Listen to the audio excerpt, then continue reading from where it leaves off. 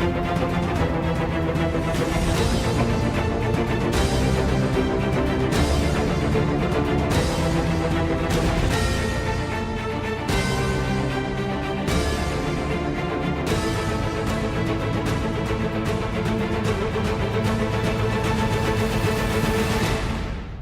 idea of doing it in Pune instead of, for example, Mumbai, is it something to do with the hotel, the venue, So sponsorship? Pune is a very natural choice because it's the strongest chess playing city in Maharashtra, where we are organizing the tournament. We have 5 grandmasters from Pune and 4 women grandmasters in Pune and several international masters, and it has a long history of organization of tournaments. So, and it has a good infrastructure, so we thought that it's a natural choice. Namaste. Welcome to round 6 of the FIDE Women's Grand Prix here in Pune, India. The players are rested after a wonderful rest day yesterday.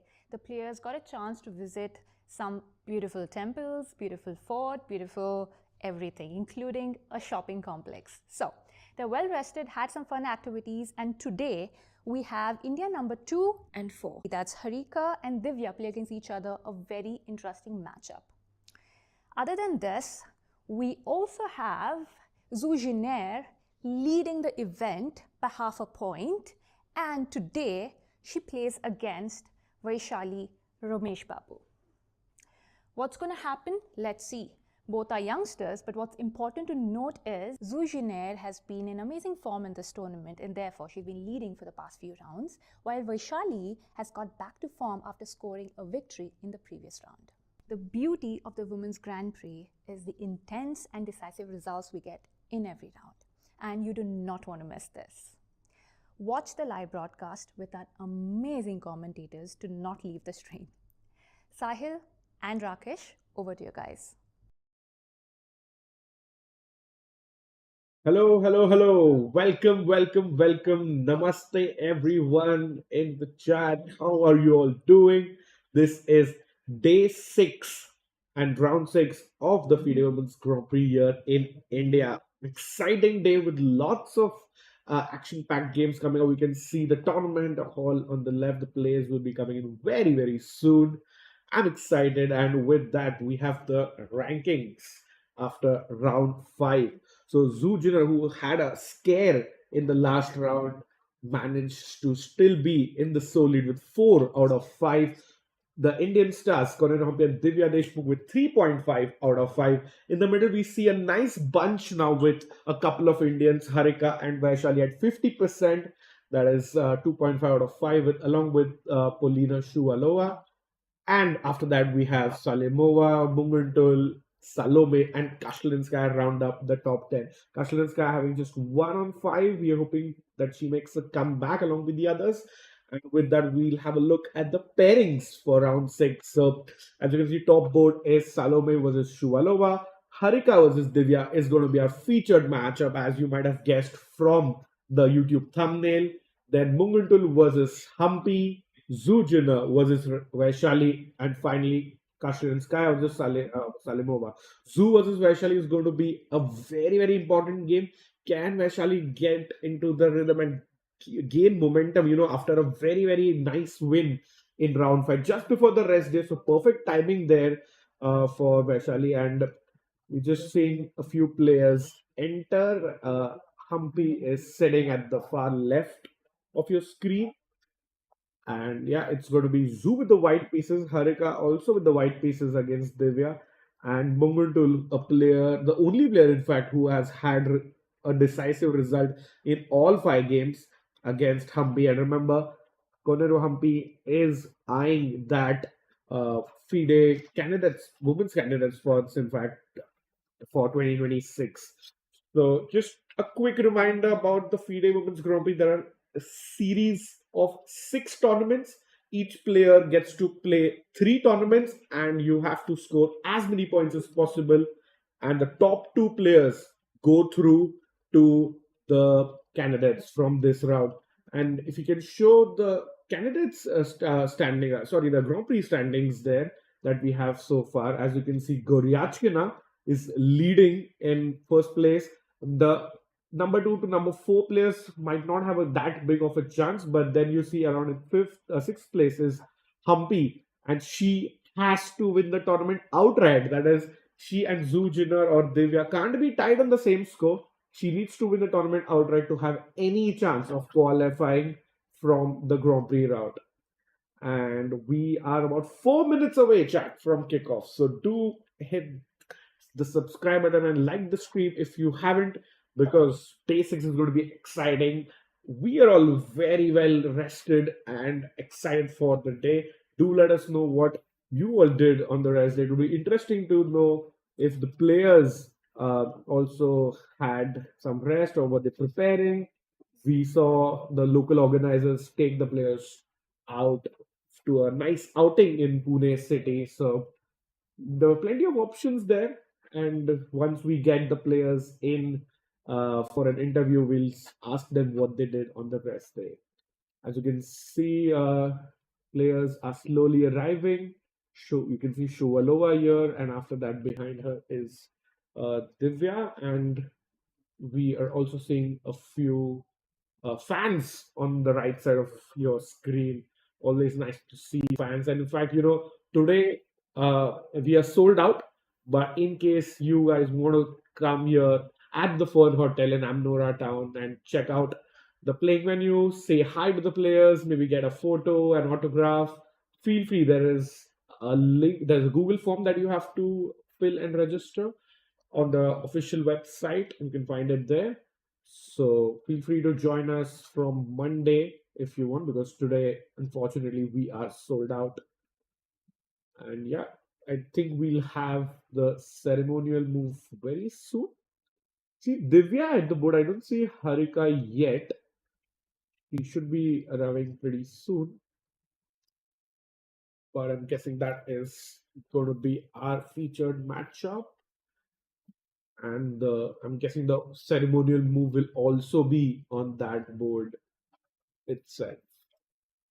And Salome arriving against Shuvalova. Salome, a player who's sadly winless so far, but that might change pretty soon. And if a couple of results go your way, you can really start getting up in those standings. So we'll see how things go for her. And in the far center, we can see another very important clash between Zhu Jiner versus Vaishali, because it's game where the tournament leader is playing on the white pieces against a player who just won her round 5 game. So that is quite important. And so we see plenty of media personnel clicking photos, just getting the photos out for our social medias. So do follow us on social media for the live updates as well for the tournament. And round 6 about to start, chat. You see Chief Arbiter even there in the center, who's going to make a couple of announcements, and then we will be going live with the moves pretty shortly. No sign of Harika yet, and a FIDE press officer Michael Rahal telling Divya something in the center, if you can see. And there you see, I think, yeah, Harika is at the board now. She's just arrived. There we go. The clash between youth and experience, and it's always nice to see two Indians playing it out at the highest level. And what a clash. And in fact, both of them were teammates at the 2024 Chess Olympiad in Budapest, where they managed to win gold medal for the first time ever.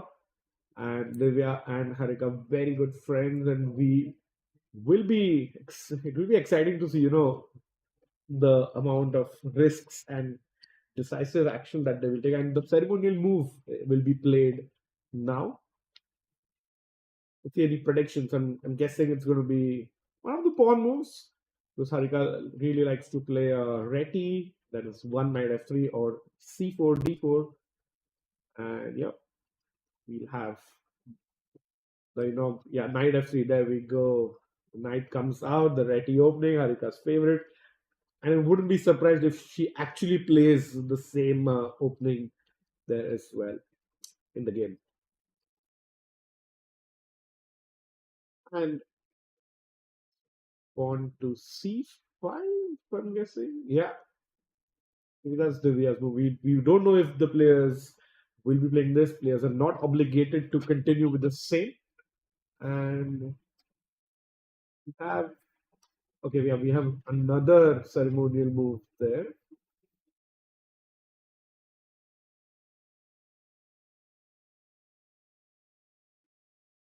So yeah, chief arbiter stepping in. It's about time that we start. Action's going to start pretty soon. Let's go. Let's go. Chat handshakes. There it is. Games are underway. Lift off, and we will see the first move very soon. Harika versus Divya. Let's go. The most important clash of the day. And knight f3, Harika sticks with her choice that she made for the chief guest as well. So really nice to see that. We normally don't see that happening because players tend to change their moves.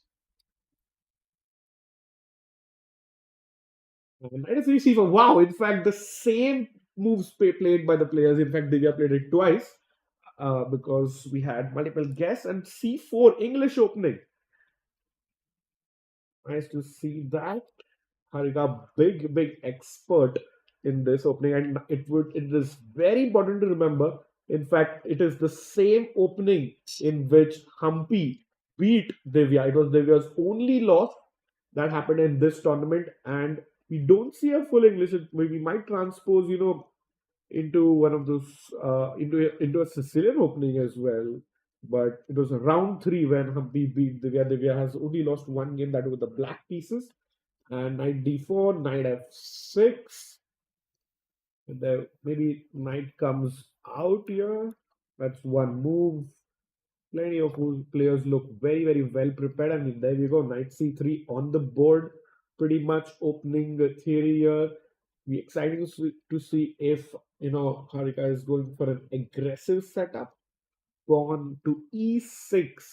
And now this is what I was telling you, chat. So if pawn comes to e4 in the center, we will have the Sicilian opening. We transpose from the English into the Sicilian. So let's see what Harika is playing. She plays pawn to e4. There we go, chat. Wow. We might see a very exciting turn in this opening because we are into the most aggressive opening. That's the Sicilian defense in chess, the most counter-attacking opening. It is nice to see how we have transposed from the English, which is a very solid opening here. And Harika getting up from the chair, is that a sign that, I'm well prepared? Divya, what you got? She is thinking, and maybe she will come up with, there are a couple of ideas here for black. So Divya can go bishop to c5. She can play bishop to b4. Bishop b4, the best move in the position, pinning the knight against the king. And, you already are threatening moves like knight coming to e4, pawn coming to d5. So bishop b4, the most played move in this position. Divya is contemplating whether she wants to go bishop here or bishop a square further. And remember, this is the best move. And bishop b4 on the board. Wow. And now, in fact, it's, white has to either go queen to d3 or capture this knight. Only two good moves here for white. Just note, because black is attacking this pawn, white should not play bishop d3 because that drops a knight. You lose the protection of the knight here, and that is why you either have to protect the pawn with queen d3 or else you go knight takes knight here. Harika is back in her seat. We let her think about her next one. Let's quickly jump into Koneru Humpy's game, which is on board 3. That is Munguntul versus Koneru Humpy.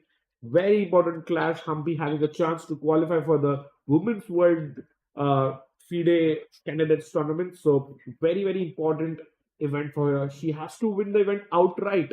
Remember, so e4, e5, and we see an Italian opening here by Munguntul. Remember, the white player has had decisive games in all her throughout the tournament. So that's pretty amazing. And we go for the fried liver. Oh my god! I can't believe it. Maybe we can we see a sacrifice because we have never seen the fried liver at such a high level. Pawn to b5. This is amazing prep by Humpy. I'm pretty sure Humpy and her team have come up with this nice idea normally, because if knight to a5 is a very common move in this position, where bishop gives a check and black plays pawn to c6. But my oh my, pawn to b5. Humpy has 1 hour 31 minutes. Muguntul deep into the tank already. Just 5 moves played.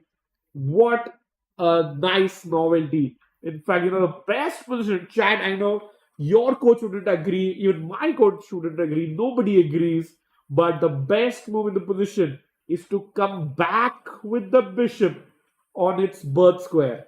And she plays it. Wow!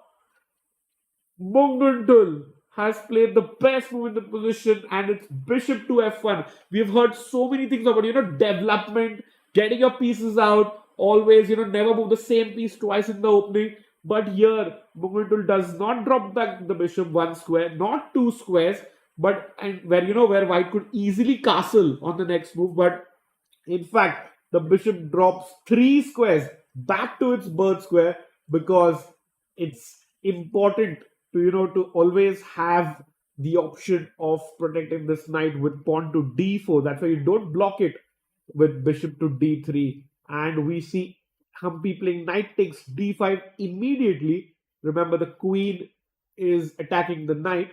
In fact, if Chad is wondering, pawn to b5, what happens if black loses a pawn after white captures bishop takes b5? Black simply captures the pawn in the center, attacks the bishop, attacks the pawn, and it is good for black. So, white side is, I go back 1 move, no worries. You capture the pawn with your queen this time. Remember, now if you capture the pawn with your queen, white has this nice tempo, attacks the queen, attacks the pawn. So this was Muguntul's idea. And in fact, once Humpy is forced to take with the knight in the center, now the bishop is eyeing this pawn. Now, very likely we might see bishop takes pawn in this position. So nice opening idea by Humpy and her team. We'll see how successful this is.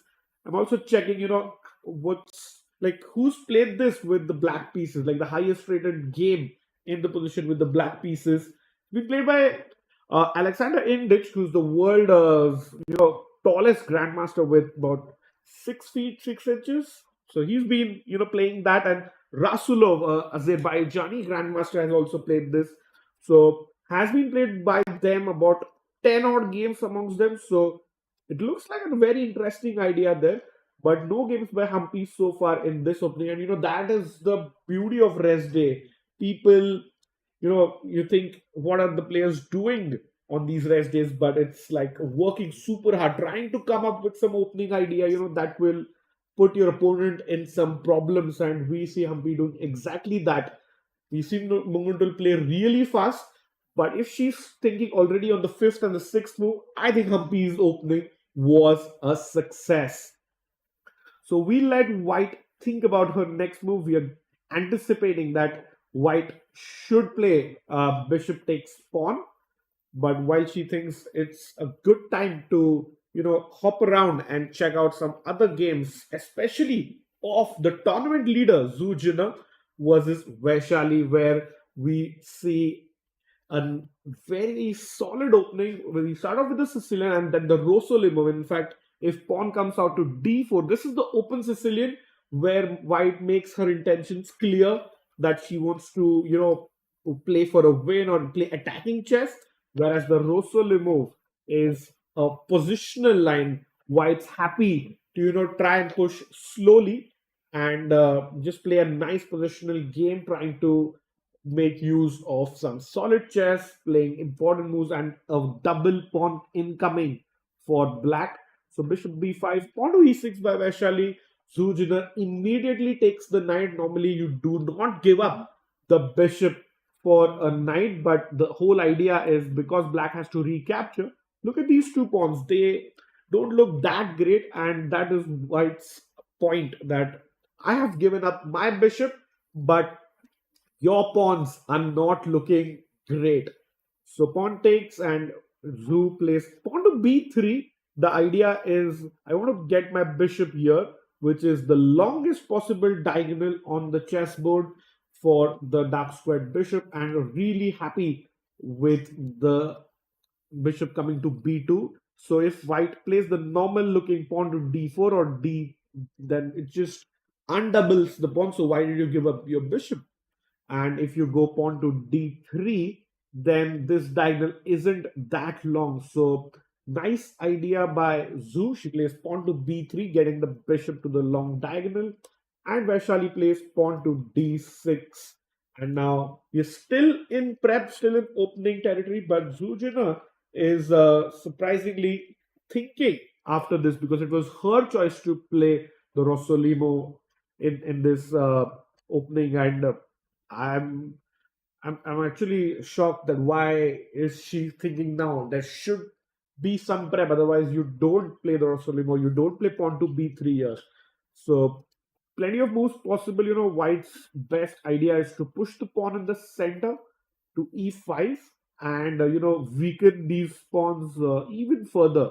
So if you see, if black takes, then you go knight e5, and that these two pawns are weaknesses for the whole game. And maybe that is what Zhu Jiner is thinking. And let me check if d6 was the best move. It was the third best move. So knight coming out to e7 and pawn coming to f6. Like I said, this was the longest diagonal possible for the bishop, and black is trying to make a wall against it by putting the pawns on f6, e5, and g7. So Zhu Jiner still thinking 1 hour 24 minutes. It's the first thing of the game. Already 5 minutes down within 5 moves. So the tournament leader, who had very, very topsy-turvy game. She was close to lost. Then she was winning. Then it was a draw. Then again she was close to lost. But she still kept fighting for the win, not even trying to draw the game. But finally against Salimova, the game ended in a draw, and she was in the sole lead. The tournament would have blown wide open if Salimova would have managed to convert that. But sadly she couldn't. Otherwise we would have seen Divya, Humpy, and Zhu Jiner on the same points. That is 3.5 out of 5. That is 3 wins and a draw out of 5 games. But it was good defense by Zhu Jiner, and that is why she is on 4 points, half a point ahead of the trailing pack. And Zhu has 4 out of 5. She's playing the white pieces, and her next few games are quite tricky. In fact, she's going to play a hat trick of Indian players. Remember, Zhu beat Indian star Harika in round 1, but now she's playing Vaishali. After this, she plays Humpy and then Divya Deshmukh. So the task is not easy for Zhu Jiner. She's going to play 3 very, very strong Indians. It is almost like an India versus China match at this point, because Zhu has to play 3 strong Indians. And in fact, 2 of them trail her by just half a point, and she has to make sure that she still maintains her lead. So she's in the tank. So let's switch around to board 1. In fact, let's see a game between Salome and Polina Shuvalova and how that transpired so far. So if we can go to Salome versus Polina, and there we have it. Alina is at the boards. The board one, not this camera. Salome versus Polina, please. Yeah, there we go. So in fact, Salome is not at the board. She started out with pawn to e4, the king's pawn opening. Sicilian here, plenty of Sicilian. It's looking great today. Looks like this is our third Sicilian of the day. So pawn to d6, the Alapin variation once again that we've seen. Remember, pawn to h3 is a nice waiting move by white, because if you capture the pawn in the center, it's a blunder. because always look out for these checks. A check, and you pick up the knight here on e4. So of course Paulina didn't do that. She goes pawn to g6. Bishop d3. Bishop has to protect the pawn, and then the bishop will drop back, and white will push the pawn. Castle, knight to c6, and it is white's move here. So white would really like to get in rook to e1 and pawn to d4 at the right moment, and she plays pawn to d4. Nice move in the center, occupying the center, making sure white has the strong central squares from which she can use her bishops, and knight can come out to e2, rook will come to e1 and try to control the center, so that it's a nice foundation for the middle game for white. And Polina also on 50%, 2.5 out of 5 in this tournament, so she will also be eyeing a late surge if she wants to get up in the rankings and get into some good women's FIDE Grand Prix points, because this is the second last event. Remember, this is the fifth leg out of 6 events. So as we see, round 6 is underway. Polina having a think. So let's check in, I think, with the last game, that is Kashlinskaya versus versus Salimova. So if we go to that, it looks like a Petrov. Let's see the game from the start. So pawn to e4, yeah, as expected, the Petrov defense by Nurkiol here, showing that she is happy with the draw, or just playing solid chess. No Sicilians here, but it is Kashlinskaya, who shows that she is in no mood for a draw. She has had a very slow start to the tournament, but she got a rest day, and now she wants to make a comeback. She just needs that one win, that will get her confidence right up. So making her intentions clear, she's going to castle on the opposite side. We saw this in a couple of games. It was Kashlinskaya did this against Munguntul as well, where she took extra risks, castled on the opposite side to get some attack going. And after knight to d7, there we see both the kings are on opposite sides of the chessboard. This means white is gonna push her pawns here on the right side of the board, trying to get some open files and then deliver a checkmating attack. Whereas now Salimova also has to start pushing pawns on the left side of the board. So very interesting game. I'm predicting we are going to be having a result for sure in this game, because the Petrov, even though it's a solid opening, but once kings are on opposite sides, we are going to see some attacking play there. Interesting to note, Salimova has 1 hour 33 minutes on the clock. It's more time than she started out with, whereas Alina has been thinking for 11 minutes. So very standard position. Opening theory is well known about 4-5 moves after this as well. But she is still thinking. Maybe she has an idea. Maybe she wants to do something different. But white is, thinking something. First, I feel there has to be some idea that she wants to come up with, because rook e8 is the most standard play, and we have about 38 games where white starts on bishop to c4 or pawn to h4. Sometimes also throw the king to the side, does not want to be on this diagonal, so king just gets out of the way, out of some checks, out of some exchanges. So bishop coming out on the c4 square, as you can see with the arrow, or white pushes the right side pawn, that is the h pawn, 2 steps forward to start attacking the black king.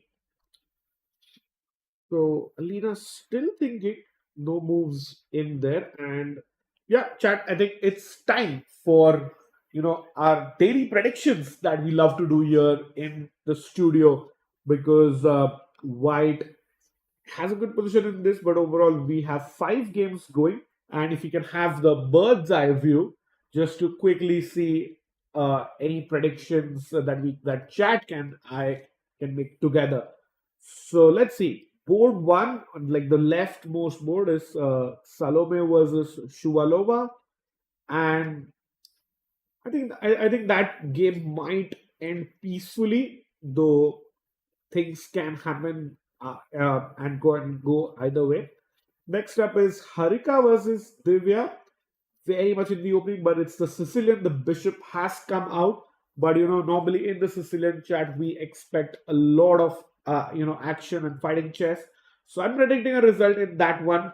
I don't know which, either white wins or black wins. Rooting for both players as both are from India, so tough to do that, to pick one, but a result in that board. Muguntul versus Humpy is also very attacking. I'm predicting a result in that one as well. I mean, we almost had the fried liver variation, which is the most attacking lines, and one of the openings where people who start learning chess are very intrigued by that opening. So Salome versus Shuvalova, a draw. Harika versus Divya is a result. Humpy is also a result. Zhu Jiner versus Vaishali looks pretty solid. In fact, the Rosolimo is notorious for its drawish tendencies. So I'm guessing that one will also be a peaceful result. So two results, two draws so far, and the last game between Kashlinskaya and Salimova. I mean, even though we started off with the Petrov opposite side castling, I'm guessing white will push on the right side, black will push on the left side of the board. We can predict, we might see a result in that one as well. So overall, three decisive results possible, and two draws is my prediction. Chat with this. Do let us know your predictions as well. How many games do you think will end decisively today? So let us know in the comments, and we will see if if you agree with me or if you have some other opinion. Do let us know. With that, can we go to the Harika game, because a few moves have happened in that. This is, remember, our star game of the day, Harika versus Divya, and let's check in from where we left it. It was around move 6 that we left it. So it was pawn to e4, bishop b4, best move by Divya, knight takes knight, pawn takes, bishop comes out, very standard, very much expected, about 750 games played. So we are very much in the opening book here. And pawn to e5, a nice setup. Black, wants to put the pawn here, put the bishop here on this diagonal. And the idea of pushing the pawn here, the second pawn goes here, and now this bishop's line is open. So that is what the guy is intending to do. So short castle by Harika, very standard. Both the players castle. Pawn to h3, a nice prophylaxis move, gives the king some breathing rooms, an extra square in case it needs to go to h2, and also stopping the bishop coming here, stopping the knight coming here. So h3 is a very nice move. Bishop goes back to c5. Rook e1 by Harika. I think she wants to play bishop out and trade this bishop's. Whoops. White wants to play this, and once the bishops are traded, Harika wants to play rook takes bishop and maybe swing the rook across to the right side of the board. So that's an option there. Let's see what happens after rook e1, pawn to d6 as expected, bishop e3. So we are still in, prep. We've seen games being played, about 6 games in the position. Divya captures the bishop on e3, and rook takes e3, and bishop comes to e6. And I think, yeah, that's the live position. You see Divya is walking around, Harika deep in thought. She's trying to figure what's the move. We have only one game where Alexander Fier, the Brazilian grandmaster, won the only game in this position so far, and it was played in 2021. So fairly new idea here, and I think White's intention is maybe clear. Maybe go here on the right side of the board with the rook, or just simply play queen up one square, bring the other rook into the center, and try and target, this pawn that's kind of backward and is alone in the center of the board. And white has a nice trade-off. These pawns are strong, so black cannot really push this backward pawn. So let's give it a different color, because yeah, there you go. So those two pawns are kind of clamping down on the d6 pawn, but because of these two pawns, our bishop, the white bishop on d3, doesn't have a good diagonal.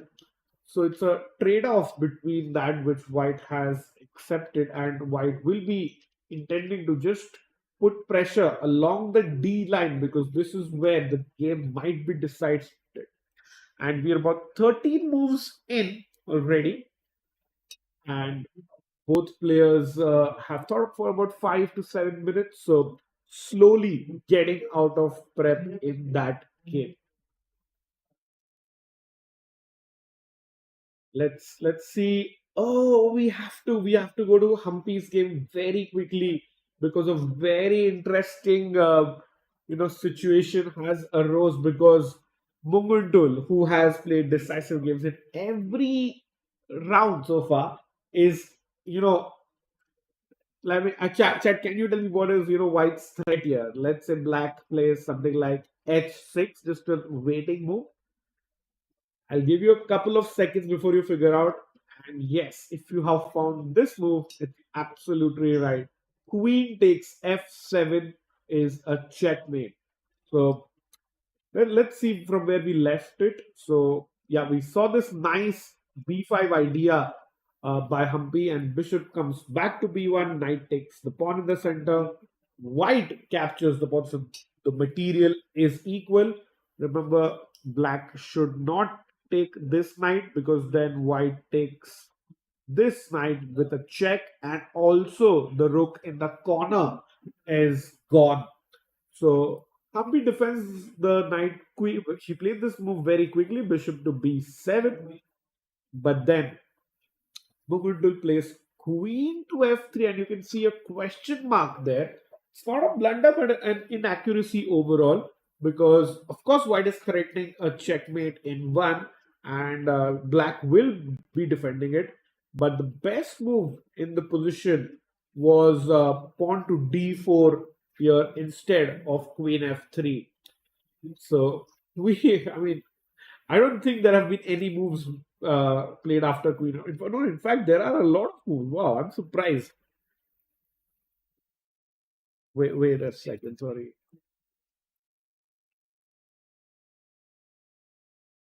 Queen F3. Hold on, just a second. Let me refresh that. And yeah, there we go. So because it's checkmate in one, Queen D7 is a possibility. Pawn to F6 is the second move, or just you capture the knight, which is threatening checkmate. So all three moves possible. I think there is no chance that Koneru Humpy, a player of her stature, is going to fall for a checkmate in one. So she's just thinking, what's the best move? Because normally white goes pawn to d4 in the center. Queen f3 is kind of unexpected by her, because we see Humpy having her first think in the game, and she might be able to, you know, thwart White's inaccuracy. But she is thinking, how does she do that? Because it is important for her to get rid of this knight, or this checkmate on f7. And let's see how she saves that, because it is annoying. In this women's Grand Prix, I have not seen White threaten checkmate on the eighth move, and of course, Humpy plays queen to d7, protecting the pawn. In fact, saving checkmate very importantly. So 1 hour 27 minutes. I think she is still in prep. She's just trying to recollect the best defense for that, and yeah, I feel a decisive result incoming in this one. So queen to d7. I don't know, how do you continue as white? Do you castle with your king? Remember, because the queen has moved, the knight is not under attack. Maybe, white goes knight to c3 or pawn, or, just white castles. But overall, it's uh, very, very, very tough for, for white to continue, because it's not it's not a very common opening. And I have rarely seen checkmate being threatened on the eighth move. And with that, Sahil, have you ever seen something like this? A checkmate being threatened on the eighth move at this level? That is incredible. And what a day, what a tournament it's been, Rakesh. And just joining in, what important clashes. Harika against Divya, Salome against Paulina, Munguntul against Humpy. And you know what? I saw some of the players at lunch. Some of them did not show up. So clearly they might have been preparing. So important day today, chat. Do like the stream as we build up toward an epic finale, the important second half. And Rakesh, whenever we can have the bird's eye view, would love to go through all the games once. Which game has been the most exciting so far, according to you? I think it is the one which we were already showing chat, that is Mungundul versus Humpy, because we saw the fried liver variation. So Wow. I mean, and look at this idea, pawn to Oh. b5, very, very interesting there. A new idea by Humpy in the position.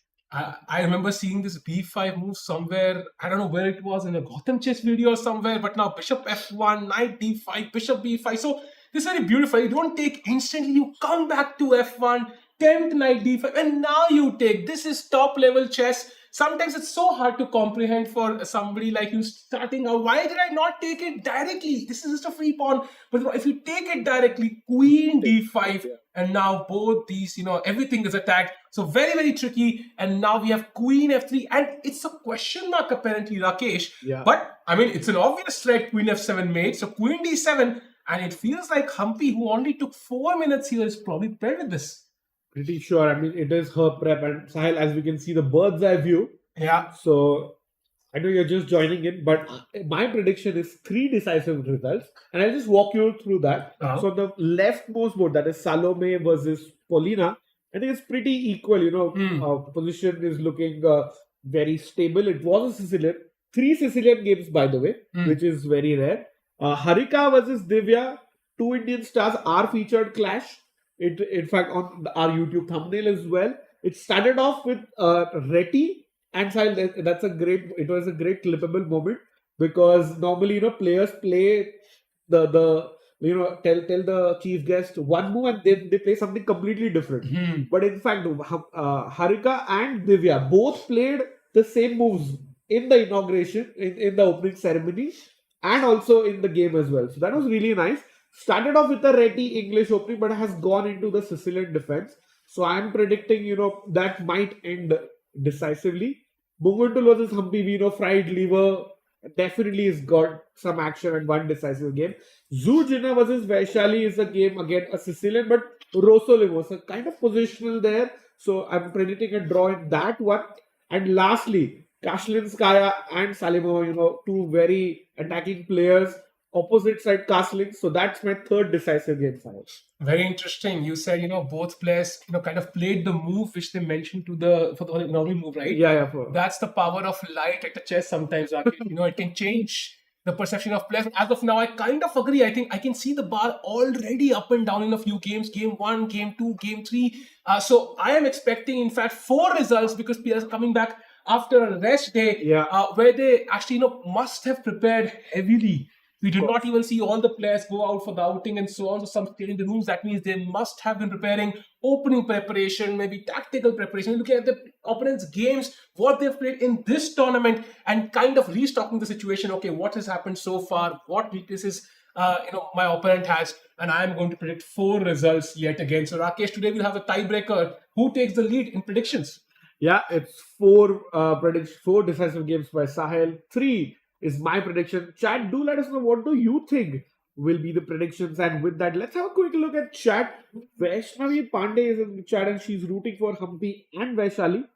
Whereas Mateus is asking us, Salome versus Shuvalova, is there a possibility of draw? I think it's too early to call.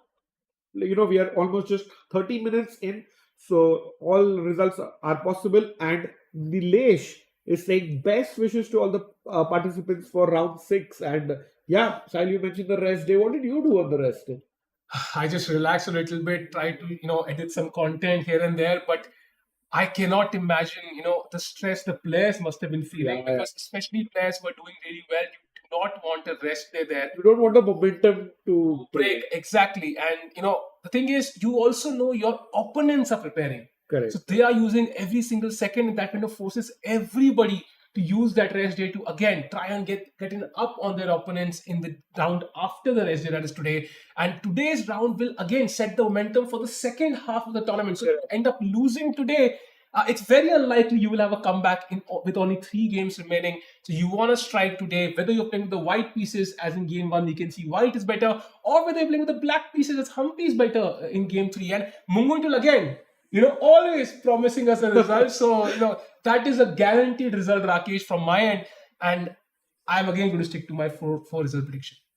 Yeah, sounds good. And with that, let's head into our featured matchup. Harika versus Divya. Sahil, your thoughts on this position currently? Yeah, this looks more solid than the other ones, but the time situation as well, that's very interesting. Both players playing very, very quickly. That is the interesting part there. And now after Queen E2 played on the 14th move, and Rakesh, if I just check the time taken by both players for each move, it feels like it's all been in seconds. In fact, this is the first long thing from either player. Queen to E2, almost 12 minutes taken. So I think we are set up for an interesting clash, even though this looks roughly balanced. I would say maybe the battle is only just starting. I can see how the F4 square is very tempting for the knight if the queen were to, move away from that diagonal. I can see how the B file is open for black, putting pressure on the B2 pawn. But I can also see how 2 pawns are controlling 3 pawns here. So it's very, very dynamic. A lot of imbalances still, and only time will tell who will take the edge. I will still not commit to a draw here. Yeah, definitely not. And as you mentioned, the 2 pawns in the center controlling black's pawn. It is black's B6 pawn is very backward and weak. But because of that, white's bishop on D3 is also kind of like a bad bishop, Sahil. And it's going to be that game between them. White's rook in the corner is going to come in the central file. So that will be looking good for Harika. And Divya having her first thing of the day, Sahil. Yeah, and we can see time situation is roughly balanced. By the way, Rakesh, so we look at the players coming up with better prep after a rest day. So, I mean, it's very difficult to choose, right? Somehow, do I attack here? Do I kind of play solid as black, as white? How much should I push? I already know if I lose a game, I have no chance of winning the event. So, how do you kind of approach this? Do you kind of say, okay, rest day or no, I'm just going to play normal chess? Do you kind of come more aggressively after a rest? I think I would choose more aggressively, because you're well rested. You want your tournament to end well, as they say, all's well that ends well. So even if you are maybe in Kashlinskaya's position, you bottom of the standings, but you want to end the tournament well, have good memories from your tournament. So, but if you're in Divya's position, you want to win. Sahil, you are at 3.5 out of 5, just half point behind the leader Zhu Jiner. So you really want to try and push, but with the black pieces against a stronger opponent. And so, Sahil, I don't know how tough is it for you, but Divya and Harika, as we know, part of India's gold medal winning team. It's tough to play your friend or your teammate, right? Yeah, I have no gold medals and no friends, Rakesh. So I don't know exactly what that dynamic is. But as of now, I can guarantee you that these two players are absolutely focused. They don't care who's sitting in front of them. They just want to win. Of course, I think they will end up playing in the same team potentially again in the Olympiad next year. But in that moment, you're in one team. You all can win together. But here, unfortunately, there can only be one winner. True. And let's try to think of some moves, for black here. If we just go back one move, Sahil. Before you came in, I was, playing Bishop E6. So yeah, there were some trades in the position. So I was thinking about maybe playing Queen up 1 square. If you just make that move, but just bring the other rook in the center. Yeah, putting pressure on this pawn. But once you came in, and as soon as you came in, you mentioned a very nice point that the knight wants to come to that f4 square.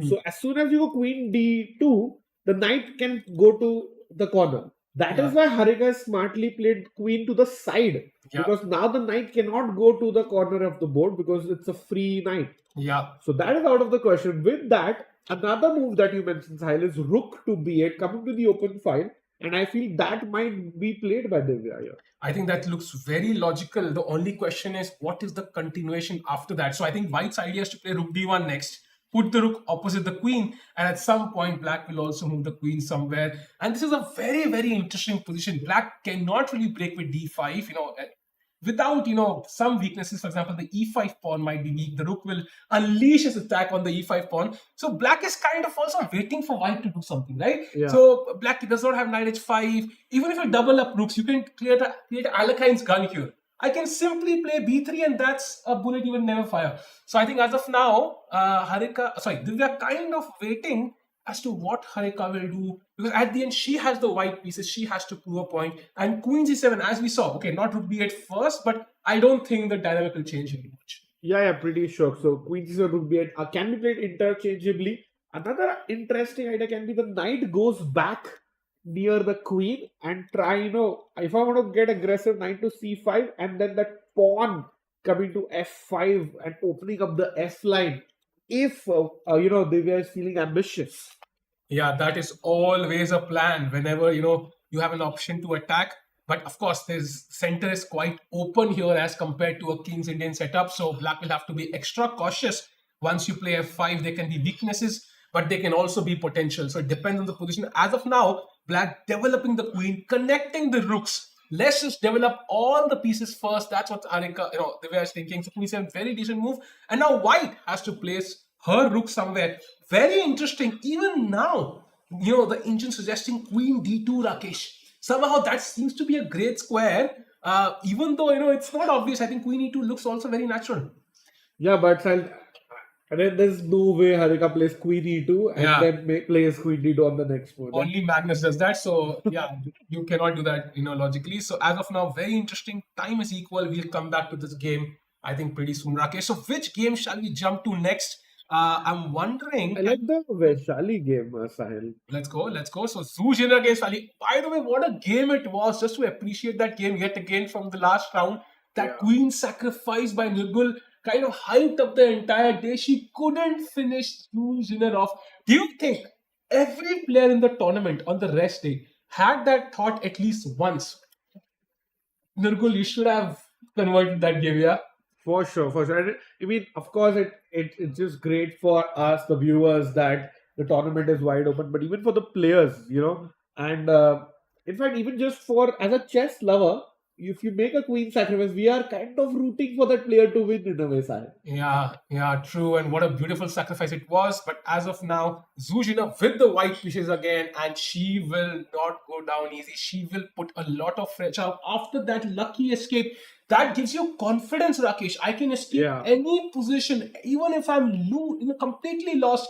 I'm going to come back and with the white piece. If she wins today, and if Humpy as well as the other players cannot catch up, do you think with 3 rounds to go and a potential 1-point lead, this could just be a losing domination?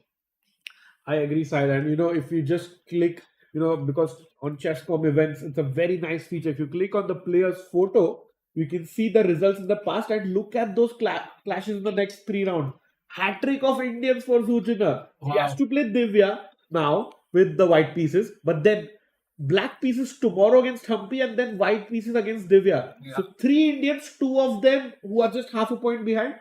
Very crucial games for Zhu Jiner here, Sahil. Yeah, very important. And today's game counts for a lot. So if she can have a good start, then that would really help her. The bigger the lead, the better the chances. Yeah. So very interesting game as well. And if you have a look, e5. So this is a very nice thematic idea. You kind of break this pawn mass that black has. If, for example, black takes, knight takes e5, you see how these 2 pawns look incredibly weak. And after white plays d3, this pawn is going nowhere on c5. Imagine, let's say, a normal move. I don't know.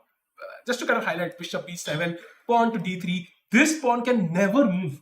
And now I will heavily pressure this pawn. Maybe knight comes to, e4. The bishop comes to e3. And I will just attack this pawn with all the force I have. And you will have to defend it for the rest of the game. So as of now, I do like white's position here. Yeah, and D5 is something what they call a positional blunder.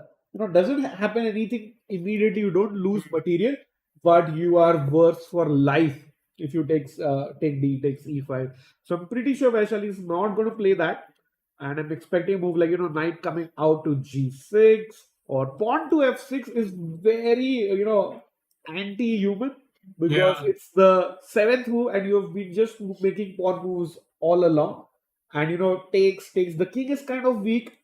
I think you don't play f6 unless it's in your prep. And speaking of that, Vaishali is down 25 minutes, Sahil, with only 7 moves. Yeah, very interesting. So she did not expect this opening clearly, and f6 looks ridiculous at first glance, Rakesh. I mean, look at these 4 pawns. Imagine taking and having this pawn centered. Try explaining this to your coach later. How did I end up with this? With 2 bishops on c8 and f8. Where you castling? I mean, bishop g7. But this is extremely, extremely difficult. And Yeah. sorry to cut you off, Sahil. Speaking of coach, it's in fact her coach Ramesh sir's birthday today. Oh wow! Happy birthday, Ramesh sir. So I mean, hopefully she plays a beautiful game today. And this structure, I'm not so sure about though. And Knight c6 play. on the She does not want to give her coach a headache on his birthday, so Yeah. Knight g6 played. And maybe Sahil, just maybe, can I get the alpha zero idea in? At some point with pawn to h4 attacking your knight sometime down the future. Absolutely, that's always in the air. Right now, I think the h4 square is controlled, but white will keep that idea in the end. Whenever the knight is on g6 or b6, these a4, a5 or h4 ideas always very thematic. And this e5 pawn is very interesting. So if you Something played by Zhu Jiner, I think. not yet, I think. I think she probably just wrote the move. Yeah, can we go full screen and confirm if she has played something? No, she hasn't because I see the clock. No, taken actually. ED6, bishop d6. Yeah, on the board. And you can see how, I would say she could have also waited, by the way, for example, rook e1, queen e2, just to kind of defend this. But this kind of helps black develop as well. But again, Rakesh, if you had to choose a side, you would choose white, right? Because what a beautiful square on c4. I can put one knight on c4 and, bishop comes to a3 or e3. I will pressure this pawn heavily and your bishop, once I play knight c4, let's say knight a3, you castle. I play knight c4. Where do you put the bishop? If you go here, then, at some point, bishop a3 will attack this pawn. If you go here, then you're not really active, pointed towards the king side. So I would still prefer to be white here. And Zhu Jiner seems to have a good positional structure. But yeah, of course, bishop pair, you never know, Rakesh. Yeah, but I fully agree, Sahil. It's like nice pressure with the white pieces. You want to be in the lead. Those 2 pawns are weak. Again, see, 3 pawn islands.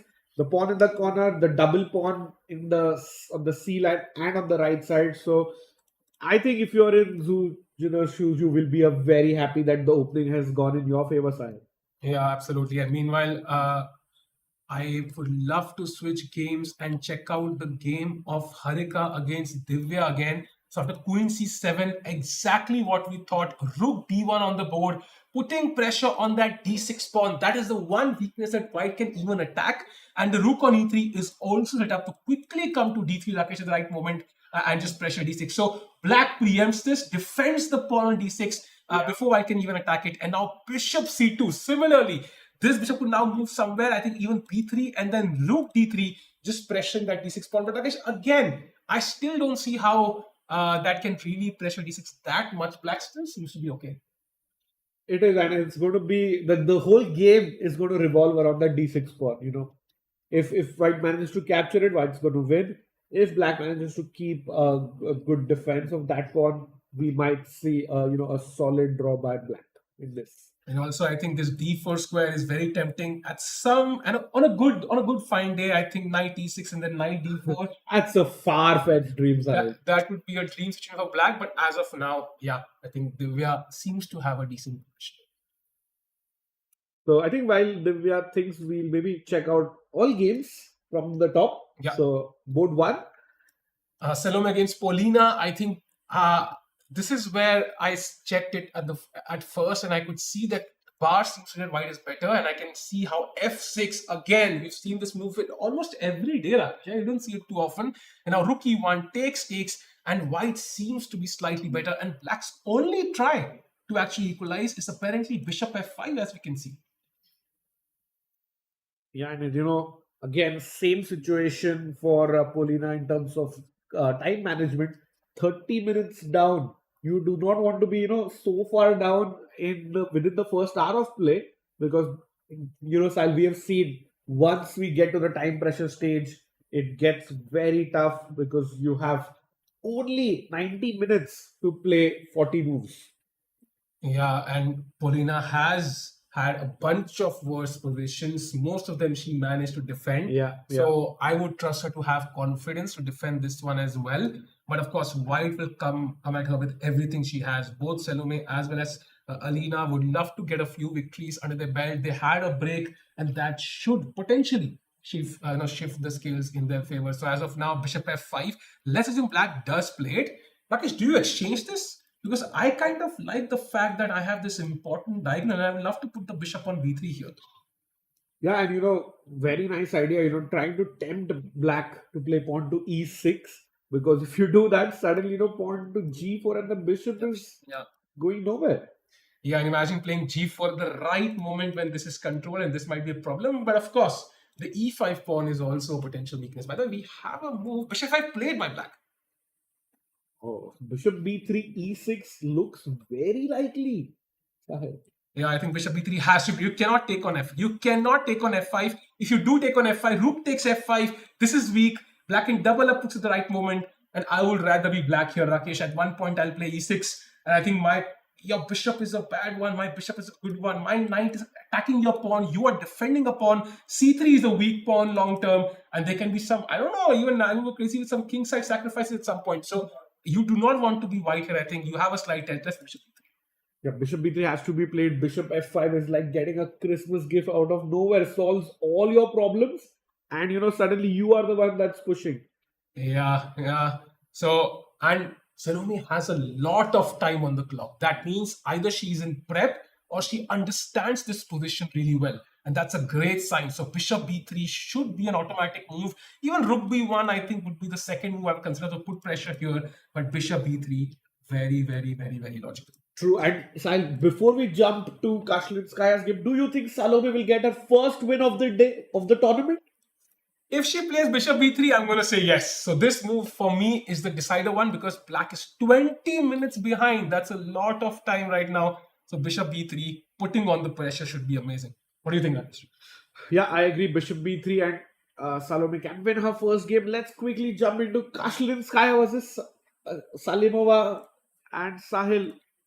If you just go to the 9th move. Yeah. Why does Kashlinskaya always love to castle on opposite sides and give us a lot of, decisive games? You know what? I love this setup for white. I'm a d4 player. If I played 1e4, this is the opening choice I would choose in every single Petrov game. I love the extra pawn on c3. Then you so much defensive arsenal. Any attack black can throw at you does not open a file for you, keeps your king safer, controls some important squares as well. And I like how the bishops get in the game very quickly. You have a very free hand with some sort of attack. And I think Alina is absolutely right here, putting the king on the opposite side. She wants a victory under her belt. Now comes rook e8, bishop c4. Look at the f7 point. I can see it's oddly sensitive. Knight b6, bishop d3 back. Very interesting, okay? So why not bishop d3 directly, and why bishop c4, knight b6, and then bishop d3? So I think the idea was you were trying to hit the f7 square with bishop c4 and knight b6, and now bishop, you don't want to go bishop b3 now, because c5 or a5 you get a tempo, and the bishop is kind of trapped on the other side of the board. If you had gone bishop d3 immediately, Sahil, now the knight comes to c5. Yeah. And where does the bishop go now? Because bishop c4 now, black plays bishop e6, challenging the bishop. So it's like kind of white baited black with bishop c4 first. Now that knight has gone to the side, now she comes with bishop b3. And she's eyeing those bishop h7, knight g5 or h4, bishop h7 ideas at some point. Yeah, that's a brilliant explanation. I think a brilliant idea from White here, just to keep that bishop alive. This is an attacking star for White. So now comes d5 and knight to g5. What a move. Of course, could have started with pawn to h4 as I well. like that. I love this move, and now black is under huge, pressure because bishop g5. First of all, bishop g5, your queen is under attack. I have the bishop pair for the endgame, and I still have open files. I still have some sort of attack. And for example, you play queen to d6, trying to save your queen. I attack a queen again. Your queen goes back, and now rook h1, and white's position is so harmonious here. Pressure on c7, and black is definitely worse in some sort of, even if you have an endgame. And if you, for example, don't take this, if you play g6, Rakesh, then h4 becomes even stronger now. h5 incoming, knight h7, knight f7 ideas. Beautiful. So you do not want to play g6. And if h6, I'm thinking, if you've gone forward, you're going to come back. Yeah. We will not come back now, and we can simply even consider a move like pawn to h4 here, just sacking a piece. It's like you are reading my mind, Sahil. And I feel, things are going crazy everywhere because after h6, bishop h7 check can also happen. And, everyone's having fun. I'm sure the players are also having fun. And Sahil, whom would you rather be, white or black in this position? Definitely not a producer, but as of now, I would love to be white here with pawn to h4, coming up two squares, defending that knight in case of h6. And if you grab that knight, if you have the guts to do that, pawn takes g5. The bishop is now open. The rook is open. The second rook can come in. g6 is incoming. This is very, very scary. I would not like to be black here. Absolutely, silent. Salimova played that amazing queen sacrifice but couldn't convert. Maybe that's on her mind. Kaslinskaya had a disastrous first half, but she had a nice rest day and she might be, looking in full gear to come up with her first win of the tournament. I'm predicting a win for white in this game, Sahil. This looks like a huge attack incoming. I think Nirgul will really have to defend this one, and there is no easy defense. As we discussed, the pawn is hanging. G6 is a no-brainer. You do not do this at any cost. H6 seems to be the best defense. There is h4 here. There is bishop h7 check as well. Do not forget, if king h8, knight f7 wins the queen. Wow. It's a simple folk, and the game is already over. So you have to go after bishop h7, king to f8. But now I can simply bring the knight back, and your king is also a bit awkward. And if you try to trap this, bishop h6 is mate. What a beautiful mate. Bishop h6 using just two bishops, and it just looks over. I mean, knight g5, what do you play? I can see the engine that h6 is the only move with which black stays in the game. Yeah, I am not happy. I do not want to play h6. I just want to, do abracadabra and remove the knight on g5. I do not want to touch my pawns here. Yeah, and if you play bishop g5, like you mentioned, bishop takes knight, bishop takes bishop, double bishop's advantage for life. Queen's not happy, rook is coming to the open file. h4, h5 can still happen. So this is like delayed loss. Whereas h6 can be an accelerated loss. This is like a 6-hour defense where you're praying on every single move. So you can see, Nirgul holding her head in her hands. She's not happy with this position. And that's why I love this setup for white. You're playing for two results essentially in most cases. And black always has a tough task ahead. In fact, sometimes if I am playing this as black, I would prefer castling queenside, even getting a slightly worse position, but not facing this attack, Rakesh. It is always difficult to see. Absolutely, and I do not think black is, in good control here. And Sahil, if we just go back a couple of moves before we, head into a quick break, because bishop b3, positions have been reached here where black goes bishop e6 or bishop g4. But Nurgul plays pawn to d5, and maybe that is the problem. Black played way too slowly, and after knight g5, she is in a tank. She doesn't know what to do. And also very interesting, knight g5 on the board. Like you could also start with a move like h4. Yeah. They're already threatening bishop h7 ideas. For example, the bishop g4 move, the one you mentioned works really well. Knight g5 anyways. And if you take this bishop h7 check, king h8, knight f7 is a no-brainer. So king f8 now. And you can simply take this bishop with the queen. queen coming to h5, and this feels like a deadly attack. So, and the point is, there are a lot of options for white here. She could have done this in multiple ways, so that's not a good sign for black, and that's why I don't like this setup from black's angle. So, of course, Nurul understands this. She will defend it, but she will have to face some pressure here. Through that, and I think she is still thinking. Rakesh, before we have to break, one quick look at the Humpy game, because after castles by white, queen d7 was Humpy's last move, castles on the king side, h6, kicking that knight away, and now the knight comes to e4. And guess what, Rakesh? I think this is going to be fire on the board, because black is likely to castle queen side. And once that happens, I think f5, g5, the queen on f3 is going to really regret the moment when she decides that mate on f7, and she will have to move, the knight will have to move, the bishop will have to move, and the ones at home, what should they do now? They should already, kind of watch Netflix and chill.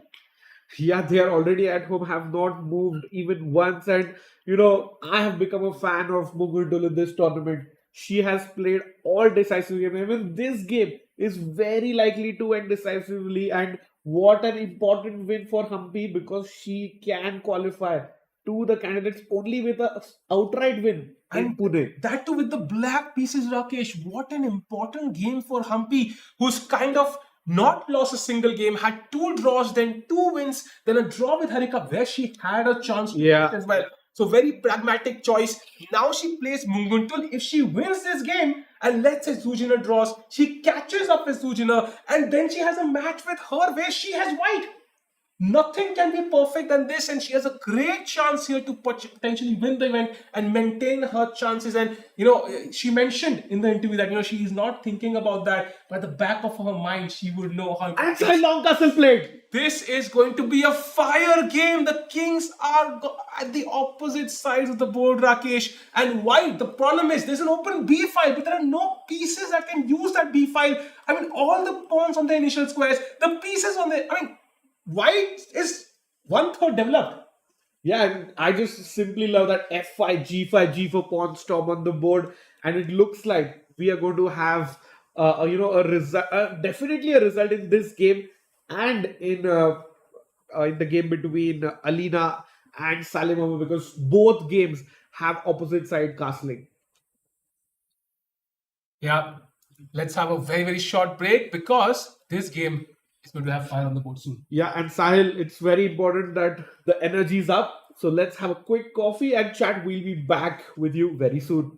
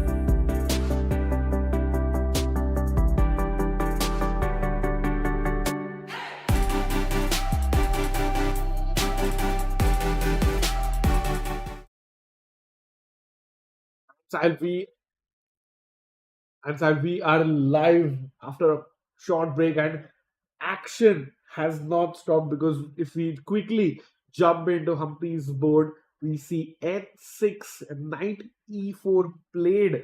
And wow, I think our plans, the arrows that you showed, chat, that might be happening very, very soon, Sahil.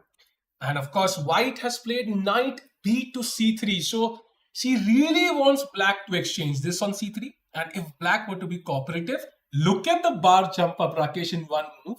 Because now I've removed your active piece for my undeveloped one. I will open up my bishop with the tempo. And in fact, I can even take with the b pawn. And we were just talking before the break how there's no open file white can utilize. And now he does it. She does actually have one. So Humpy needs to be absolutely precise here. She cannot take this knight on c3. She has to keep that solid center. And in fact, she can play a move like a6. She can play f5. Very, very logical. But she can also play knight d to b4, which seems to be the best option here, avoiding all trades. And next you go pawn to f5, kicking the second knight away, and bit by bit, you can kick all the pieces and the developed ones away. So white will be in for a world of trouble. So I think as of now, Humpy seems to have an edge. She is behind by 11 minutes on the clock, so she needs to be, of course, fast. But I think she has a great chance here to win. And of course, Munguntul will always keep the game spicy. So we will very, very likely see a result here. Yeah, and knight b4 on the board, Sahil. The best move in the position. Yeah, Humpy understands this position very well. I think Munguntul had this as her preparation. In fact, she was walking up to lunch today when I was also in the restaurant, and she just walked past the restaurant, then came back. She was that involved in her phone, maybe preparing some lines or something. But yeah, she's very, very aggressive at the board, as we have seen. And knight b4. What's the best defense here, Rakesh? Because c2 is right now hanging. You cannot easily defend this pawn. You don't want to lose it because then the d4 square also becomes. Imagine knight c2, knight d4, or the second knight at some point after the spin has been removed.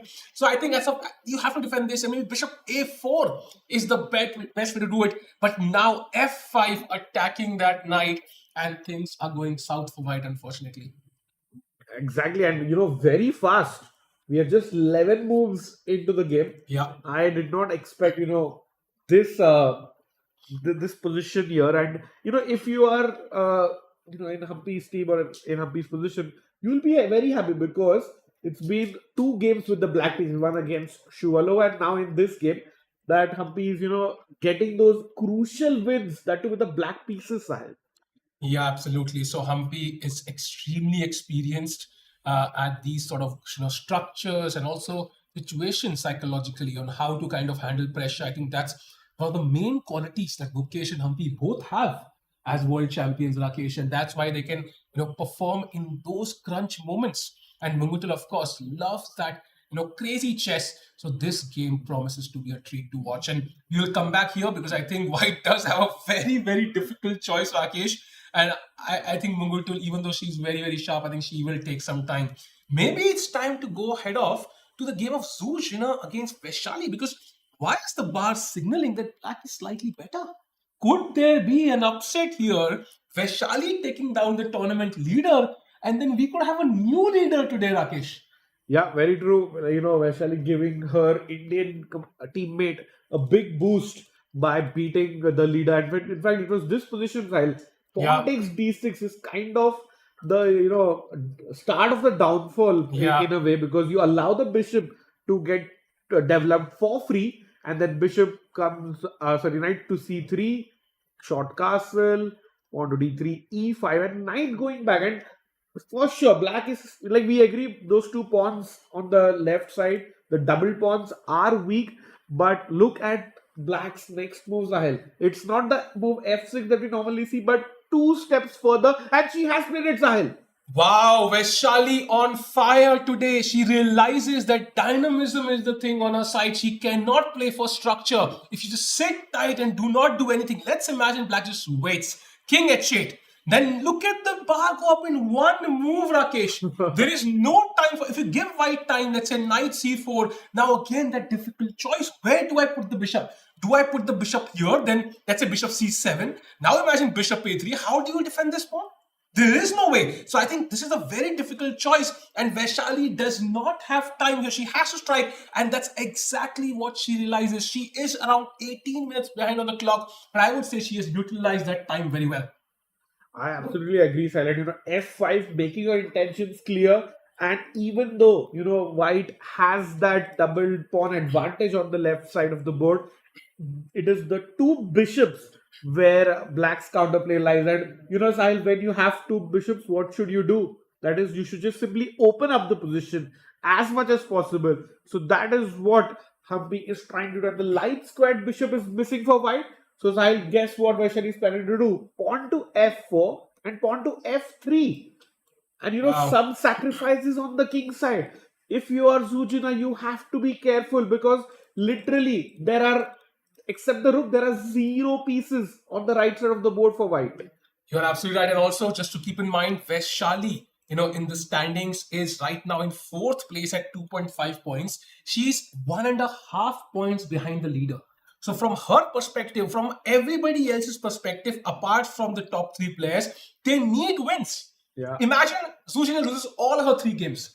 Even if Vaishali draws 3, she will still only tie with her. So that's the point. Somehow the top 3 players have kind of taken a huge lead here. So the remaining players have to strike. Be it Vaishali, Harika, Polina, Nirgul, Munguntul, Salome as well. They have to strike right now. So I think Vaishali is, if she wants to win the event, she's kind of playing at no risk and she can go for the initiative, go for the attack. If something goes wrong, it goes wrong. But if it works, she could potentially blow the turn wide open. Exactly, and at least it feels like you tried something and you lost rather than just staying on the defensive. And this is a game that's starting to heat up. And Sahil, maybe, just maybe, your predictions of 4 results is going to come true today. That would be amazing. And by the way, knight c4, I think, played on the board. Best move. And now the critical choice. You see, we have the same choice. You want to keep the bishop on this diagonal chat. Why? Because that's where the king is. So bishop can drop to c7 now comfortably. And if bishop a3, for example, Rakesh, the move you're worried about, now simply queen to f4. And if you grab this pawn, rook to d8. And this is more than sufficient counterplay for black, with both bishops pointed towards the king side. Let's say you play a normal move. You have scared of moves like e4, pinning the pawn. You play queen to e2, getting out. But what about e4 anyways? And look at the knight on c3 hanging, the knight coming to f4, the queen coming to h4. And somehow I feel black's moves are much more natural and they're much more deadly, even though white is materially up. Yeah, and it's like those 3 you see, there's almost everything covered on the c file. Yeah. 3 pieces for white, 2 pieces for black, and those 2 pawns. So there's like too many things on the left side of the board, but it's the knight coming to f4, the bishop that's open. I think it's close to losing for white this position. Exactly. Imagine you play d4, blocking this. Now you have defined the bishop, the knight. Now knight comes to f4. You have to move the queen somewhere. I don't know where you play it. For example, queen d2. You can see the bar go further down. I'm not shocked by that. Bishop e6, developing the last piece. Slowly but surely, there'll be a lot of tactics. And the idea could be just to take this, pawn takes, and queen g5. Yeah, let's show this to the chat. Yeah. Let's say I play rook a d1. Yeah, rook a e1. Let's say rook a e1. The queen is undefended. Now you take on c4. Yeah. Take on c4. Why did we give the bishop pair away? Because now there is queen to g5, threatening mate in 1. And if you try to defend this somehow, simply knight h3 check, and there's a discovered attack on your queen. So there are a bunch of tactics. And if you don't play g3 at some point, there will be also pressure on this diagonal at some point. So there's a lot of tactics in the air. And knight c4, white is pressuring this pawn, and also this pawn and this pawn, but maybe the king is the main problem for white. Exactly, and that is why bishop c7, preserving that bishop on that diagonal.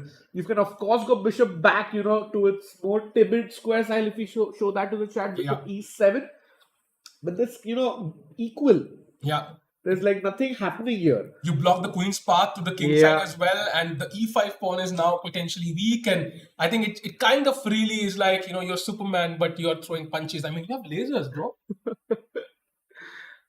True. And Sahil, speaking of crazy chess, Can we go to Kashlinskaya's game because it looks like she has messed it up? Oh, that game where we were, so excited about White's chances. Knight F3 back. Why do I'm you so that? shocked. I think she wants to take on H6, Rakesh. Maybe that's the idea. She thinks that's winning. But Black, brutal force plays pawn to C5 and says, you want to grab that pawn, you're free to grab that pawn. But now if you do grab it, apparently C4 intermediate move is the problem. The bishop has to move from this diagonal and hence there is simply no attack. And Black will, of course, win the simple bishop f8, bishop g7, queen coming to f6, bishop coming to f5, and White will lose this game. So there's a lot of problems. And c5, what a beautiful find from Nirgul here.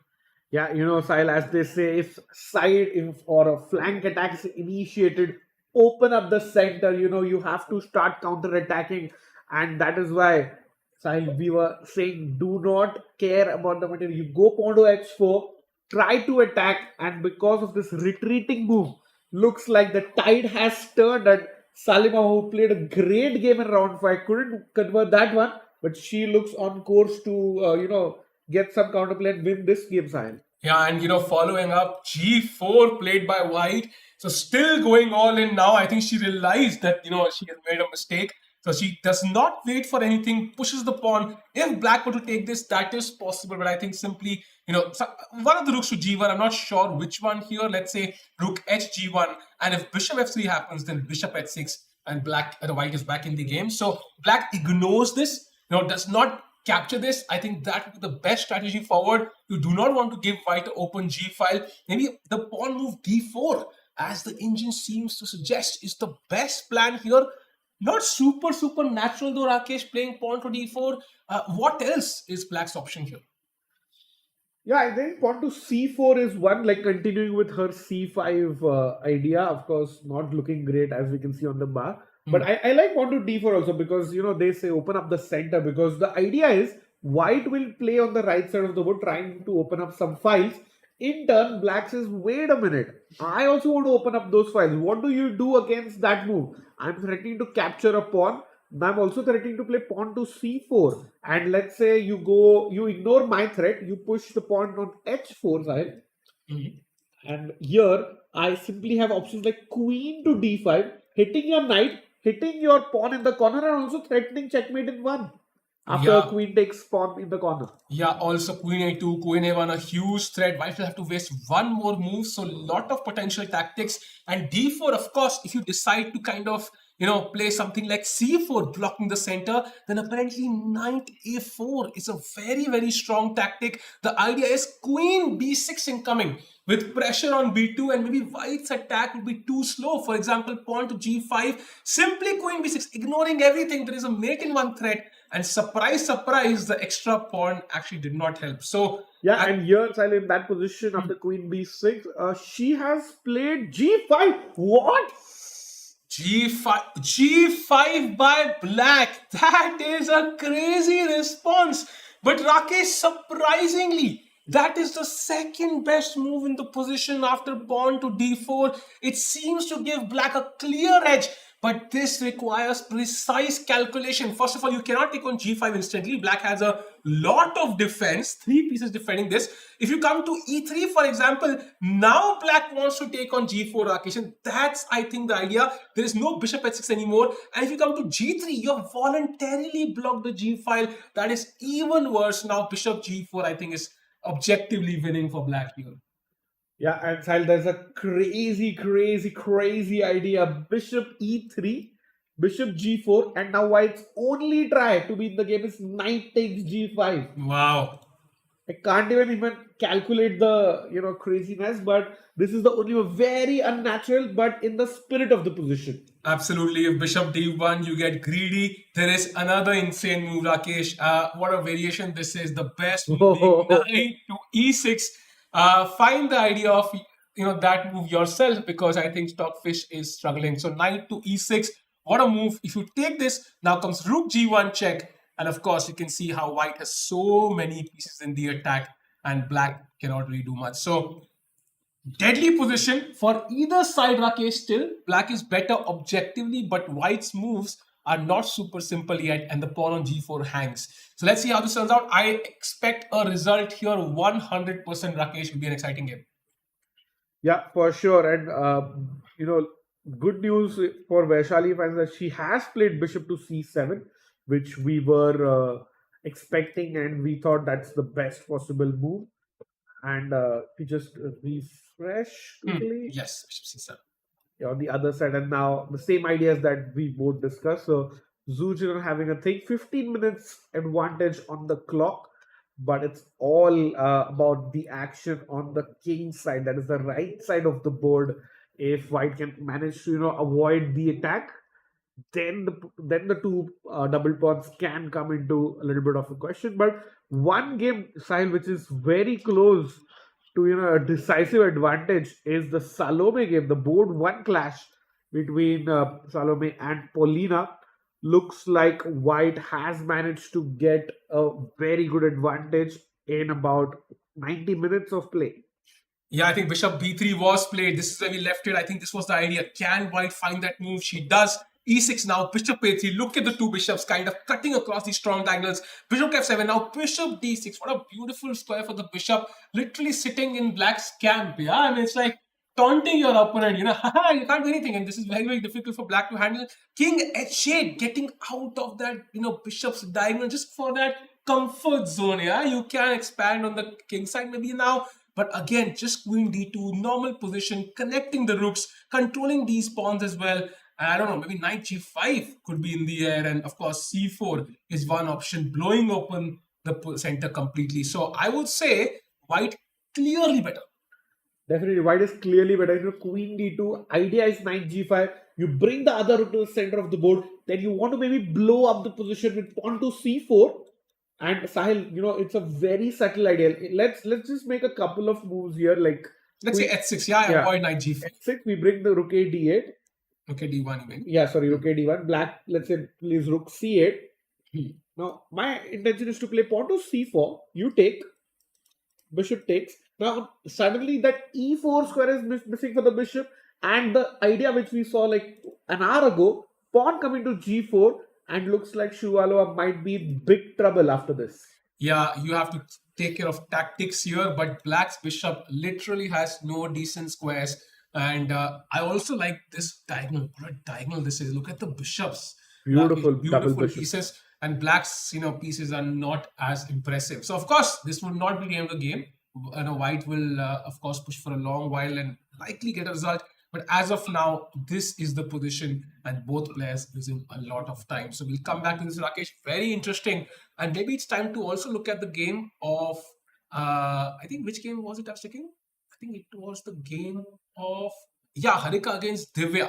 Just to kind of go back, this is where we left it, right? We left it after bishop to c2, where Harika was trying to maybe bring the other to d3, defend this pawn with b3, and now comes knight d7, your maneuver. The knight wants to come to c5, a great square, pawn to b3, pawn to a5, keeping an eye on this, kind of minority attack, so to speak, trying to open up the a file, rook d3, and of course the d6 pawn hangs, so we have to defend it. And if you go knight f6, maybe there can be ideas of queen d2, simply pressuring the pawn even more. So knight comes to c5, gaining a tempo on the rook. Rook comes to d2, and now pawn to f6, defending this weakness on e5. And now comes queen e3, bishop f7. And this is the current position. Still pretty even Stevens. But which color would you choose, Rakesh, if you had to continue this game? Oh, that's a tough question. I think I would prefer white just because I have the open file. Rakesh, this was a maneuver, a far-fetched maneuver. It seems to be coming, into action pretty soon. True. It wasn't looking, ideal back then, but now knight to e6 comes in, knight into d4, knight f4 is also a good square. So the only maneuver for white to, block that is play knight e2 herself and, try and avoid that somehow. And, in some variations, because I want to push, I am also thinking of moves like pawn to f4 to get access in that way. And in case you do not capture, let's play knight e2, knight e6, f4, and you make a move like rook b8 or something. Now you can also push pawn to f5, and now your knight, which was on a very good square, suddenly cannot come in the center. And knight e2 about to be played, Sahil. Yeah. Wow, we are predicting correct moves today. 92 played, but what happens if I decide, you know what? You have 4 pawns on the light squares, even if I exclude the ones on the king side. So maybe you have a bad bishop, Rakesh. And in 100%. that case, I can play bishop to h5, trade this knight for my bishop, and then put the knight on d4. So how do you tackle this maneuver now? I think that would be a real nightmare for white if black manages to do that. So maybe white pushes pawn to f3 or pawn to g4 is a little risky, but I like pawn to f3, maybe having the option of pushing. And sometimes in some universe, I can see white taking the king to the h file, swinging the two rooks across and doing the g4, g5 maneuver. That is definitely possible. Also, Rakesh, the bishop went from bad to worse. Now you have all your pawns blocking light squares. So if I manage this exchange somehow, oh man, this will be this will be a party for black to enjoy for 3 hours. So I think Harika has to be careful, and bishop h5 could be a nice try from black. And as I'll do, controlling these two weak squares, that could be the idea. And black could try knight e6, could try bishop h5, or could try something else completely. She plays knight e6 side. Yeah, knight e6 on the board, and now white has to choose. Maybe she's waiting for f4, maybe then she plays bishop f5. But then you also have g4. Yeah. I think f4 has to be played if you are white. You really want that diagonal also to get open for your bishop and ask black some tough questions. So I'm predicting pawn to f4, but very important clash for both players here, because the tournament can completely be different for Harika. She'll join Divya at 3.5 points if she wins. Otherwise, if Divya wins, she goes into the lead maybe with Zhu Jiner at the end of the round. Maybe even sole lead if Vaishali also helps her out. So as of now, lots of possibilities, and maybe she and Humpy join a joint lead. So lot of options, and she seems to be motivated. 96. I love this d4 square. And just to point out to the chat, what are we dreaming about? Why is that bishop h5 move so good? Let's try to play king h2, bishop h5, and king g1. Just to show you. Now bishop e2. Doesn't matter which piece you capture with. And now knight to d4. This knight cannot be touched by any of the white pieces. In fact, Rakesh, I'm wondering whether I should play c5 first. That is even better. Then play knight d4. Because in the earlier case, maybe you can sacrifice an exchange and try to hold this position. So maybe c5 first. And then knight d4, and look at this beautiful knight. You can never really remove them till the end of the game.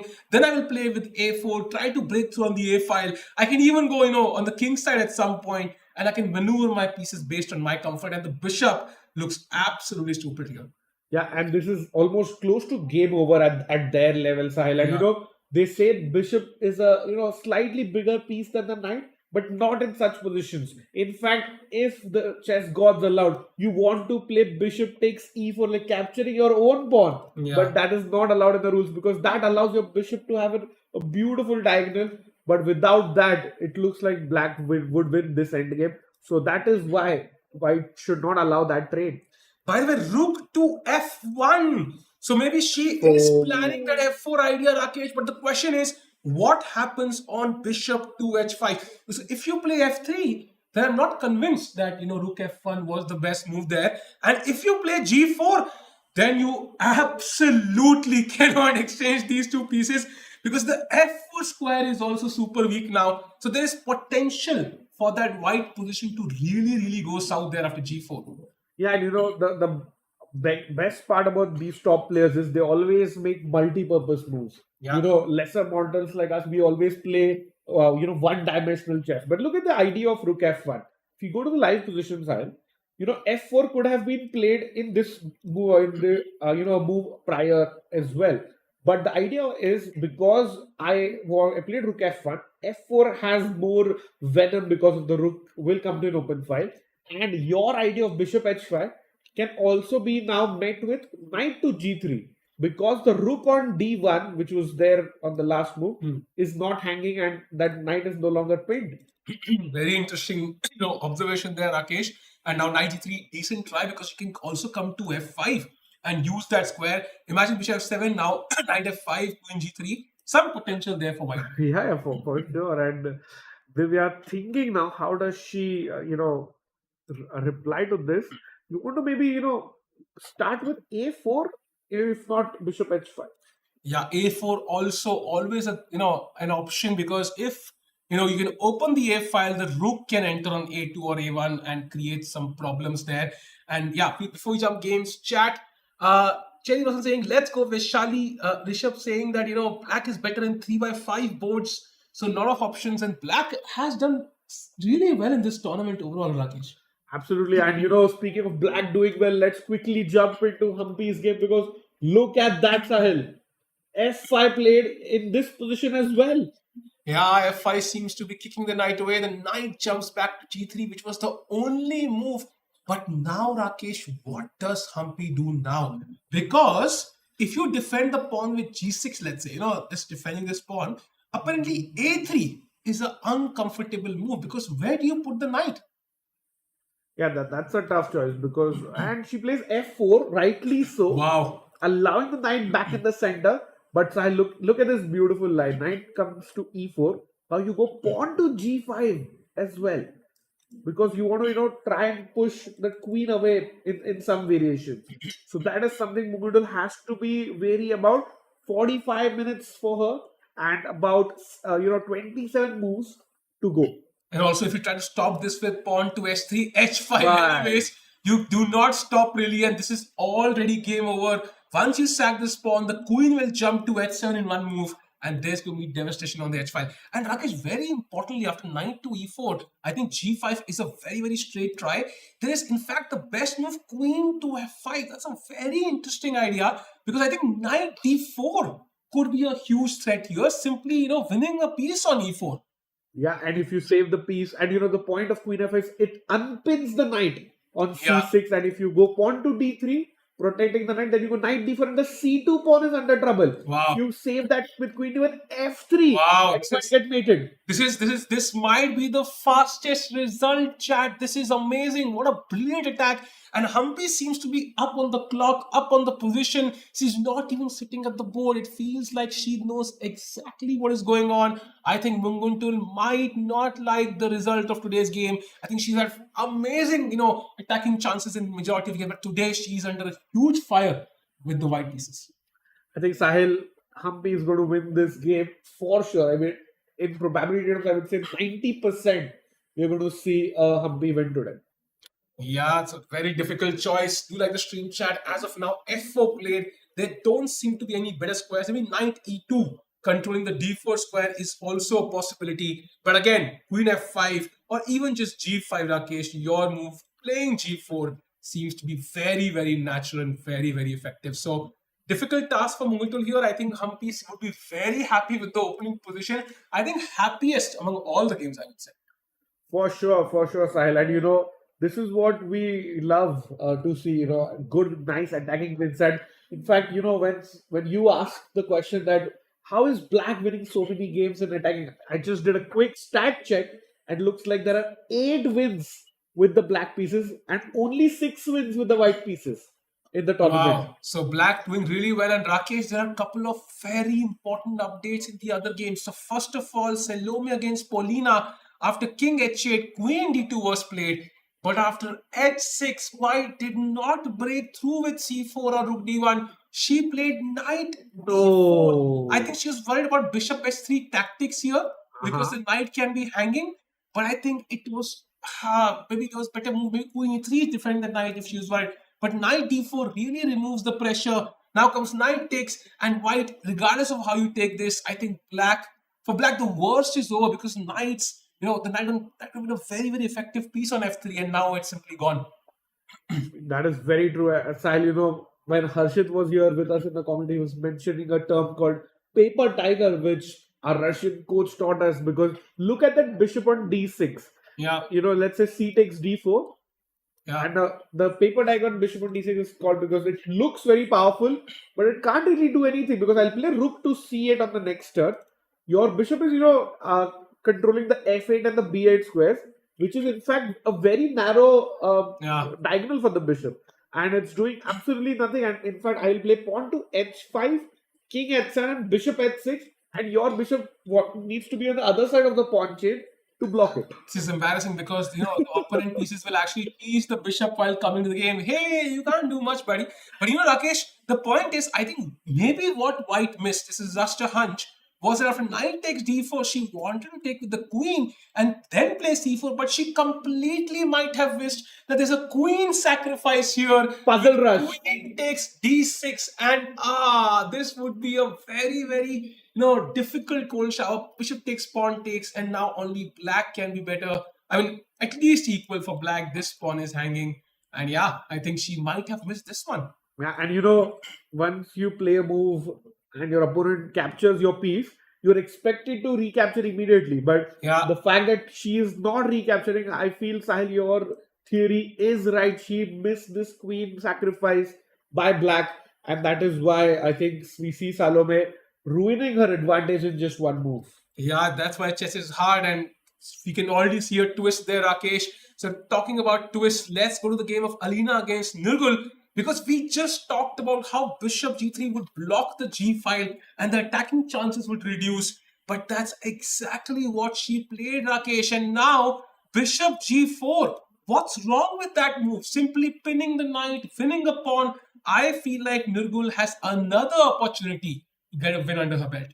Yeah, and we see plenty of fans of Nurgul in the chat. Sahil, yesterday, on day 5 when she was playing that queen sacrifice against Zhu Jiner, we saw many people from Bulgaria and other countries come in and support Nurgul. And I think today might be that she actually wins a very nice game. And sadly for Alina, that would mean another loss. And her second half of the event also doesn't start well. But I think this one I'm quite shocked by, Rakesh. I think bishop g3 doesn't feel like it's pointed in the right direction, right? Yeah. Bishop g3 looks at the king side, bishop g3 looks at the queen side, and that's not where my attack is. I think she would love to play, h4, but black can pick up this pawn, attack the knight. She can even play c4 and also force the other bishop to move away. But this is not looking like this is what she wants to do. And then knight a4, bishop g4, queen b6. And I'm sensing another quick win for black here, Rakesh. So this is going to be a day for the black pieces. Yeah, actually, see, Salimova is better. Vaishali is pushing against tournament leader Zhu Jiner with the black pieces. Humpy is close to winning with the black pieces. And also Paulina equalized with the black pieces. Now things could turn, who knows? So I think today, again, Rakesh, I would say at least 3 results. I'm still going to bank on 4. And Salimova has another chance here to create some chances. But that g5 move had the intended effect.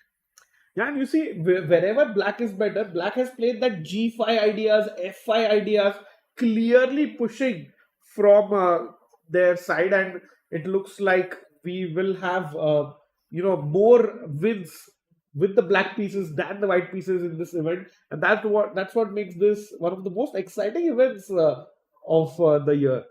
Yeah, very, very exciting. And we'll see the standings after today. Will be very, very interesting to see.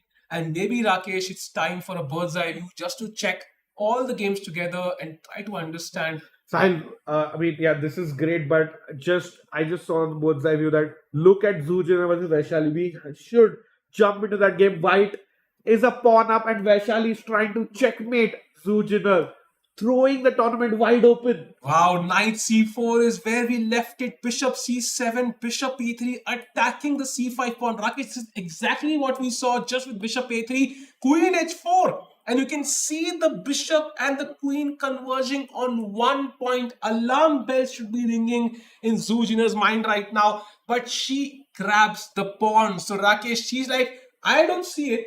I've grabbed the pawn. What you got? And now the rook is under attack.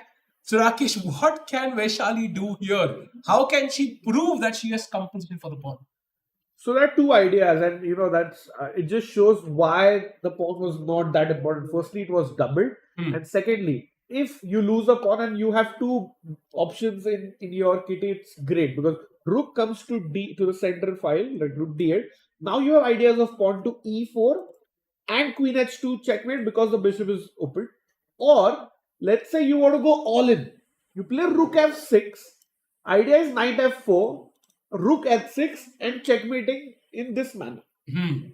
Very, very interesting. And I was wondering what happens if I directly play e4. Oh no, my rook, and something like that. And I could act also. But I think I'm afraid queen h2 would be amazing. I think white now has G3, Rakesh, attacking the queen, attacking the rook, and maybe that just doesn't work. So your moves, I think, look very logical. Rook D8, very, very, harmonious with black's position, putting the rook opposite the queen. But I really find rook F6 quite interesting.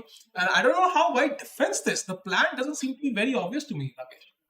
Yeah, you have to be very careful once you play moves like G3 or H3 because that just gives black a hook.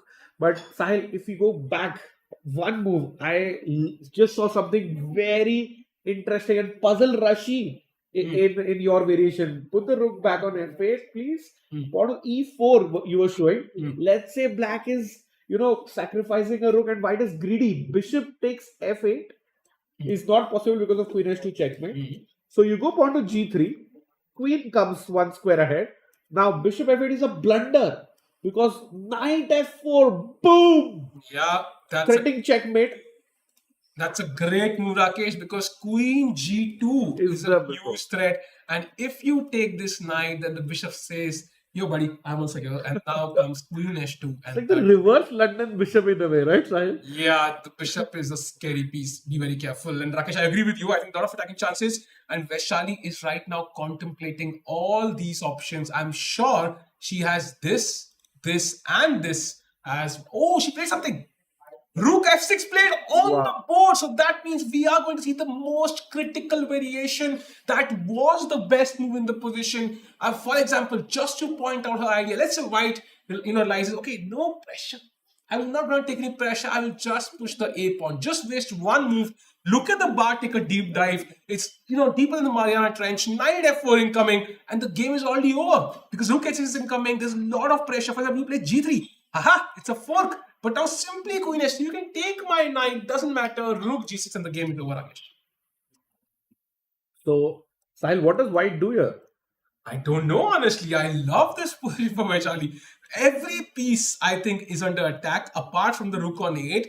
Well, who would love to watch the show, he has a front row seat. So white's pieces, look at how he's defending. This Rook is not part of the defense. As of now, this neither. Very few pieces in the defense right now. Of course, the knight can come here and try to defend, or the queen can come into F3. But as of now, white is lacking pieces on the king side, where black is actually preparing a heavy attack. Yeah, and like we showed earlier, if white is want to be prophylactic and stop knight F4, I can play pawn to G3. Now you go queen H3. Again, now no time to chill because you have moves like knight F4, knight H4 still threatened. So I have to maybe, play something like pawn to F3 or queen. Yeah, queen F3 is a mistake. Let's show that to chat. Because then you go knight H4. Yeah, and you have to go queen H1 now to even save mate. Yeah, that's insane. Now E4 maybe, threatening knight F3 check. That would be hilarious. Like boxed in. Yeah, so that's not what you want to do. I think you really want some better defense. The F3 Rakesh, I think, looks more logical, allows you to kind of defend your king on the second rank. Yeah. But even now, moves like knight F4 are in the air. You cannot take this knight because of rook G6 check, king H1 and queen G2 mate. So knight F4 still possible. That means white has to contemplate a lot of options for black here. And that means, fire on the board, one mistake and the game could be over. Very true. And even though, Vaishali has a 10-minute deficit on the clock, Zhu Jiner is in some trouble, Sahil. Second game in a row, and the leader might lose her lead. And I think that deficit will be covered just in this move, Rakesh. I don't expect Zhu Jiner to play in the next 5 minutes or so. So we'll see what she does. Meanwhile, somebody chat saying Zhu will win this. That is totally possible. Vaishali has to be on point. She sacked the pawn.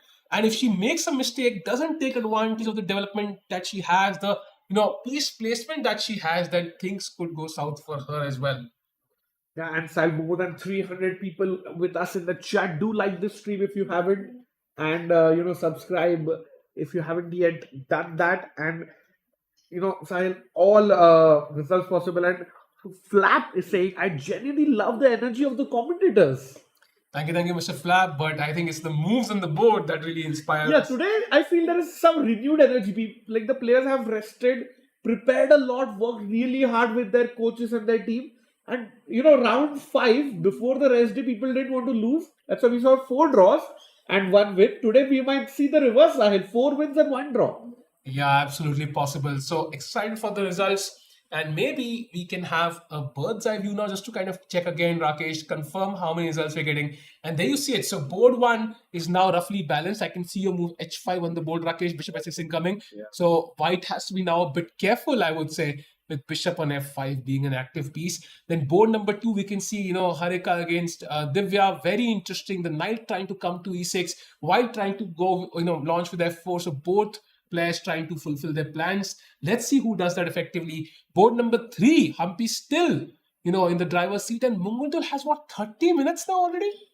That's so unlike her, no?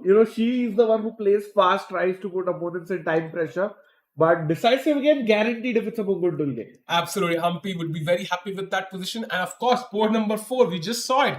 A devastating attack incoming for Zhu Jiner, who's a pawn up, but has to prove that she can defend this. And of course, board number five there, we can already see that's the maximum advantage any player has in this game, in this round so far.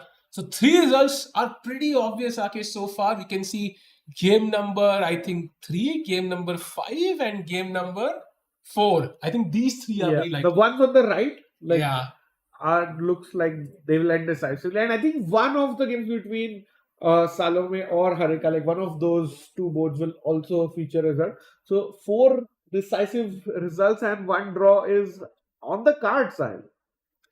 This is going to be exciting rounds. Maybe we jump to the Humpy game for now, because 29 minutes for Munguntul now, and that is half the time almost that our opponent has. She has to play now. She's not happy with the position. I think knight e4, we already saw knight e4, knight e2. I think it's not as relevant. You can prevent one threat, but g5, queen f5 is incoming. And once you unpin this knight, then knight d4, opening the bishop as well becomes a threat. And once f3 happens, Rakesh, in the right moment, I think the white position is split into two. You cannot really connect your queen side to your king side. And look at these pieces still at home.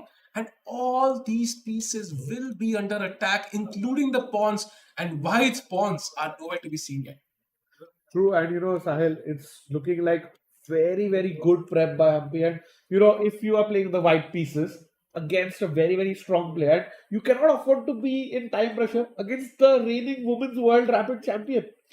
Yeah, that's a very good point, and of course, a confident, world champion, because Humpy's had some good results in this tournament, not lost a single game, and she's converted the games she's been better at smoothly. No issues there whatsoever. So she's not shown signs of weakness in this tournament, and that will not be a good sign.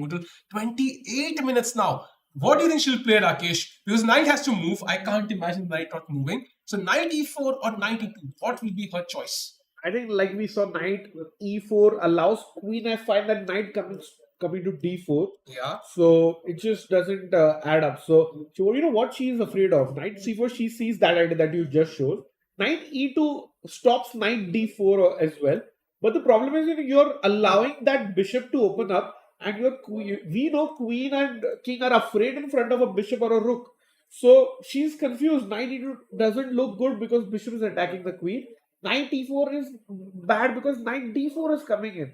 So she's just confused. It's very difficult if you're white in this position. And the worst part is 27 moves to be played in 27 minutes. Yeah, difficult. And also the only drawback of the f4 move is that the e4 square is available. So if you can't even take advantage of that, that means your position is just really bad. So you really want to plonk that knight on e4, block the bishop. But as we saw, after queen to f5, knight d4, g5, g4, it just feels like the game is over. Look at the bar. It's already minus 1.8. So I think white, I don't think she has a defense here, Rakesh. And this should be another victory for Humpy. And now it all depends whether Zhu Jiner can win and maintain her lead, or will we have at least a new joint leader?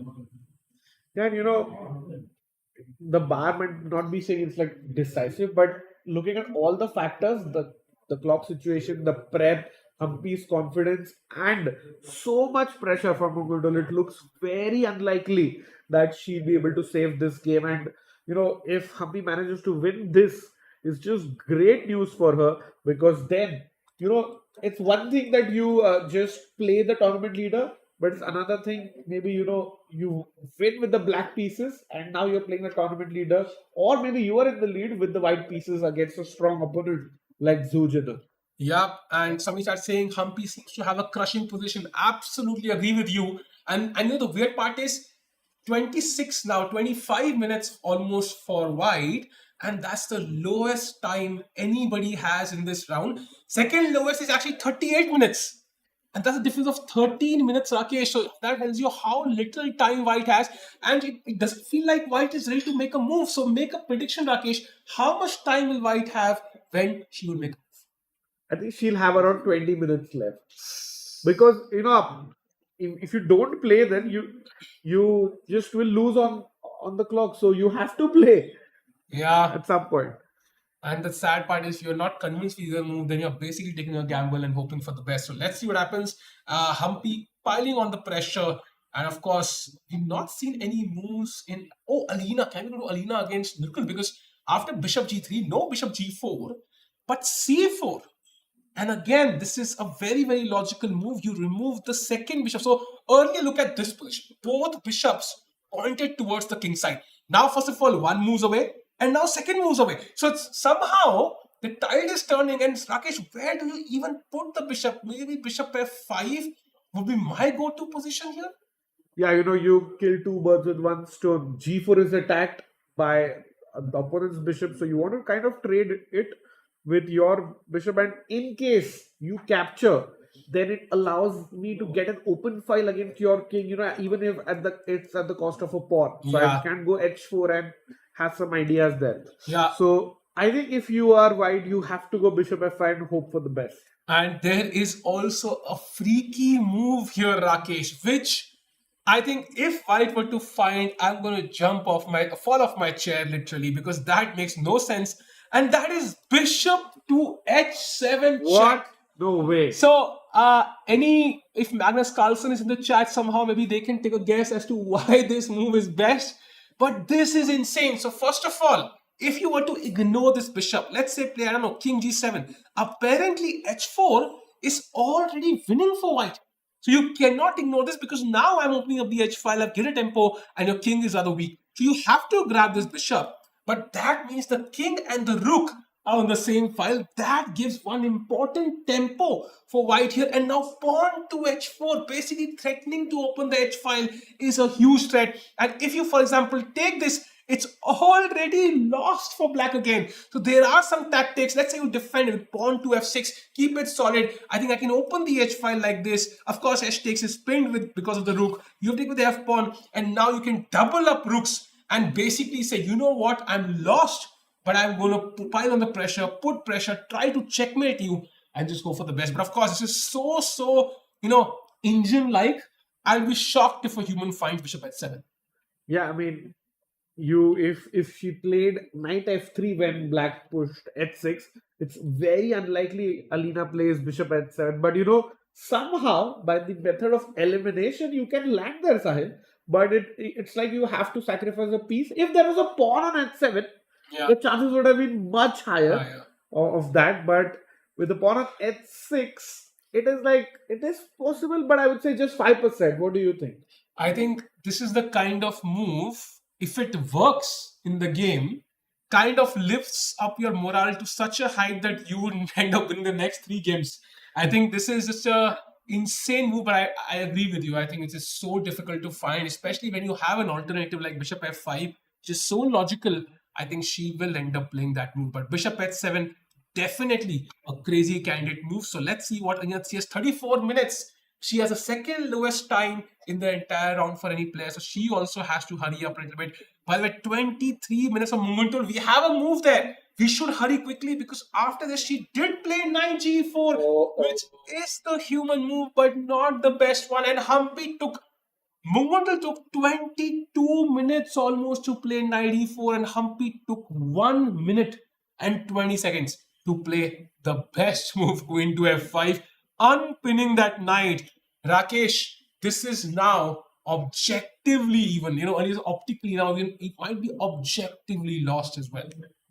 Yeah, this looks like very, very difficult for White. It might be game over, Sahil, and it might be the first result that we are getting today. And I think somebody in the chat was asking, let me check. Yeah, Faizan was asking any results yet? Pretty Not soon. pretty soon, though. Pretty soon. Yeah, will be interested to see what White does now. So she's going to fall the 20-minute mark soon. Somebody saying what happened in the Vaishali game? We can check it out soon because I think this was an important moment. But Zhu Jiner as Queen E1 she plays. So after I think just 31 seconds, by the way, that's very interesting. She took very Queen E1, Rakesh. What do you make of that move? Yeah, that's a nice multi-purpose move against Sahil. We were That's the talk of the day apparently. So if white, if black is not careful, white has ideas like pawn to f4 suddenly, Sahil, because you can't take with the e pawn because the queen goes in, and it's almost checkmate for black. Let's say a5, then f4 is Yeah. very effective because ef4, I can even just take an exchange, and somehow in the end game, as we saw, we are better. You also have queen e8 check, which feels very, very scary because the f4 square, f8 square is controlled, Rakesh.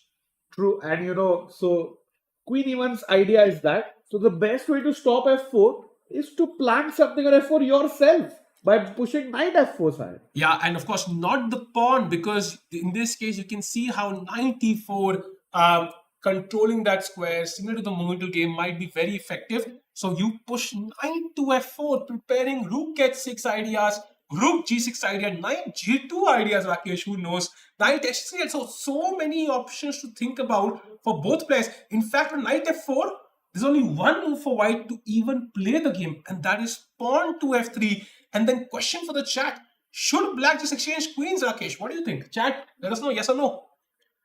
I mean, if I'm black, I would not, because you don't want to trade queens when you're a pawn down. Yeah. And especially once I have like all these attacking options with queen g5, rook g6, rook h6, so many ideas. The white king is in some danger.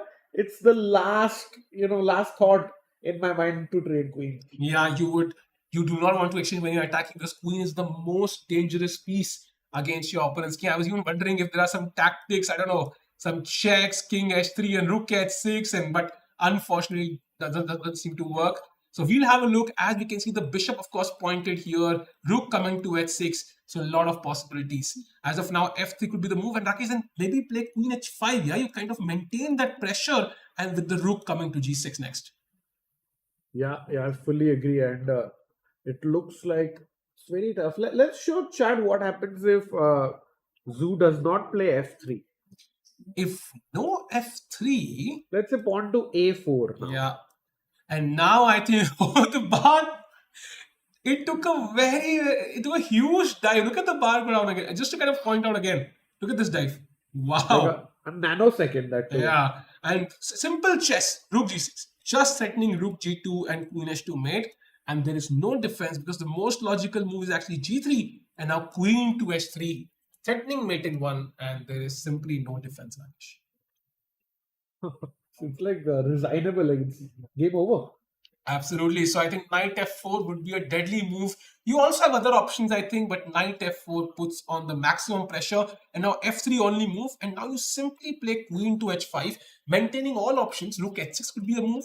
Rook g6 could be a move. Knight g2, knight h3, e4 opening the bishop. There are so many options that white will have to take a lot of time to figure everything out. And that's why I think I prefer Vaishali's position here. But she needs to be absolutely precise in her calculations, not waste time first of all, because she will need that later, and also not to make a miscalculation.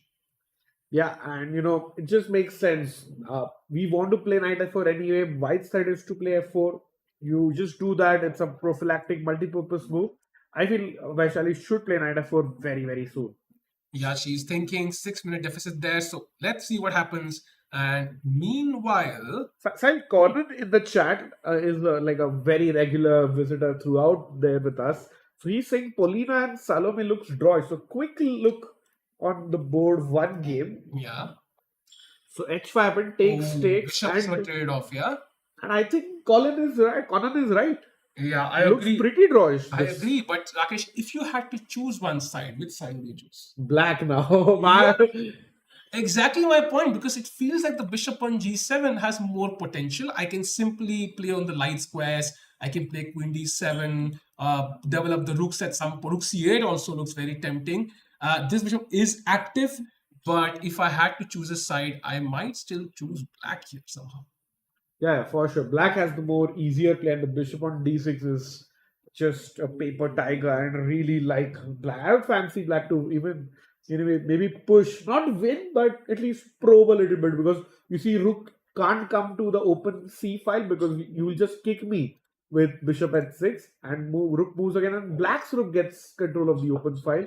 So I would say Polina is out of trouble. Yeah, and also she is the higher rated player, so we expect her to push for sure in this position. So I Yeah. wouldn't really discount it as a draw, but it is indeed equal. And meanwhile, Rakesh, maybe Harika against Divya should be our next target game. Yeah. We saw it till Rook F1, and since then, no moves from Divya. It's been a long while since we kind of had a look, and zero moves. So Divya taking a lot of time, putting a lot of energy into this moment. I think she feels this is a critical moment and she's not able to potentially come up with the best plan. But 31 minutes for Divya now. But and she's played Queen A7, I think, yeah.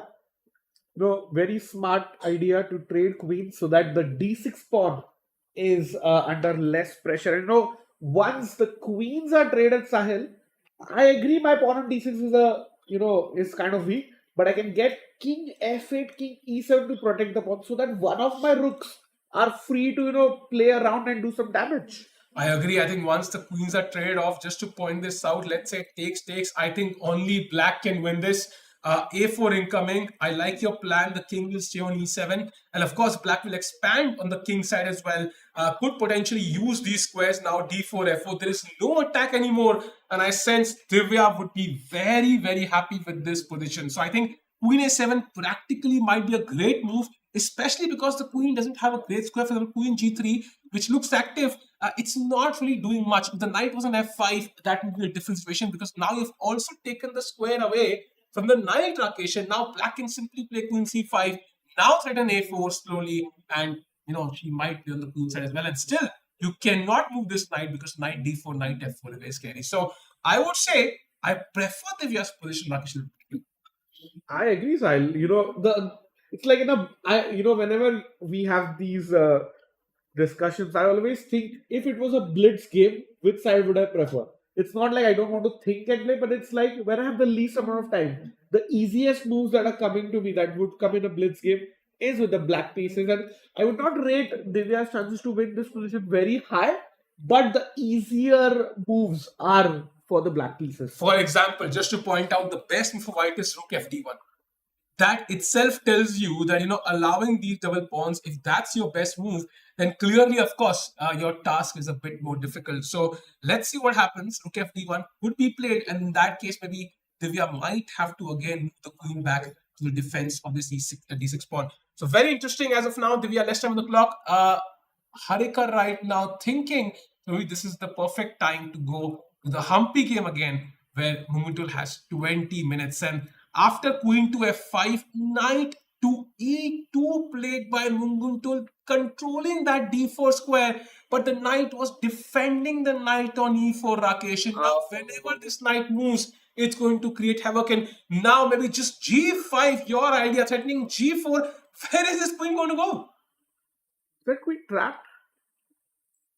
B3 or C3, like come on, but Sahil, it's just disappointing to be wide in this. Yeah, this is like a attack you face. I mean, when you're this is very, very difficult actually to produce. So simple now. Black has found all the best moves, and now she's just kind of play. She can play this in bullet chess. Yeah, and it looks so bad for white. Sahil, I don't even know where things went wrong. Yeah.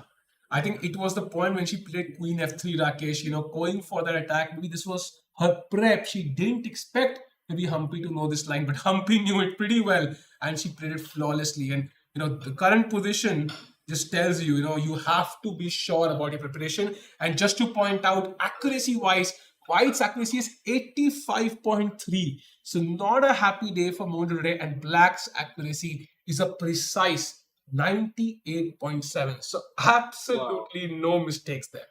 Yeah, in fact, it would be nice to, hear from Humpy herself about her thought and her prep once she wins. So if we could get her in the studio after the win, that would be nice. And, Sahil, preparation proves so vital because 15 moves in, you are practically winning with the black pieces in a women's Grand Prix. I mean, things can't get better prep-wise for Humpy in this position. Yeah, and also point out she plays Zhu Jiner tomorrow. Then she plays Alina, who's not in great form, Rakesh. So that could be another chance to get a victory there. And then she also plays Nurgul. So she has, three very strong players lined up, but she also has the potential to get a streak of victories there. So very interesting. Let's see what happens in this game.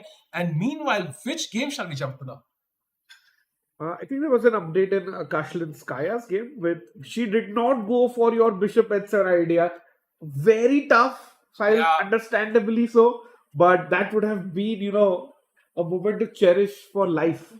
But you know what? Apparently, after that trade, knight a4, as we can see with the blue arrow, a great feature on chess.com. That's the only move for black to push here. And, black plays the logical move, bishop f6. Getting her king a bit safe because now the bishop can go to g7 in case of any attack. It also points towards the queen side where the white king lies.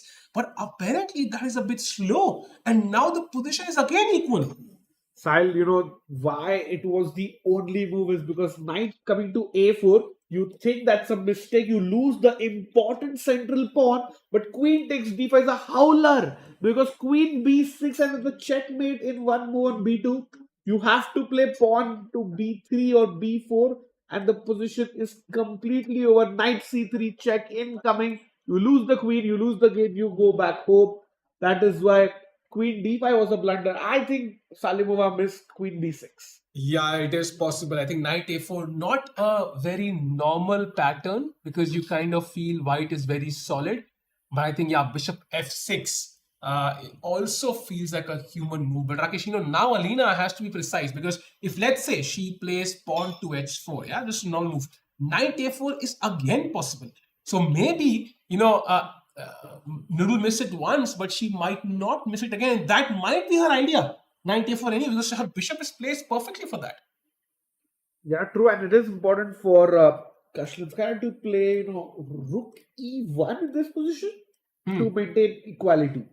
And the idea is if knight a4 now, I can distract your queen and you no longer have queen to b6 and I can simply play queen d5 and also control the b5 square. So there is no way for the black queen to get to the b file in time. And now white is even better. So there is potential for both players in this position. And black did play pawn to g5, but in any sort of, later on when white's king is safer, then that might be a problem as well. So as of now, anybody's game, both players have the equal amount of time as well, Rakesh. So I predict a result, but I don't know who wins. Likewise, I think. Result for sure, opposite side castlings always give us that. But I would say still, Salimova would be 60-40 in my book. Sahil, what would you predict?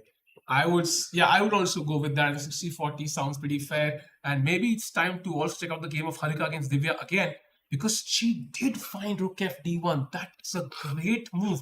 And you don't often allow doubling up of your pawns like this, but this would definitely mean you are going to lose this pawn and then you have to defend for a while. So Divya sees that and puts the queen on c7. And Rakesh, this is a subtle draw of her, because if white plays rook f1, queen a7, we are going to see repetition on the board. And can we have the Harika Divya game camera?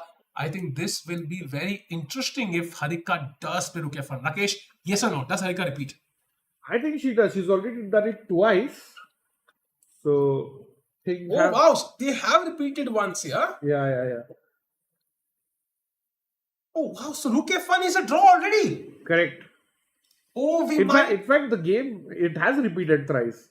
Oh, wait, so why are they not claiming it yet? I mean, they both are fighting, but it has repeated Oh, they have already repeated. So this was the position chat, 92, right? So this happens for the first time. Now 96. Yeah, this happened for the first time. This is the first time position. Yeah. Now they move around with the rook. Second time. Yeah. And now third time, and neither player has kind of claimed it. That's very interesting. Can you go full screen for a second? I mean, is this like just the fighting spirit of the players, Sahil, or do you think somebody has missed the draw claim? No, I think this is the fighting spirit. Both players hoping that the other decides to change their decision and they get the edge. Because of course, if Divya takes on E3, then Harika gets a pawn. Yeah. And if Harika doesn't play Rook F1, then Divya potentially might start playing A4 on the queen side. So a critical moment. Both players, nobody, kind of claiming the draw. Maybe there's some psychological play at hand. Yeah, and as we can see, the position has repeated thrice. The arbiters can step in if there is a repetition for 5 times high. So arbiters won't step in unless it's absolutely necessary. They are also appreciative of the fact that players are fighting it out.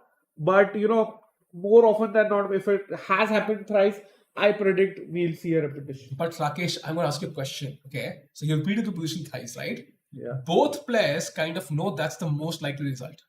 If you reject the draw now, right, it will play on the mind of both players then.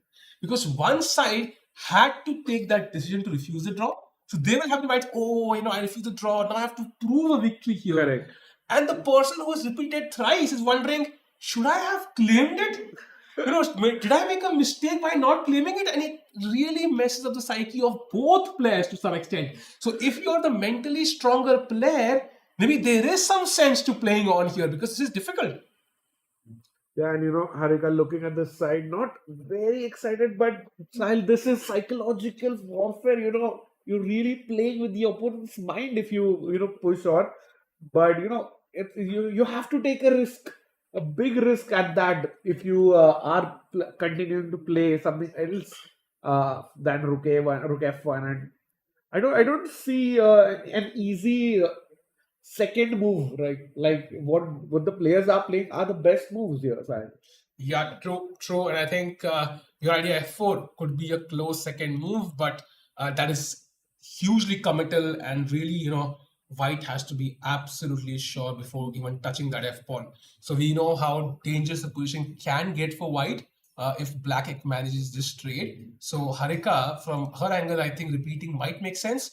And from Divya's angle, I think she's kind of stuck, right? Because the D6 pawn is just weak. She lacks that one tempo to trade off queens and then try to push in the endgame. So that would be a fair result. Let us know, chat. And she's playing Rook F1, Sahil. She has repeated moves. So will Divya now claim a draw? Will she also play on? Very interesting. Oh my god, like both players know it's a draw. It is repeat. It might, if Divya plays Queen A7, it will be the 4th time that the players have done that. And after that, I think arbiters will be like, guys, like one more time, and then we are stepping in. Arbiters will take one step forward for each move there towards the board. Now Harika gets up, and now the pressure's on Divya. Do you want to push? And Rakesh, honestly, she can. She can. Apparently, even according to the bar, there are moves. King H8 could be the way to push, just to kind of put the king on the corner and potentially expand on the king side later.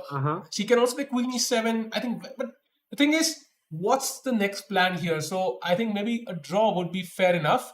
And Divya, of course, by the way, not to forget, in second place. So draw with the black pieces does not sound too bad. And in the next 3 games, she plays Munguntul, who will guarantee her a result either way. Then she plays Zhu Jiner. So she will directly get a chance to beat the leader, but she will have the black pieces there. And she also plays Alina, so she knows she has a chance to beat Alina with the white pieces who's not been in great form. So a draw would not be so bad. Absolutely, silent. You take a draw in this, then in the last 3 games, she has a chance to score 2 wins with the white pieces against weaker opponents, and maybe, win or at least have a draw against the leader Zhu Jiner. So 2.5 out of 3 in the last 3 games. Sounds good. I think if you are in Divya's position, you are also thinking that at the back of your mind. You're trying to figure out the best move in the position for sure. But a draw, not such a bad result for Divya here. Rakesh, do you think this is the moment when you go and check Zhu Jiner's game? It feels like she heard a commentary. I was like, these guys don't know stuff. Why you guys? Yeah, but do you think this is the moment when some players would go and check like Zhu Jiner's game? Okay, is she winning? Like if she's winning, then maybe I have to push. But if she's drawing or losing, then maybe a draw is good enough. I think it is possible, and players have an idea, but you could see that Zhu was struggling against Vaishali in that game, and Vaishali didn't play the best for knight f4. But if it's your move, it's not good ethics to get up from your chair, especially when you're sitting. So I feel she has to take a decision, Sahil, like either you accept the draw or you have to start pushing. I mean, if she doesn't want to get up, she can repeat, and maybe Harika will anyway not claim it. So, I mean, that's sort of problem. And by the way, just keep the different board just to show after Queen E1, Queen H6 was played by Vaishali. Keeping the same camera, by the way, I still feel that black is potentially better there. So we will come back to that game soon. And going back to the Harika Divya board, I think we are likely to get a result. We have repeated the position thrice, and it's all about one player claiming a draw now or making a different move. So, Sahil, I'll ask you this. Which player will claim the draw? See, once you don't claim it on the third chance, right? So that's a difficult choice because now I think maybe we just see the arbiter claiming because likely you repeat it at the third glance. So I would say either Divya claims now or we have the arbiter coming. There's no other option. Yeah. And I don't know if as white you think that it's not possible to improve your position, you should claim a draw, and even as black, doesn't matter. So. And to be honest, I see more plans for black here. There is that f4 plan, Rakesh. But somehow I like that, there's a good bishop on f7, a4 plans, king h8 and expanding the king side, the knight d4, knight f4 ideas. So if I have to choose a side, I might just choose the black pieces. And I'm pretty sure both players understand that. And that d6 pawn is the only thing that gives white some level of equality. So from where I sit, I think Divya probably has the slightly better practical position. But she doesn't look happy for some reason. You could see her, face there. She's not very happy. Maybe she thinks she has a few chances, but she will have to take some risks, Sahil. Rakesh, I think maybe she missed that rook f1 idea or underestimated that move to some extent because that is potential. That is a potential miss because it's not a normal move, right? You allow doubling of your pawns, and if she missed that move, that would definitely justify her expressions. And the point here is, Rakesh and chat, that she has all the time in the world. She can at any point stop the clock, call the arbiter and tell, okay, I'm going to play Queen E7 and this would be a repetition. So she can take her time to figure this stuff out. She can do it also when she has 1 second left. Yeah, because it's already been repeated. So there is no stress whatsoever. And I guess it happens, right? So sometimes you have a draw in hand and you might even know you're slightly better, but you're not that confident about your position. Your intuition tells you should push, but you're not so sure. Then sometimes you let your clock run so that you can convince yourself better that, okay, now I have more time also to push this. So let's just kind of, I have done this multiple times. Yeah, and that is the only reason you are a time travel addict, Sahil. We have an amazing scene, out of the blue. What an amazing piece of production here by our wonderful producer. We see 3 cams, the chessboard, and our sponsors. Yeah, I think he clearly doesn't love us. There's no commentator camera there, but just kidding, of course. As of now, we can see the players from all 3 angles. We can see if Harika has a seat, we can see her expressions, we can see Divya's expressions, and we can also see the board. So amazing production there. But yeah, and I think she while you mentioned about convincing yourself, I think she's in that situation right now. Yeah, she's trying to convince herself that, okay, draw is okay, and maybe I missed one move somewhere. And to be honest, the position is still equal. Yeah, Harika has smartly put the knight on e2, and it controls all of those active squares. And to push here, maybe Divya will have to take a risk. Does she want to do that against Harika with the black pieces? I think that's a decision she has to make. And if she wants to play on, she should do that right now because there's no point wasting time. Yeah, you don't want to come under 10 minutes and then not make the draw. Yeah, that'd be really, really sad. And by the way, as she takes just one look at the Humpy game, because stakes have risen dramatically, knight e2 and g5 was played. by Humpy, and here apparently knight to g3 was the best move, using this pawn pin, removing the queen. But she plays pawn to g4, and Rakesh, it might attack the queen for a move, might look cool for a move, but h5 and other attacks are coming anyways. And I mean, what does white even do? If you play pawn to d3, for example, h5, let's open the king side, and white cannot. D3 played, by the way. Oh, d3 plays, so h5, this is over, I feel. This completely over, Sahil. And while we analyze this game, just a request to the producer to let us know if Divya's game finishes. But Sahil, G4, G5, we saw this in Alina versus Salimova also. But that was completely different. Both players have chances. In this, what would you rate Humpy's winning chances here? 100%, I would say. With the time that she has, 18 versus Mumutul, if they both played 100 games of this position, she wins 100 games from here. I mean, the moves are so logical. H5, you could have 30 seconds on the clock and still win this as black. It was so logical. H5, what do you do? If you play H3, for example, I can take and put the queen here and it's over. If you for example, take on H5, rook takes H5, very important, not taking with the queen and trading queens off, moving the bishop, doubling up. I mean, this is, G4 is incoming. I mean, I'm missing moves at this point. It's so easy to win this. I think Momentum will also realize this is completely over. By the way, going back to the Divya game, because Harika is sitting on the board and Queen A7 played, so no claiming of draws there. And now we have repeated the position 4 times, chat. So very rare this happens. So this was the position. Imagine this position, yeah? Rook F1 now, Queen A7, Rook D1, Queen C7. So we have repeated once. Now Rook F1, Queen A7, Rook D1, we did it thrice. And now Rook F1, Queen A7. So Rook D1 and Queen 7 repetition. What, 4, 5 times? I don't know. 5th time. And I think this is just kind of bizarre. I've never seen this style. Actually, I have seen this, but not maybe in your games. Yeah, in my games I've seen this. At the top level where it's so, and in fact Divya played her move and got her from her chair and left. So there's like no time that the players can communicate. You normally when in our level our games we do that eyebrow or that shrug to the opponent without saying anything, and it's kind of like yeah bro draw. Yeah. So chat, question for you. Will the arbiter step in at some moment, or do you think one player will come and draw? Will one player push on, Rakesh?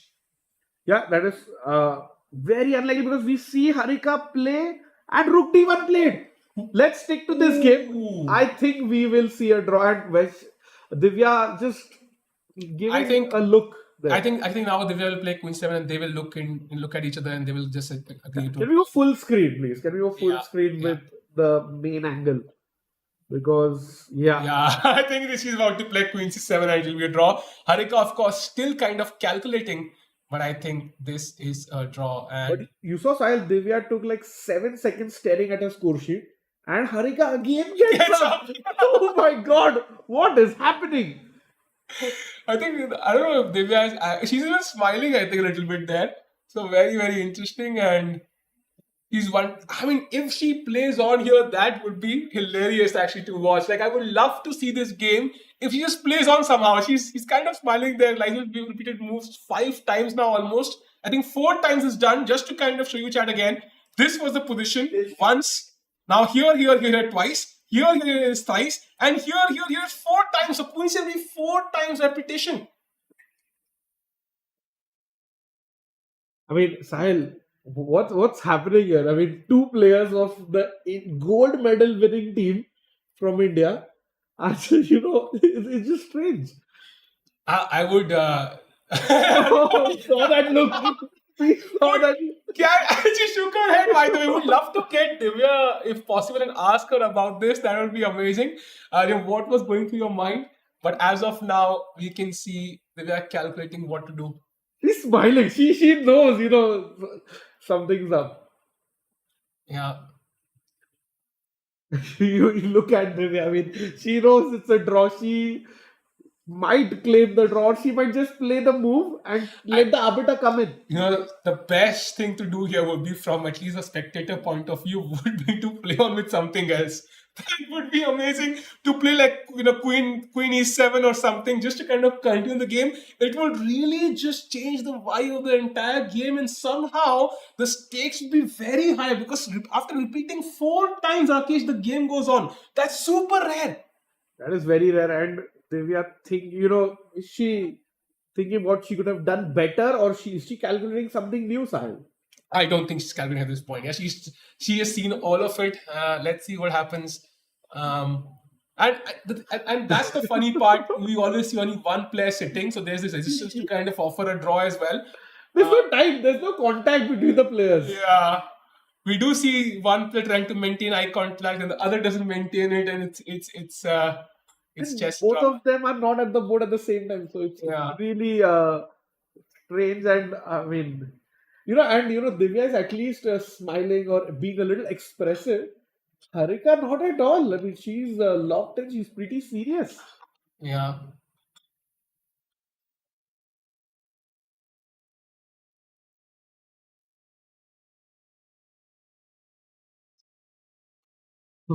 Oh my god, it's.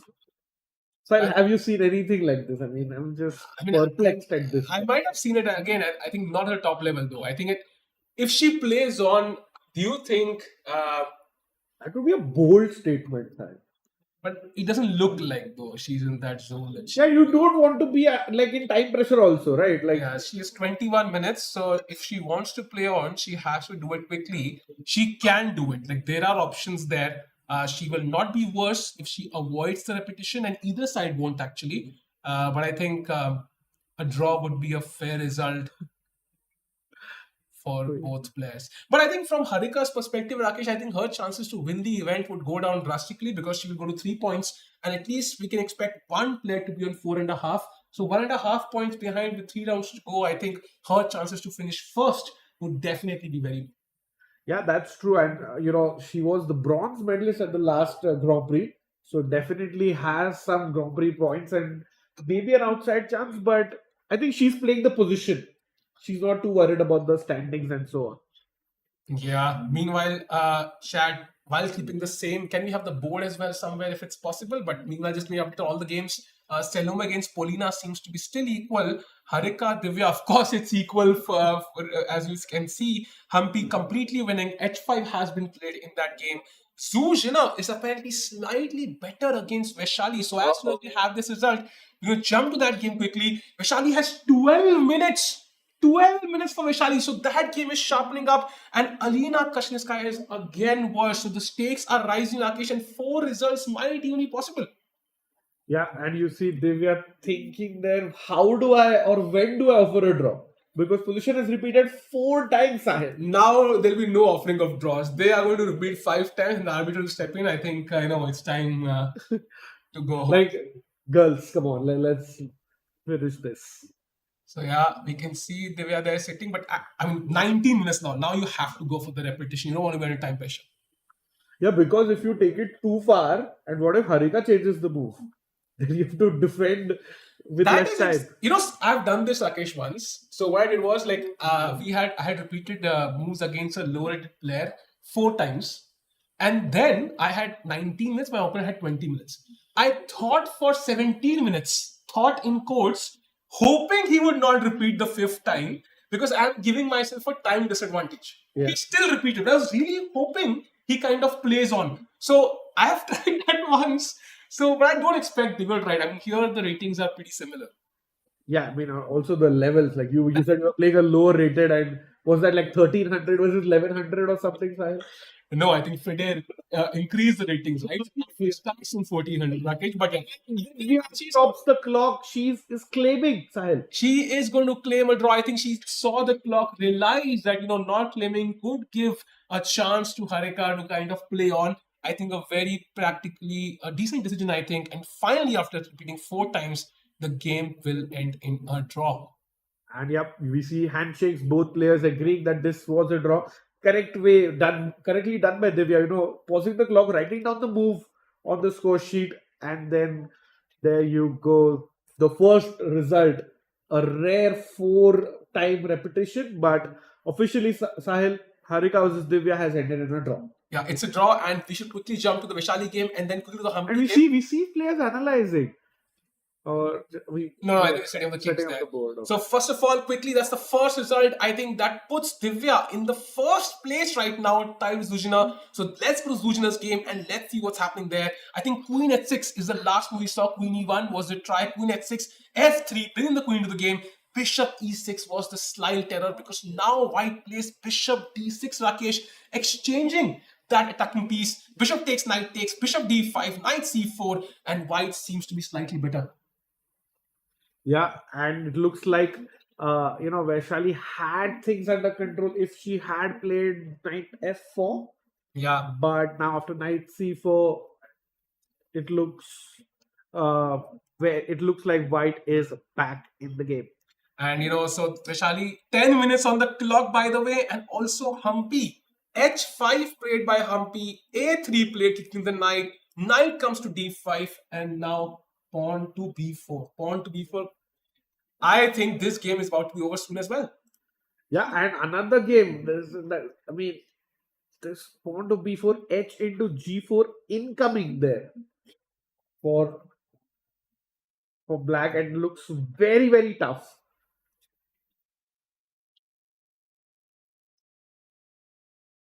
And as we see, Humpy think we'll head, looks really over for Mugundul because black wants to open up some files on the h file at g4 incoming. Even if White plays pawn to h3, you still capture the pawn, and looks very, very tough. So Rakesh, what's the best defensive try for White here? What is the best potential move White can do to delay the game? You tell me. I don't know, Rakesh. I think for me, I think it's pretty much over. So probably, I don't even know. b4 played, yeah? Yeah. Give me some idea to develop the bishop somehow. In fact, at this position, White is simply playing on the, just by pure inertia because 16 minutes left on the clock and 19 moves played. That means 21 minutes. 21 moves have to be played. It's more than one move a minute. And 99 accuracy by Humpy. Oh my God. And I would say the time situation, the accuracy, the momentum, this should be over. I think king d8 feels like a very logical move to me because after h takes g4, queen g4 is checked. So I want to take on g4, open the h5, but I avoid that check on g4. So I love that. I think that could be one idea. Also bishop e7, yeah, connecting rooks. White is not really threatening much because even if you play b5, yeah, you're blocking your own bishop as White. And I can just move my knight to d4 and just attack your queen, and that opens up my bishop towards your queen. So do you really want to do that? No, I really don't want to play this position as White. It's really, really tough. And, b4 White is threatening maybe to push the pawn or get the bishop out in this on this diagonal to control the d4 square. But I think if you're up, you just are already starting to calculate pawn takes pawn, or just king goes to the side to avoid that queen g4 with a check. So looks very, very tough for Mugundul here. Humpy's actually spoiled for choice here with all options looking really, really good for her. And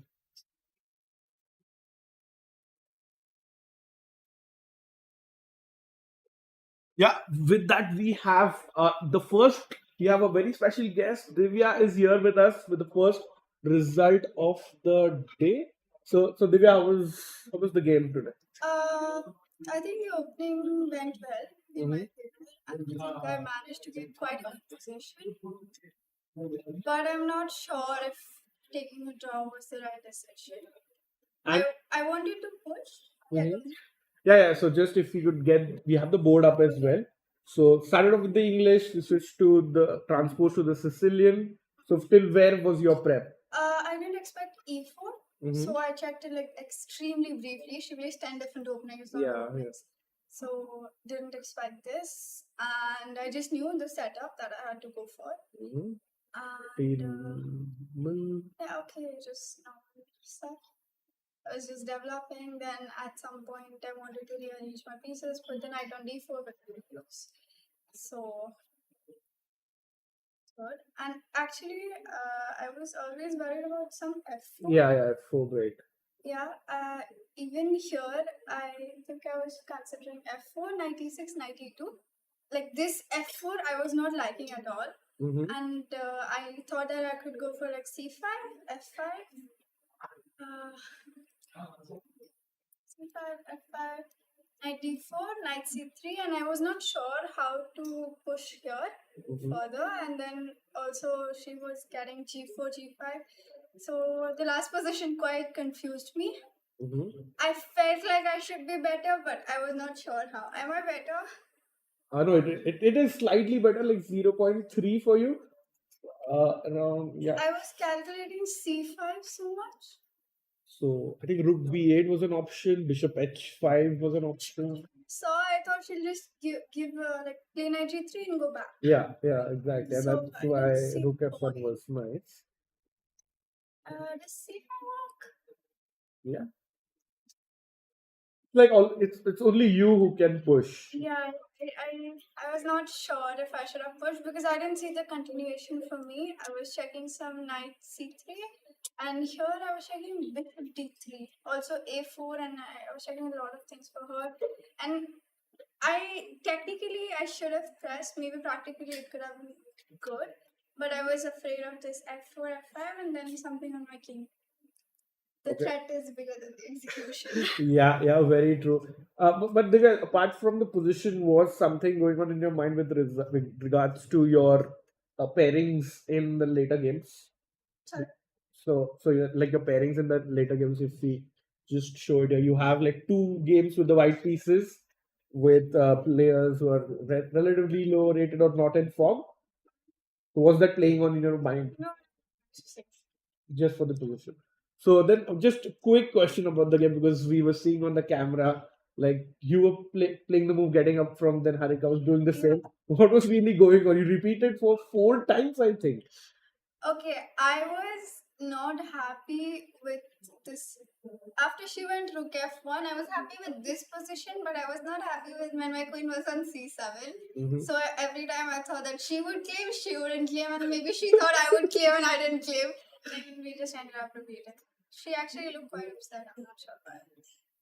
So it was like, and both of you wanted the other person to continue, right? Yeah, I wanted her to switch. She wanted me to switch, but I think she should be happy with the draw. It doesn't look like a great position for her. Yeah, and I think rook b8 or something for you is a better chance than her pushing f4. I saw b8, but my problem there was f4. I don't know, maybe I miscalculated or something. Mhm. And overall, would you say you were happy with I the draw? just got low on time, and after that, I didn't want to. We saw you were smiling, you looked up, then you stopped the clock, and you were like, okay, this is it. Yeah, You're claiming If now. I have 15 minutes to play this position, I would much rather. And then if she plays f4 suddenly, then you have to play time press. And that's the move that I didn't like. So Yeah, and yeah, definitely your Olympia teammate with the gold medal. So finally, all in all, good result, and we wish you all the best for the next 3 games. Thank you, Divya. And we'll head off into a very, very short break, and we'll have action because Humpy is very close to winning, and Vaishali might also spring up a surprise. We'll be back very soon.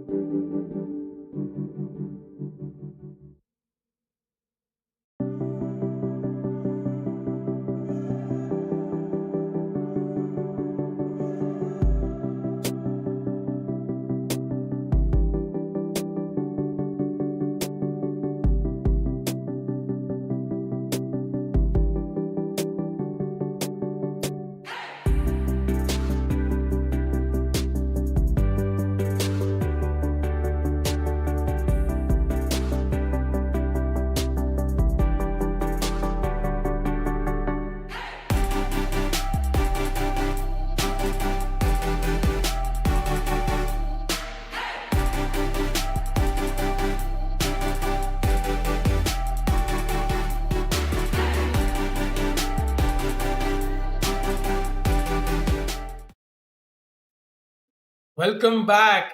What a day again. Exciting games. We've already had one results. Even a draw was eventful, Rakesh. Four times repetition, and we had Divya there in the studio, and she clarified some doubts. They both wanted to play on, but then she liked she had less time and she claimed a draw. But the games go on. And as of now, as we can see, Humpy fighting it out. She seems to have a crushing position right now with the black pieces. And she did play that move king to b8, getting out of any checks. The king is very safe, no open files towards it. And Munguntul, who has 11 minutes to play 21 moves, doesn't feel like she has a great plan here. Rakesh, I think simple chess would be just to take on g4, bishop e7, queen h, or even just queen h7 and pressure h2 heavily. And there's no easy way for white to defend here. Absolutely, and king b8, the idea was now Humpy wants to capture pawn takes pawn on the right side of the board so that queen takes pawn does not come with check. Yeah. So very nice prophylactic move, thinking of the future and acting accordingly. -4 says our Silicon Master. That means Humpy is almost one piece and one pawn upside. Or even just a rook up almost, Rakesh. Yeah. And now rook h4 attacking the queen again. Imagine the queen goes back, pawn to g4. F3 incoming, simply forking the queen and the knight. I mean, this is like resignable, to be honest. If you look at the position objectively, what can white even do? How do you avoid this fork, Rakesh? I mean, there is absolutely no way. You can go f3, but take Rakesh, f3, there's knight e3, oh my God, ending the game on the spot. And if so, I mean, queen. I can't imagine that. Style, I would rather resign with that play. So knight c3, I think, is the other option to try and avoid this fork. But then you give control away of the d4 square. So knight to d4. Oh God, this is just over. I think if Munguntul resigns right now, I would not be surprised. And she has a very, very difficult task at hand. Below 10 minutes now. This likely to be the second result of the day, Rakesh. Yeah, and the first decisive result, and very importantly, puts Humpy into the sole lead, albeit temporarily. Yeah, very interesting. We had Zhu Jiner in first place, Humpy and Divya in second place. And once Humpy wins, as of now, because Zhu Jiner's game is still on, Divya and Zhu Jiner are tied in first place. Humpy will go half a point ahead. And then everything depends on Zhu's game, what happens there. So as of now, the game is not over yet. 16 minutes for black, 9 for white. And we saw the same situation in the last game. Moon was under time pressure, position pressure, when she lost to Vaishali. And things have not turned in her favor even in this game. And what a crushing victory with the black pieces, Rakesh. Absolutely, amazing prep, a great attacking game, crushed her opponent with accuracy of 99.1. Sahil, that's like a dream day at office. Absolutely. And something, come on, guys, it's not TV drama. Let's see some chess. We have some chess for you now, Mr. Niranjit, and you can see there's a devastating attack on the white king. And yeah, I would not expect Humpy to slack down even a little bit. Rakesh, I'm going to predict a result in the next 3 moves. I think I also agree. And Dr. Shah is saying, Rakesh, my voice is muffled. Let's check that if the audio is okay from both sides. And Cherry Blossom says Vaishali will win. So I don't know about Vaishali, but Sahil, who's going to win? That is Nurgul Salimova. Wow. That game looks almost over, Sahil. Really? Can we head off to that game? Because that was so many updates have happened. Comeback option for Alina, but she got a chance after bishop f6 to come back. Rook e1 played, queen d7, and here she had to find h4, trying to go for the attack, but she played knight d4. This feels like it's going in the wrong direction, trying to defend the pawn, Rakesh. But now rook e1, and rook e8. And somehow, the white king feels a bit awkward on c1. Now you can imagine some backrack issues as well. Rook g1. This is looking like it's going down the wrong path. And bishop d4, cd4, queen f5, gobbling up that extra pawn now. h4, f6, simply defending everything. Takes. Oh, this is not good. I mean, after g4, look at the bishop on g3, looking at that pawn. And the e4 square is available. I can imagine some, c3, knight a4, queen e4, rook e4. A lot of possibilities for black. Yeah, and the problem was Alina was banking on the counterplay on the g file, which has been very smartly blocked by Salimova, and the bishop on h4 isn't really helping. You can't move it forward because there's no threat. Black can simply play rook e4 and queen f4. Yeah. So the whole point is white's counterplay is going nowhere. And she goes from the G file to the H file, and maybe the idea is queen to H2 next, and that does feel scary at first glance. But maybe black will have an easy defense. For example, Raksha, I'm considering, what if I just play king G7? And if you play queen H2, now is there a real threat? Because this queen H6 maybe, that is the only threat. But what if I put the king on F7? What's your next move? Yeah, and she plays it. In fact, she doesn't wait for queen h2, and we are seeing some rapid moves there. Rook h4 played instead. Maybe she wants the queen behind the rook. She puts some slight pressure on the g4 pawn. But I am just waiting for knight a4 and c3 from black. In fact, why not c3 directly? That also feels very tempting. Sacrificing that pawn, opening the c5. But even knight c4 might be a great tempo on the queen. For example, c3 Rakesh, queen c3, rook c8. And look at the pressure on the c2 pawn. Let's say queen d2, knight c4, another tempo. Queen e2, then this just feels like... e3 is also like deadly. But yeah, I agree. Just so much pressure for black, and it looks very tough for Alina to hold this side. And she doesn't have much time on the clock, and this tournament is definitely not going in her favor. 1 out of 5 points, 2 draws, 3 losses, and Nirgul seems to be in charge in this game as well. So, Rakesh, if you've had that sort of tournament, right, and Alina, of course, is not like a lower seed here, she's very strong. How can you kind of finish off on a high? Because it really matters for your next event, for example. Yeah, very true. And it's like maybe sometimes they say stop the bleeding and try to get a few draws in. And Alina was there at the day trip yesterday done by the local organizers here, where they showed some nice sights of Pune. So she's trying to get out of the chess zone, try to get a little bit of fresh air in the city, but unfortunately things are looking sad for Kashlinskaya. By the way, rook h4, black still thinking, so maybe it's time to head off to the Humpy game where things are about to end pretty soon. That's exactly what happened. King d8, g takes h5 played by white, and a rook h5 on the board, Rakesh. g4 was incoming as we discussed. So queen g2, but I don't see why not g4 anyways. Maybe just bishop e7, rook h8 also feels very, very strong. And 7 minutes for white. I think this will be the next result. What do you think? Yeah, this just looks over, like pawn to g4, pawn to f3. And the advantage of for Humpy is it's not that she's just better, but the moves are so easy to play. Yeah, and you can see that by the time she took like 33 seconds for her last move, Rakesh. And if you look at the accuracy, 86.2 for white, 99.1 by black. Any player in the world would be, extremely glad with that accuracy, and that tells you what a high-class game this is. Absolutely there, and only 7 minutes left for Mungundul for 19 moves. That kind of time pressure is unheard of, Sahil, at the top level. Yeah, extremely difficult, and it's not like the position promises much. She's of course thinking, how can I put up some resistance here? Because the last thing a winning player needs is resistance at the last moment. It really kind of, challenges your mindset there. Even then, I expect Humpy to kind of crash through, but we're trying to come up with the best way to offer some counter-attacking chances there. But it looks difficult. 14 minutes for Humpy now. She also going down on the clock, but her position seems to be pretty nice. Wow. I think just go g4, yeah?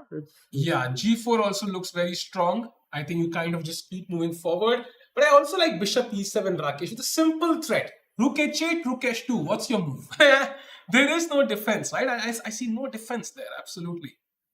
It's like really, like black's moves are so easy. Yeah. She was about to touch her bishop, I think, and then she pulled her hand back and bishop is on the board. It has been played. The best move in the position. And now rook h8 is a huge threat. If white, let's say plays bishop b2, rook d h8, you can pretty much resign. So what is White's last hope? Is there a certain move she can play? Maybe knight c5. Yeah, but opening up the bishop here doesn't feel That's very. great news.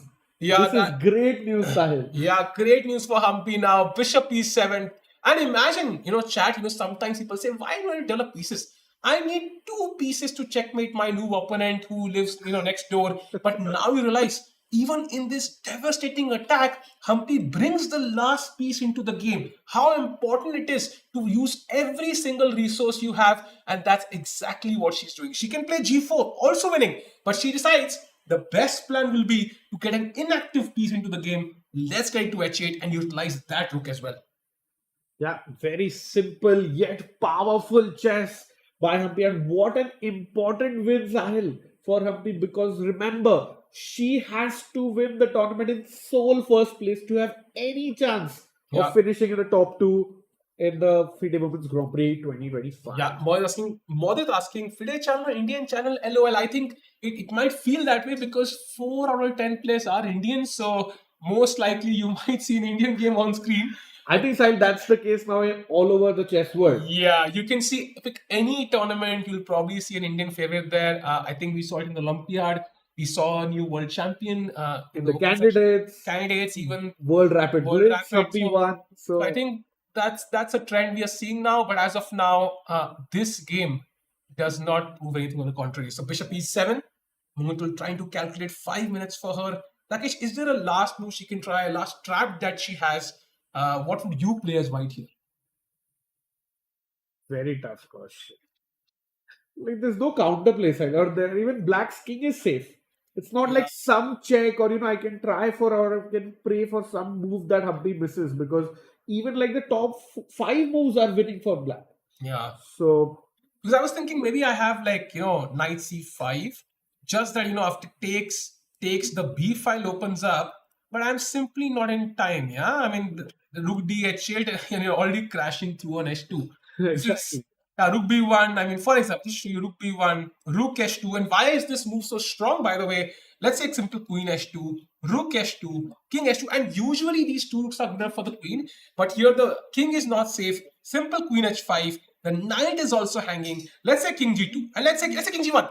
I will not even grab the knight. I can even bring more pieces into the game. I could literally play anything, Rakesh. Even g4, a move like g4 on the board feels very logical and should be winning. Yeah, pawn to f3 is just checkmate, yeah? Yeah, that also looks very strong. Even g4 should be winning.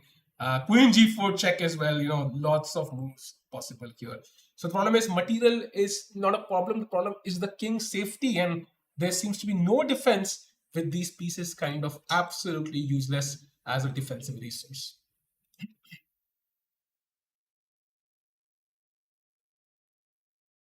Zhu Jiner is hard to stop from victory. I agree. Maybe it's time to also have a look at that game because he seems to have a better position now. This is where we left it, right? I think bishop d5. So one bishop was traded off. And now this knight is hanging. So knight c4 back, rook e8, king h1, queen h5, trying to pair rook h6 maybe. And queen e3 was a mistake from Zhu Jiner. But Vaishali missed the moment. Knight f4 was the only move. She played knight h4 instead, allowing knight d2, solidifying these weak points. And now after rook g6, rook f2 is the only move, but that does guarantee a better position for white. There is still pressure though, Rakesh. I can imagine, lots of tactics in the air. But as of now, Zhu Jiner seems to be in charge. And look at the clock, 4 minutes for Vaishali with 18 moves to play. That's big time pressure that's coming up, Sahil. And you remember, white can defend everything with rook f2. In case, if it feels a bit too much, Zhu can always chop off the bishop on d5 with knight takes d5. Yeah, and if you imagine, trying to checkmate on h2 here, I mean, white can just take this bishop, as you said, even chop off the pawn, Rakesh, and there is simply no threat because you will have to move the knight to then checkmate, and now simply knight f1, Rakesh, and the knight is the best defender of the king. The rook moves to give the f1 square to the knight, and to be honest, I don't see an attack here anymore for Vaishali. So Vaishali will need to come up with some very tricky ideas to put pressure here. Yeah, and if white's defense is so strong, and Vaishali can't keep the attack going.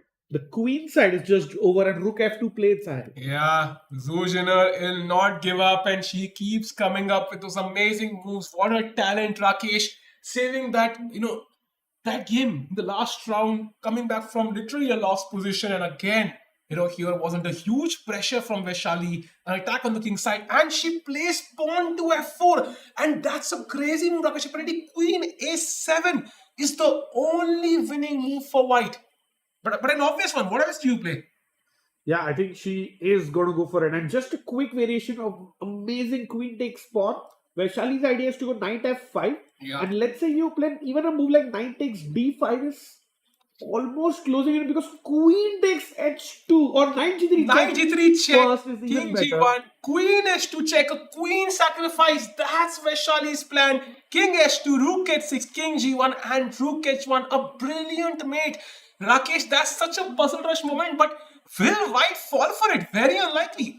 Very unlikely, but that is why you have to be solving those puzzle rushes. And f4 queen a7 is pretty normal style.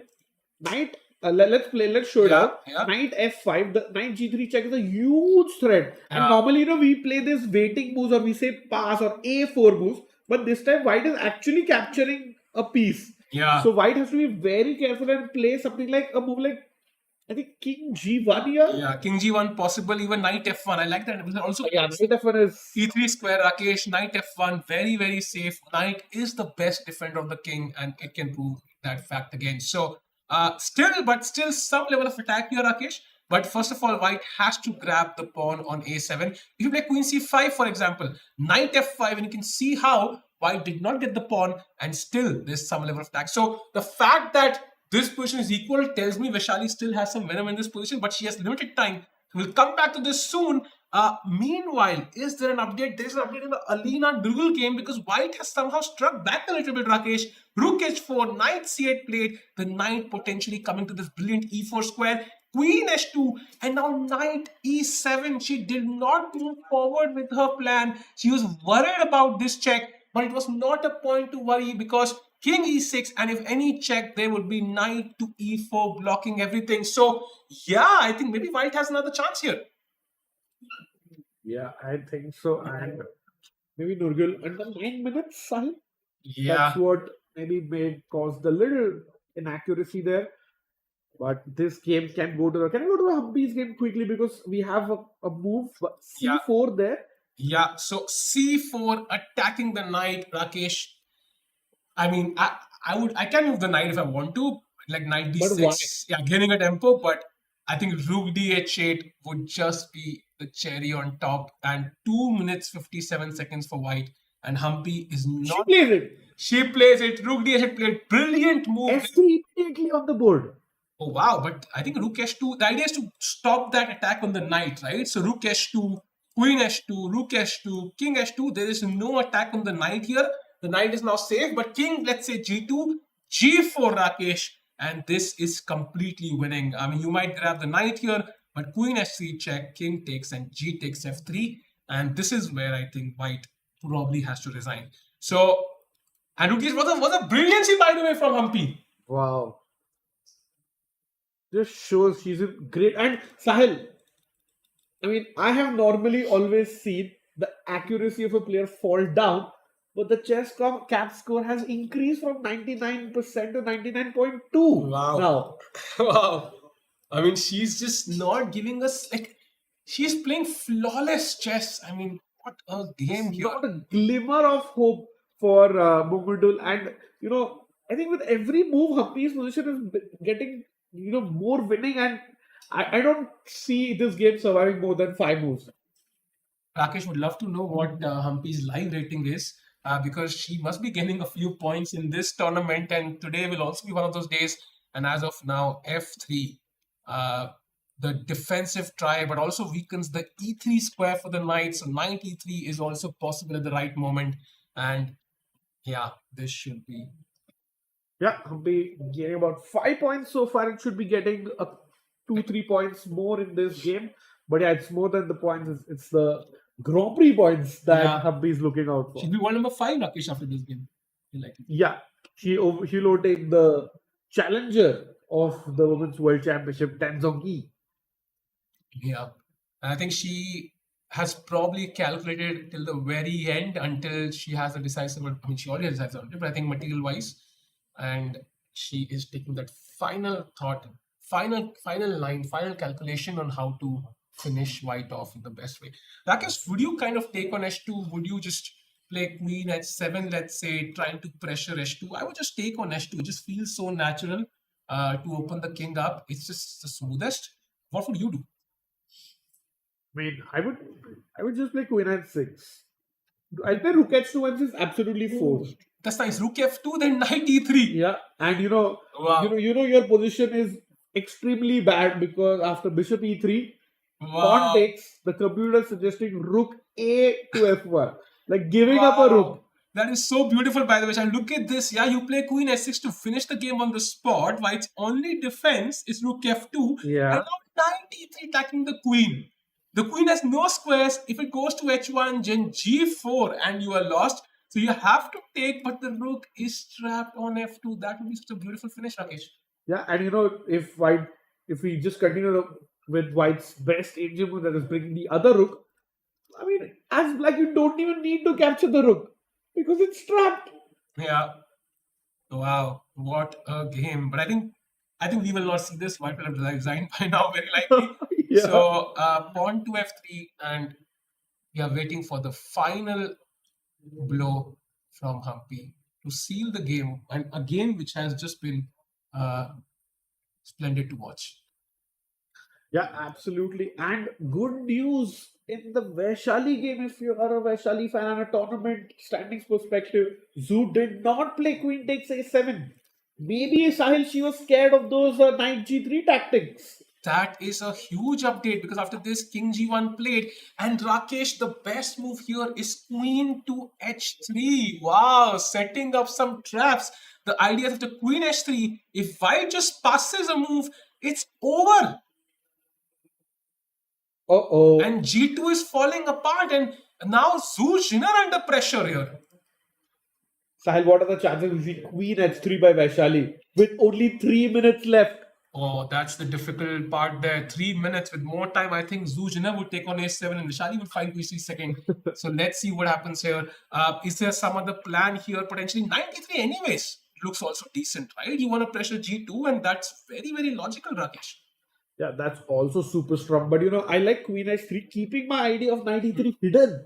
Yeah. In a way. And very important, Rook H6 looks very deadly, but there is knight to F1. That's the problem.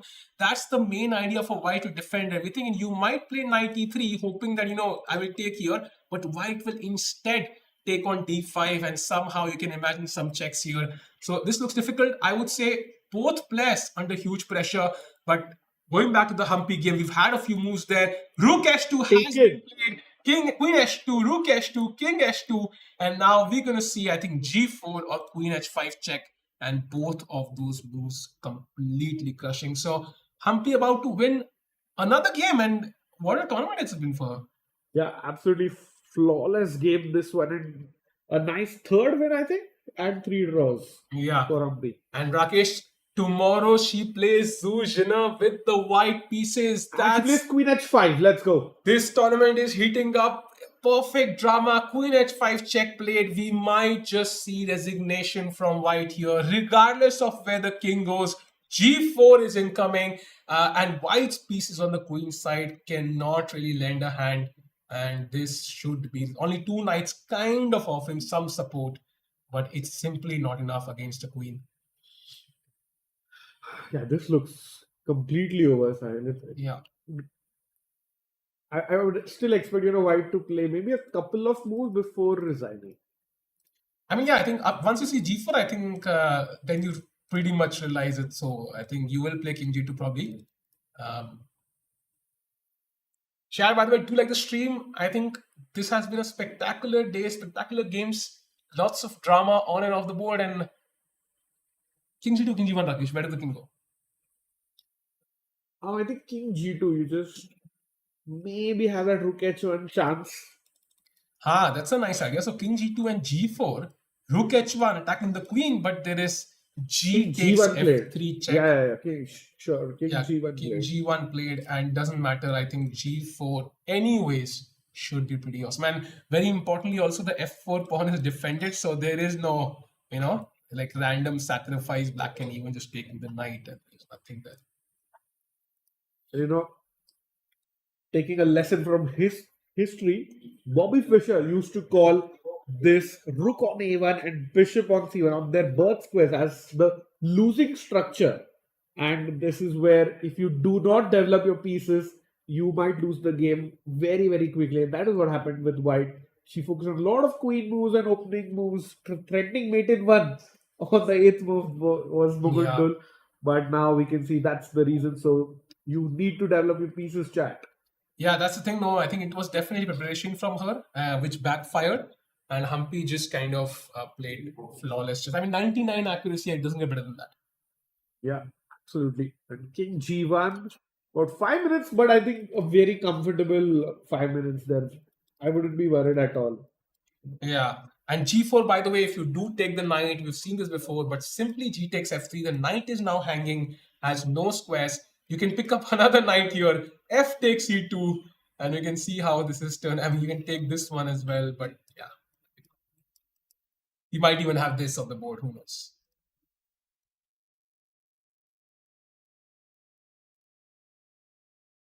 Yeah, Humpy going to the lines again, making sure there is no chance for her opponent to create any counterplay or even drag the game. She wants to finish it off right now. And let's quickly go to the Vaishali game, please, because only 15 seconds left. King G1. And she has blundered, Sahil. No. What?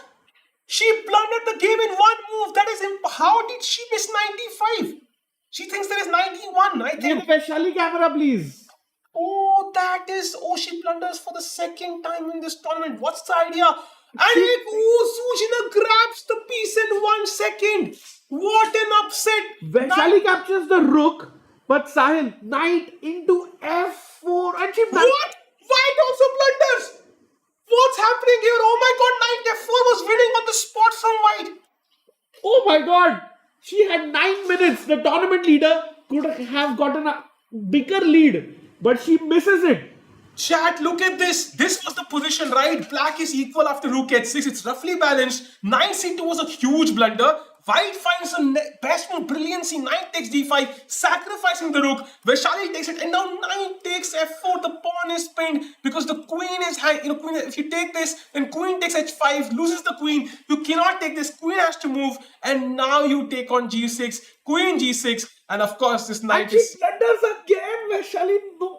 Knight e7, king h8 was the only move. She captures, rook takes knight, queen comes in, mate in one threatened. This is blunder after blunder. Knight e7, White misses that. She had a golden opportunity with king h8, knight g6 check, queen g6, and the game would have gone on. But she plays rook takes e7. That's a blunder again. Queen e7, h6 played by Rakesh. Now rook e2 just seals the deal, I feel. After rook e2, if you play knight to c2, there is rook takes e5. And what does the queen do here, Rakesh? That's very tough. And Sahil, if you just go back one move, rook e2, it looks like you have a free pawn on knight takes d3, but queen d8 check and you capture the knight. And that is curtains for Vaishali, and Zhu Jiner will go to a 1.5 point lead until Humpy wins.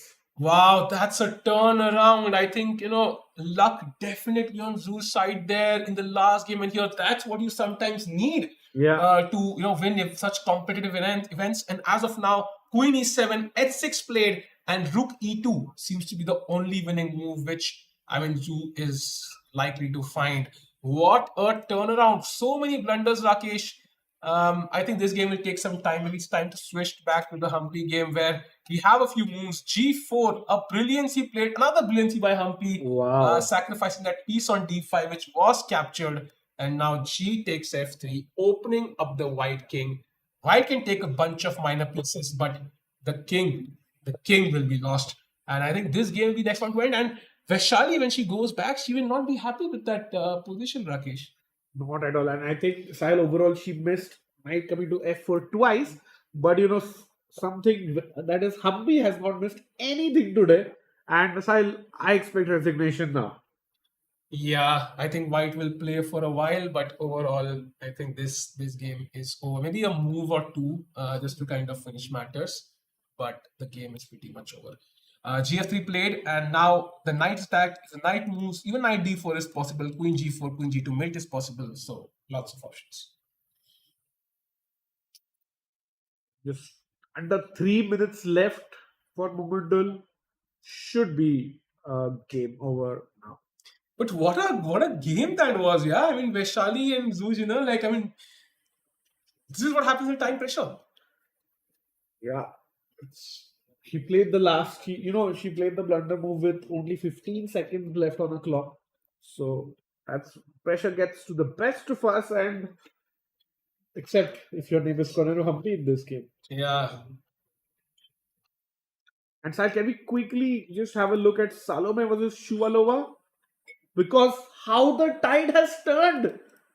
White was completely pushing in this game, but now looks like Black is winning. This is what we thought, right, Rakesh? We expected this to happen, and that's exactly what's happening. This bishop is completely stuck with nothing to do here. And now Black has kind of focused. Queen a5, rook c2 seems to be immediately played. Wow. So another potential result, Rakesh. This seems to be like we might see 4 results. Very, very likely. And just to quickly show you, if rook comes to f1 near the king protecting, you go bishop to e3. Wow. You capture. Queen comes in just one square and it's unstoppable. What a turnaround. And this would be heartbreak for Salome, but I think Paulina will be very, very happy. This is exactly what we thought would happen. The bishop on d6 is a mere spectator as the army falls apart. So, just a couple of moves and time pressure, Rakesh, again causing those mistakes. Yeah, and quickly let's go to Zhu Jiner's game because Vaishali has 20 seconds. And rook e2 found by Zhu Jiner. So that means the knight will be lost. And once that knight is grabbed, I think Vaishali will have nothing else to resign. And also, by the way, very important, if you play queen h3, which feels like you're putting pressure on g2 pawn, if rook e1 this made, but there's a tricky idea. Queen e8 She plays something, knight g2 Sahil. Is that a nice opportunity to make things tricky? No, I think rook g2 does win for white. And just to point out, if, queen h3, queen e8, king h7, queen g6 check, sacrificing the king. Now there is no pin, the queen would have been lost. But knight g2 played, but I think simple rook g2 is also winning for white. And she plays queen d8 check first, which is actually the best move, flawless chess. And then she will take on g2. So Vaishali on the brink of losing that game will not be happy. I think knight c2, I think time pressure basically cost the game. And what a turnaround for Zhu Jiner, who maintains her sole lead now and has only one player chasing her because Divya drew her game. True, and the best part, Sahil, they play each other tomorrow. Wow, I think that has to be the star game of this tournament, Rakesh, because it's white for Humpy and she is half a point behind. So if she wins, she takes over the lead tomorrow. And if she loses, then Zhu Jiner is basically invincible. And yeah, she will be a champion, but rook into g2. Sahil, you were talking about that little stroke of luck that she needed against Salimova. But what a power pack performance. Today also, Vaishali not playing a couple of moves when she looked like she had the advantage in the attack going. But this is completely over. I think Vaishali might just resign 10 seconds. She might try a couple of moves, a couple of checks here and there, but this seems to be over. She plays e4 her last try. You have to take with the knight. Very important. If you take with the pawn, there is some queen c5 check, queen c1 check. And there's a twist there in the tail. So white has to take on e4 with the pawn. If the clocks were reversed, Rakesh, there would have been some potential for Vaishali to... No, with the knight... can only take with the knight, right? Yes, if white had 36 seconds, maybe she would have made this mistake. But with 6.5 minutes, I don't expect her to miss queen c5 and queen c1. Yeah. Touching any pawn would be a blunder there for Zhu Jiner. Knight into e4, the only winning move in the position. Sahil, what happens if I capture the rook? Is that even a blunder? Yes, if rook takes, queen takes, it's check on the king on g1 and king f1, e3. And that's the beautiful part. This there. is easy to miss though, Sahil. Yeah, it is. Knight This comes. is very easy to miss. Yeah, and then Queen H5. Suddenly, Black is the one who's pushing for a victory because the Queen is offside, Rakesh. So as of now, E4, very nice last try from Vaishali. So Knight takes E4, seals the deal for Zhu Jiner. She has to find that only move in the position. And after Knight takes E4, Queen takes F3 might be the idea. But Rook G6, and now I think, there is no defense. Yeah, But let's stick to the live position. Can we get a zoom in on the players, because it looks like this is the last crucial moment of the game, Sahil. Yeah, if she finds knight e4, the only move, Zhu Jiner will maintain her sole lead after a tipsy-turvy game where both sides could have won, but she comes out on top yet again, and she's had a dream run in this tournament. Beautiful chess, and she needs to take that pawn with the knight and control that c5 square. Look at her, fully focused. She knows it's the move, but she is also. But she's not happy, Rakesh. She's she does something. Like, she's just trying to think of a couple of ideas there. What does she see after knight e4 that she doesn't like? Maybe she missed the pawn move to e4 and she's unhappy that she missed that resource. But she still seems to be winning. An idea, chat, is to take with the d pawn, for example. You can see the bar go down. Queen c5 check. King has to maintain protection of the rook. King f1. Queen c1 check. And you can see how this is a problem. King f2, Queen c5, King f1, and Queen c1. Wow. That would be a brilliant escape from. But, Vaishali also, what a champion. She knows she's lost, but what an amazing last throw of the dice by the Indian star. And knight takes e4. By Zhu Jiner. The only winning move, Sahil. Only winning move. Vaishali takes on f3, but Zhu Jiner just flawless chess. Rook g6 only move played, exchanging that active rook. And it feels like the game is pretty much over. If you count the pawns, Chad, 1, 2, 3, 4, 5 pawns for black, 4 pawns for white, but white has that extra knight on e4. I think black will give a few checks for sure. Queen e3 or queen d1, queen e3 played. But because the knight is on, e4, it can easily defend the king. As we discussed, the knight is the best defender of the king. So no perpetuals there. And once you take the g6 rook, the queen will come back into the game and everything will happen with checks. Oh, this is over for Vaishali. Can we have a quick look at Humpy's game, because 30 seconds left for Munguntul. G4, pawn takes, knight G3, takes, queen H3, threatening mate in 1, rook F3, knight D4, bringing all the pieces, rook E3, bishop G5. Wow, what a show of dominance here. Knight F1, bishop takes check. And I think this is about to be over. We might see resolution in this move. She takes for now, but I don't see how that helps. It's mate in 8, by the way, chat. Anybody who's counting, queen G3 check seems to be the start of the end. Yeah, queen G3 on the board. And who's going to win first, Zhu Jiner or Koneru Humpy? Sir? I think Humpy might win first, because there will be a few checks in the Zhu Jiner game. So Vaishali will fight for a few more moves. But this one, and there it is, resignation from Munguntul, who promises a fascinating chess. But Humpy has won her game. What a crushing performance, a devastating attack with the black pieces. And the accuracy itself, 99, close to 99, Rakesh. What a game. Yeah, and as of now, she is a tournament leader. Yeah, she is at 4.5 out of 6. And she goes half a point ahead of Divya Deshmukh, who's on 4. So, but you know what, Sahil? That might not be the case 5 minutes down the line, because Zhu Jiner is completely winning and will regain her lead and overtake Humpy. As we can see, rook g6, queen e3, king f1 played. Wow. Probably the best move in the position, Sahil. Yeah, king f1, and I don't think there are many checks available. Queen c1 check, king to g2, and queen c2, knight to f2 should ensure no more checks. So Zhu Jiner will take her lead back, and we've had two games so far, and one draw, one result. By the way, huge update in the Salome Polina game. It's about to be over as well. Rook f2, brilliant sacrifice incoming. Can we hit the camera? So this was the position, right? And g3 was the only move. Queen g5, queen a6 was a blunder, and rook f2 seems to be winning on the spot. And Sahil, look at the clock. Just played with 1 second on the clock. That's why she got 31 seconds. Time pressure is killing the chances of the players. So rook into f2 check. Can we show quickly what happens, Sahil? Yeah, if you don't take, of course, queen g3 incoming, and if you take this, there's the bishop supports the queen e3 check. Doesn't matter where you go. Let's say king f1, then there is queen f3 check, and king e1. You just take on g3. I mean, you can keep dancing around, but I'm going to capture everything with check. And once the king is on e1, at some point, the bishop comes in and it should be over. Maybe, I don't know, what's the best sequence to finish it off, Rakesh, though?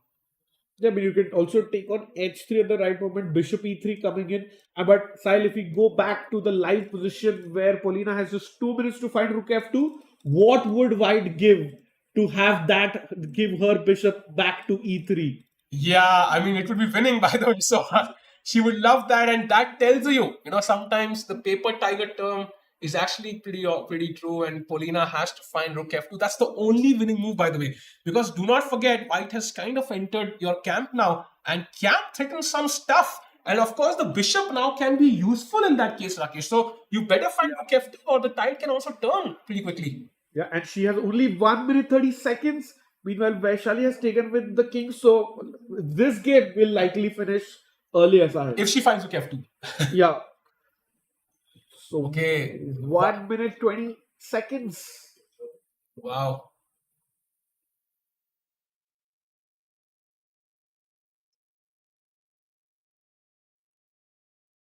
Rook f2 incoming.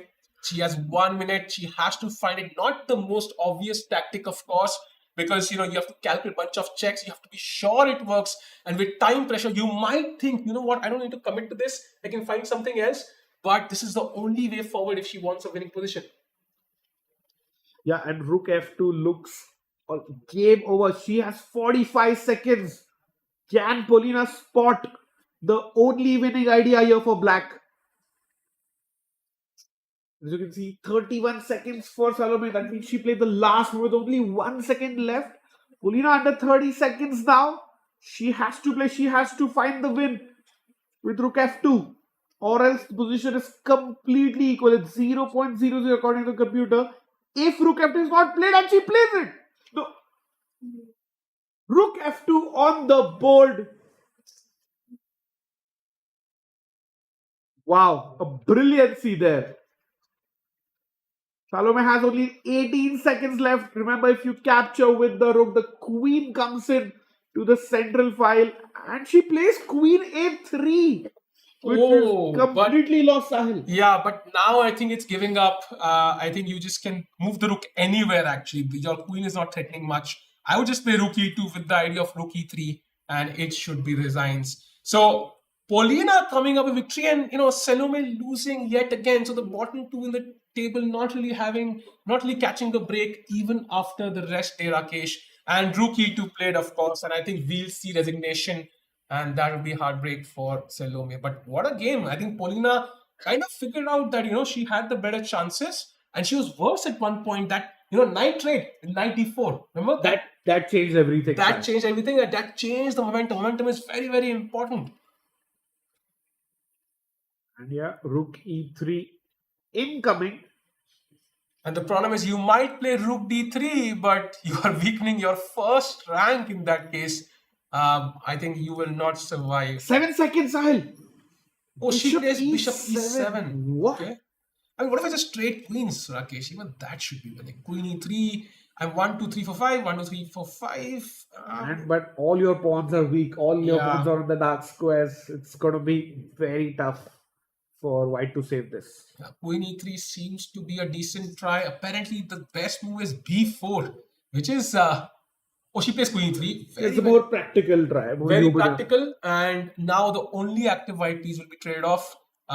Bishop e3 check will happen. And then I think the rook will grab the pawn on a2. And I think that should be over. And something which should have been over is the Zhu Jiner versus Vaishali game, Sahil. You can go there. Knight f6 check was played on the earlier move. King g6. Knight g4. Queen h3. By the important is knight is defended.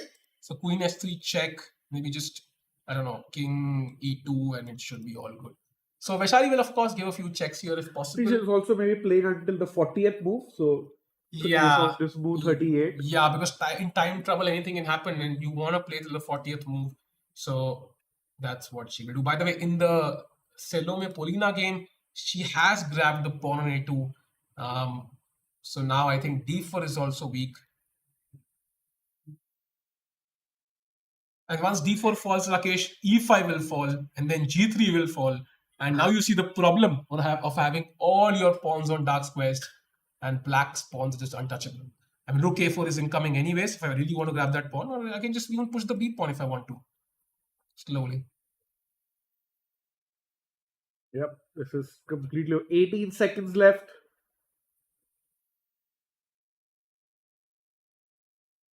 People watching. Naranjit says crazy scenes. They are crazy scenes. And by the way, she did play bishop c5, but honestly, just f4 seems to be winning on the spot. Once my king gets in, I think there is nothing you can do. That's rook c2 played. Okay, also works. Rook c1 maybe is the idea. Yeah, I don't know. No, not really rook c1. Why do you need rook c1? I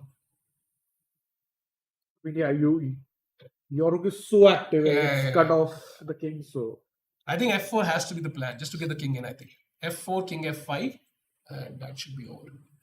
Yeah, and I think there's plenty of support for Nurgul as well. So Ozjan says, sure, Nurgul, let's quickly check in on her game as well. That game is a complete craziest game of the day. This is 97 was the mistake from Nurgul. A3, rook g8. We had the king come out to e6. Apparently b5 was the only move for a victory. Both players making slight errors. f5 opening the bishop's diagonal. Look at the king on c6.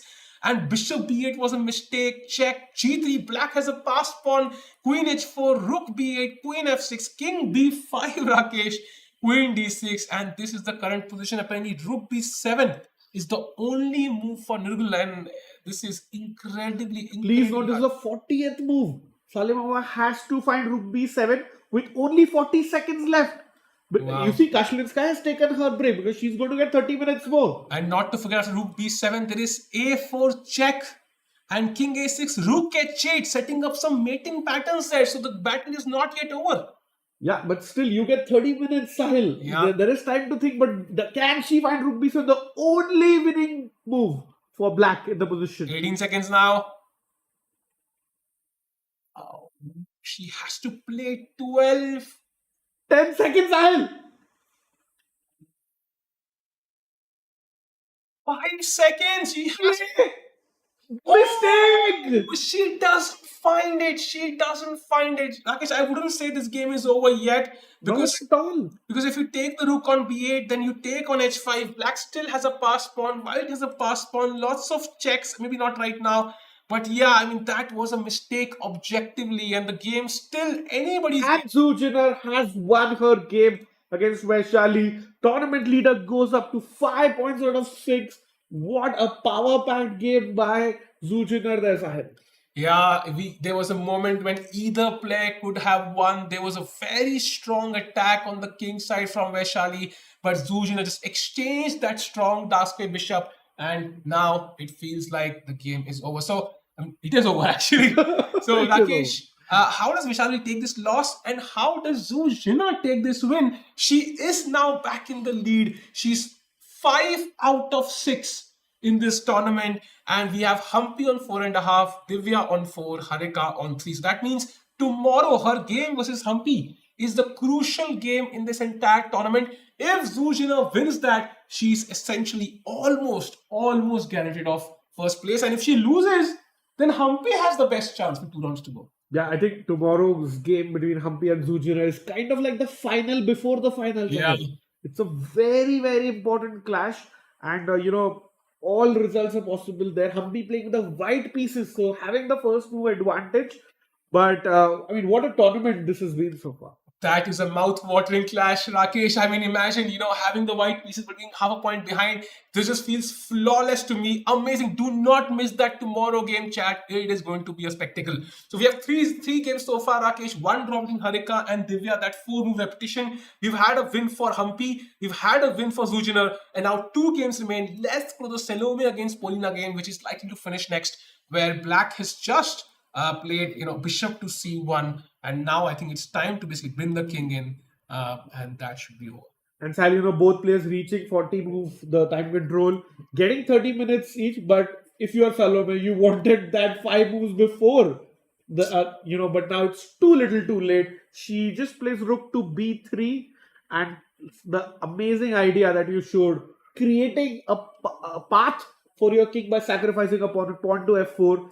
I'm pretty sure Polina is going to find that and get her win today. And the main point is, Rakesh, even h4 does the same job. If you take now f4 and you get a pass pawn, the king comes in, and even just kind of rook b2 seems to be winning for Black. And if that is winning, that means it's going to be a very, very simple conversion for Black. And very luckily, she has time now, so she's not in a hurry. She found that rook f2 move under time pressure, and I would say a fully deserved victory there for Polina, but heartbreak for, I think, Salome a little bit.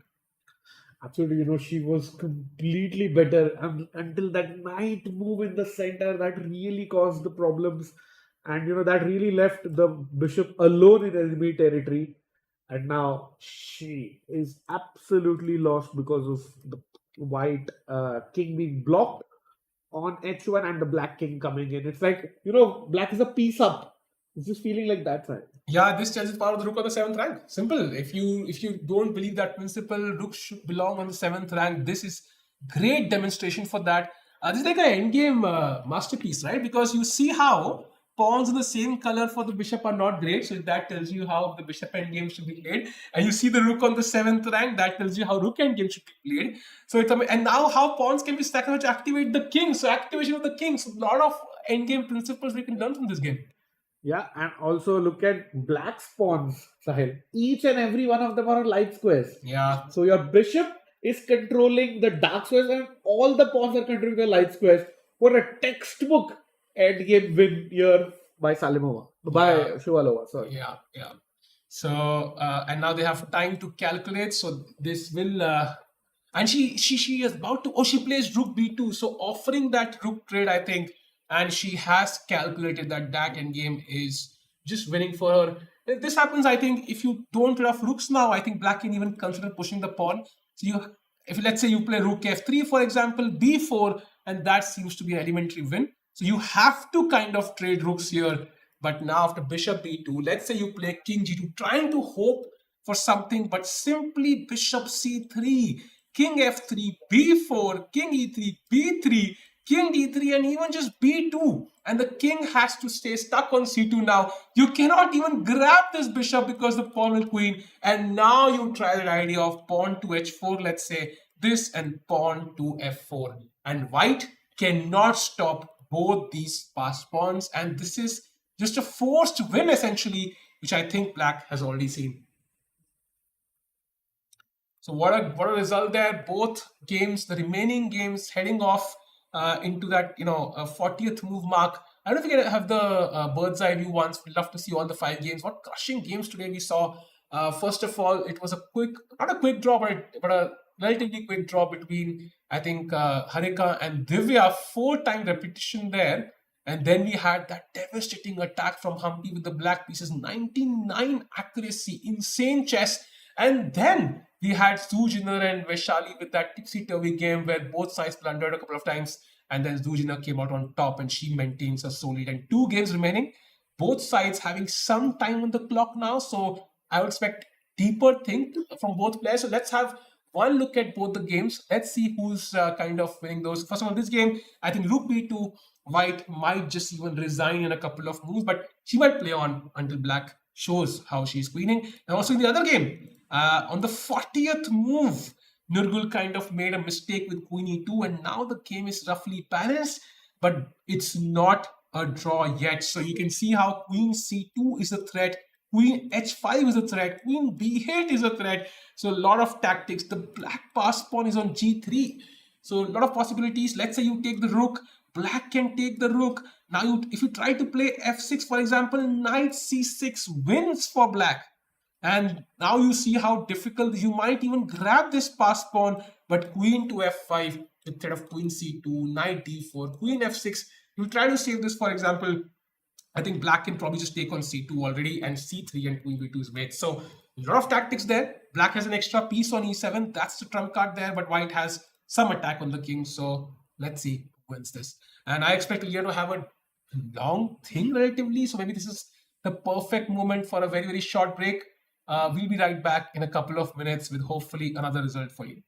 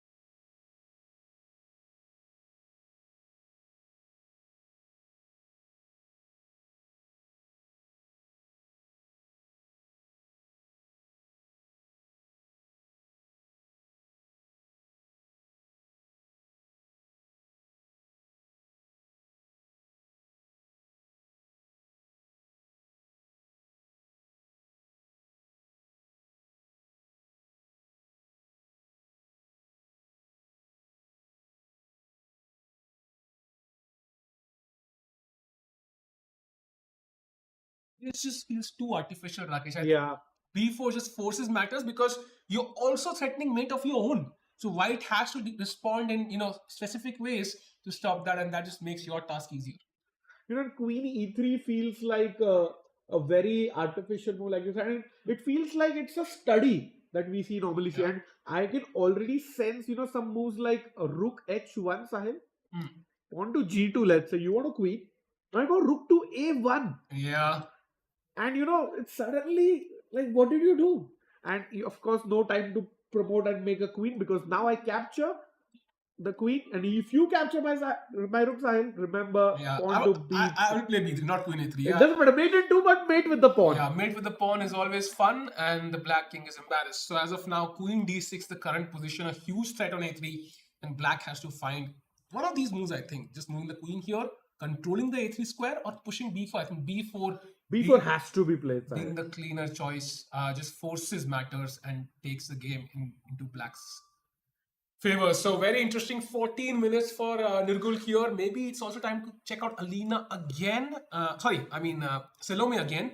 And if something has happened, but not really. So white, I think, just sitting there trying to contemplate this in one last try. But I don't see. I think we'll see resignation right now.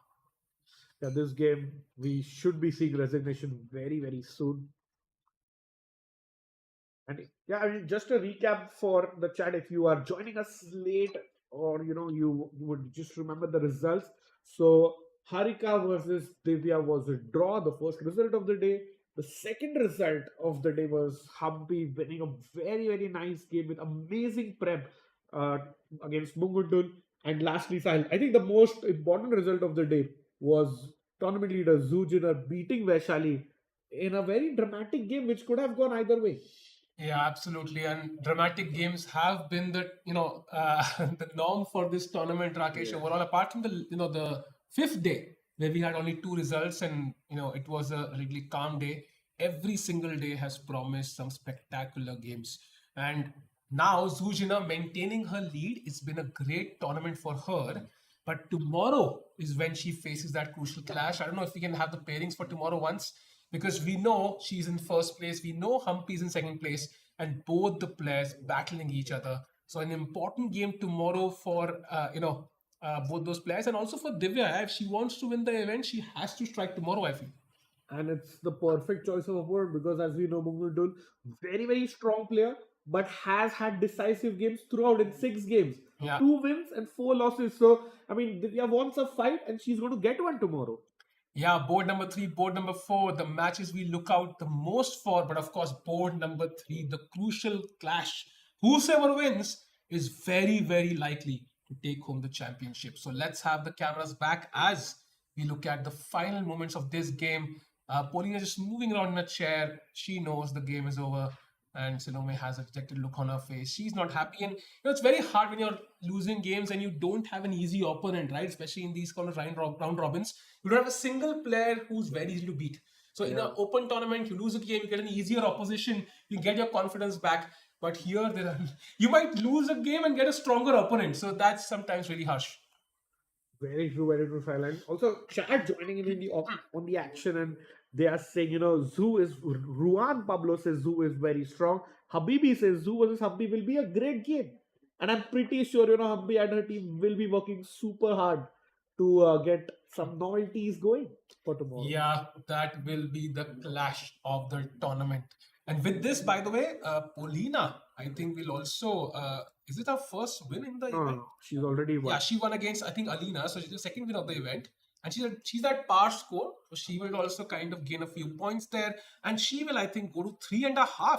And she will be in 4th place, Rakesh. So not a bad tournament for her as well. Yeah, at all. And she plays Indian star Harika in the next round. So I think, Sahil, today 4 results. Tomorrow might again be 4 or 5 results. You never know. Yeah, tomorrow I think will be the sharpest day of the entire event, I feel. Because at the end, we might even have the top 3 standings decided tomorrow, Rakesh, at least tentatively. So I think this will be an important day. Now, so I'm thinking if there's some other alternative, but to be honest, she has 7 minutes to ponder over where she went wrong. but the game is essentially over.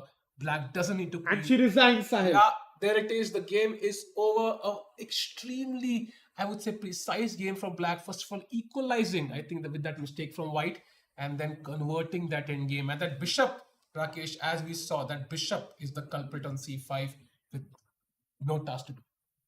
Yeah, pretty much. And that is the main reason I think White lost the game. And especially the knight d4 idea, trying to get the knight in, whereas knight was needed on the other side. But it's always nice to see, players discussing. And this is what, like, it's sportsman spirit. Very well done on Salome's part. Even though she has lost, still discussing with her opponent, getting to know what went wrong and what she could have done better. But, if you are, a chess improver or trying to get better, always try and analyze your losses side. Yeah, and there are a bunch of them for me personally, Rakesh. I have definitely learned a lot. I somehow knew you were going to say that. Yeah, but as of now, that's the fourth result for today, Rakesh. And fourth result and 3 wins overall. So 1 draw, 3 results. And can we see the fourth win in Alina versus Yeah. Nurgul? Let's quickly head to that board. And by the way, 9 minutes for Nurgul there. So she has still not been able to calculate everything, and she will need to make a choice soon, because the last thing you need is one more critical decision to make after this and having no time to do so. White has 22 minutes here, so White using that time, cleverly, that Nurgul is, kind of taking right now, and she might fight with him very quickly, Rakesh. Yeah, that is possible. But like we discussed before we went to the other game, Nurgul knows this is the most critical moment of the game. She makes a move fast, and that might be a blunder. In fact, not even a drawing blunder, but she could lose the game entirely. Yeah, there's no draw here, Rakesh. It doesn't feel like a draw at all. Both kings kind of, playing with fire right now. The black king on a4 is so rare, by the way. We never see the king there. And yeah.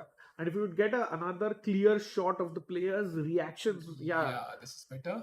You can see Nurgul is calm.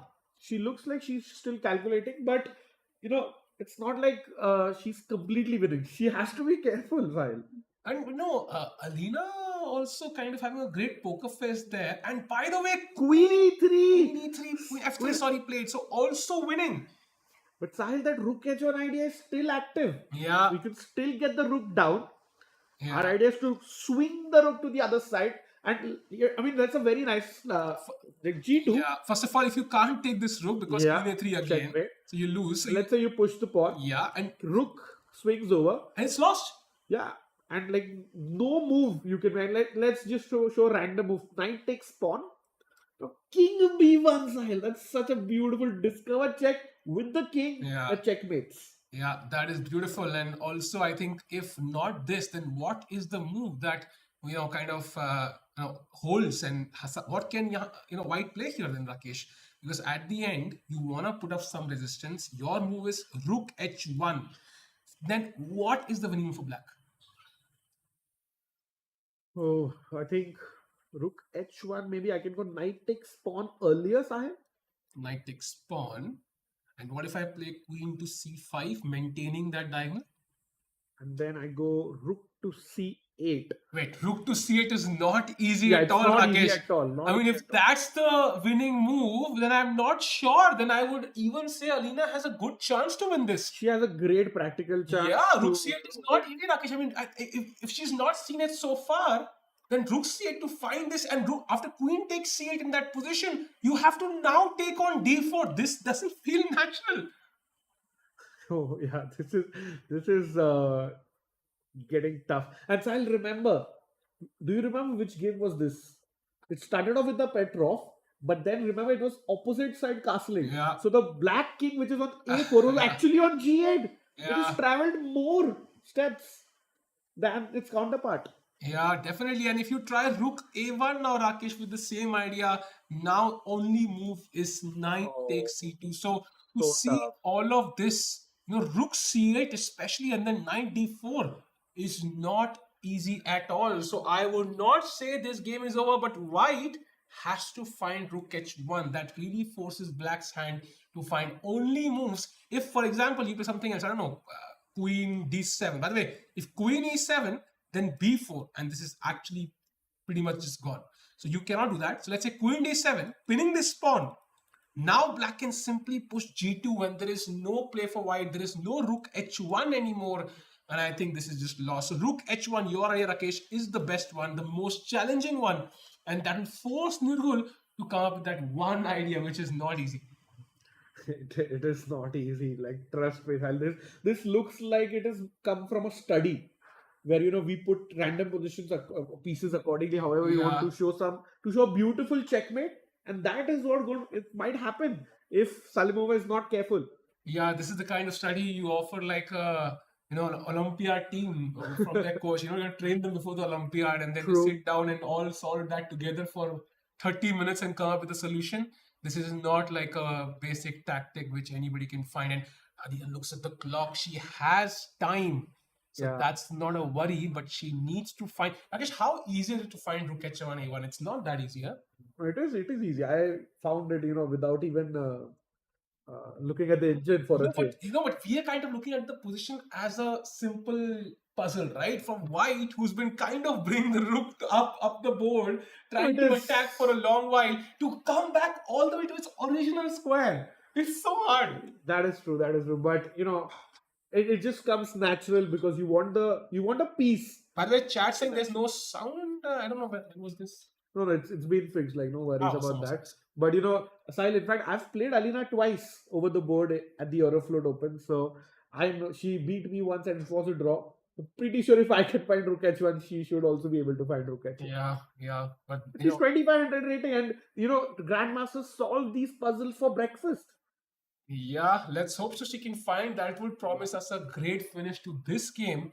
And Rakesh, if you had to predict the result of this game, who do you think wins, or maybe a draw even? No, there's no chance of draw, Sahil. There's absolutely no chance of a draw. I think Nurgul will win this, but we might see another twist in the tail. Got it. You know what? I'm also kind of cheering for Arena because she's had such a tough tournament, so would love to see the underdog win. I definitely want to see rook h1 because I want to see that if Nurgul finds rook knight f5, rook c8, knight d4, I mean she deserves it. That's a deserving victory. That's an insane combination. She also kind of missed out on a win last time with that queen sacrifice, so fully deserved. But if she can put up resistance rook h1, I'll be very, very happy to see that crazy tactic there. And Alina figuring out, is there a way to change somehow? And she's on 1 out of 5 side. She's lost about 30 rating points, which is very difficult to regain. So definitely she doesn't want to give up easy. And I mean, if she finds rook h1 or Salimova will have to play the best chess to her, and she's about to play Sahil. Will it be rook h1? Doesn't feel Yes. like, Yes. She's about to touch the rook, but where? She almost touched the rook, Sahil. It is very obvious. The rook can't go up. You have to play rook h1. Oh, but rook g5 is also a move, Rakesh. I don't know. No, there's no threat for rook g5. Rook h1. Actually, rook g5, maybe for g2 she's planning rook g3. Some chances. Yeah, there are some moves, Rakesh. There are some moves, it is possible. And by the way, if rook g5, then black can simply play b4 and it's mate in 7 now, Rakesh. It doesn't work, unfortunately. She needs to find rook h1 to challenge Nurgul here. If she does, Salimova has to come up with all the complicated answers within 8.5 minutes. I can assure you she's coming up with those answers right now. She will not, use all her time because not to forget, she still has to find a few more moves. That rook c8, then knight d4, then again knight c2. It's not over yet. And Sahil, all of those are like only moves. And also every move the black kings are a threat of mate. Yeah, you move the queen, it's b3 mate or queen a3 mate. You cannot, lose your concentration even for a second.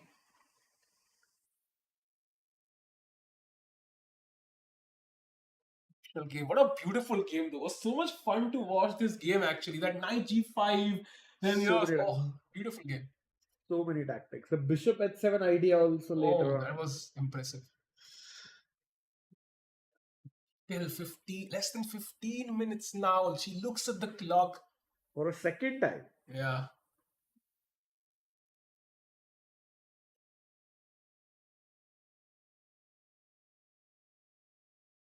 No, still looks stressed, yeah. She doesn't have that look on her face which conveys that she's absolutely confident about the position, that she has it under control. Maybe she's not seen Rook C8, Rakesh. Yeah, but I think she's also kind of praying that Alina doesn't find Rook H1. Yeah. Because then her But she task will. is very easy. She will, because Rakesh, Rook, she did almost touch the Rook, so there are only two moves, logical moves that I can think of. One is Rook G5 and one is Rook H1, and Rook G5 just loses. So the likely choice will be Rook H1. I agree. I think you just have to play Rook H1 if you're white. Chat, like the stream, let's quickly cherish these moments. I mean, this is the strongest players of the world battling it out.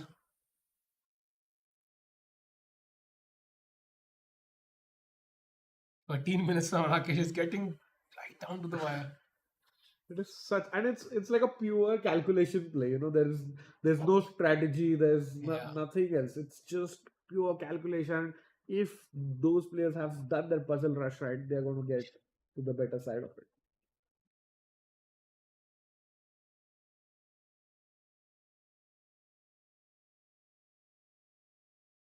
Still thinking.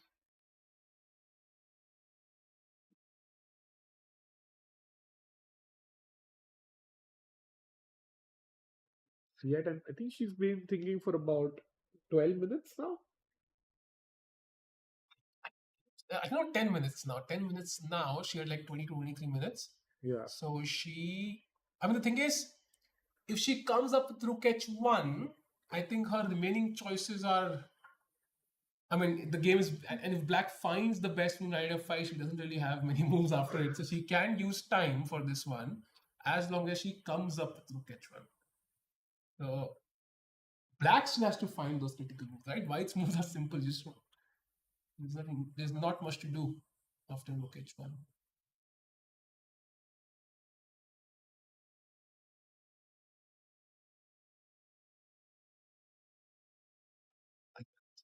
Incredibly stressed, but also incredibly focused. 12 minutes to go side. Yeah. I'm just thinking of some fun variation, some ideas there. Like I don't know, just to humor the chat. Rook H1, Knight F5, Rook goes to the corner, Knight takes Queen, and Black is completely winning. But in fact, okay, sorry, I have to go Rook B1 first, not here, because I need that extra tempo just to show Knight D6, Rook in the corner.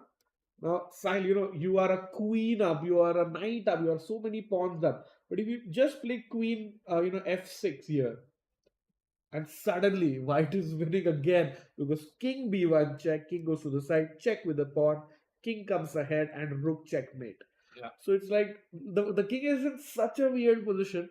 So even Salimova has to be very careful, but I would say if she has calculated all of them correctly, she should be able to bring this home. Yeah. No moves yet, closing in under 11 minutes. This could really turn the tournament, for Arena, because she's at the bottom of the table, Rakesh, and she has 1 out of 5 points so far. Such a win, such a win where things are so crazy, and coming back to the jaws of defeat really could give her immense confidence. Yeah.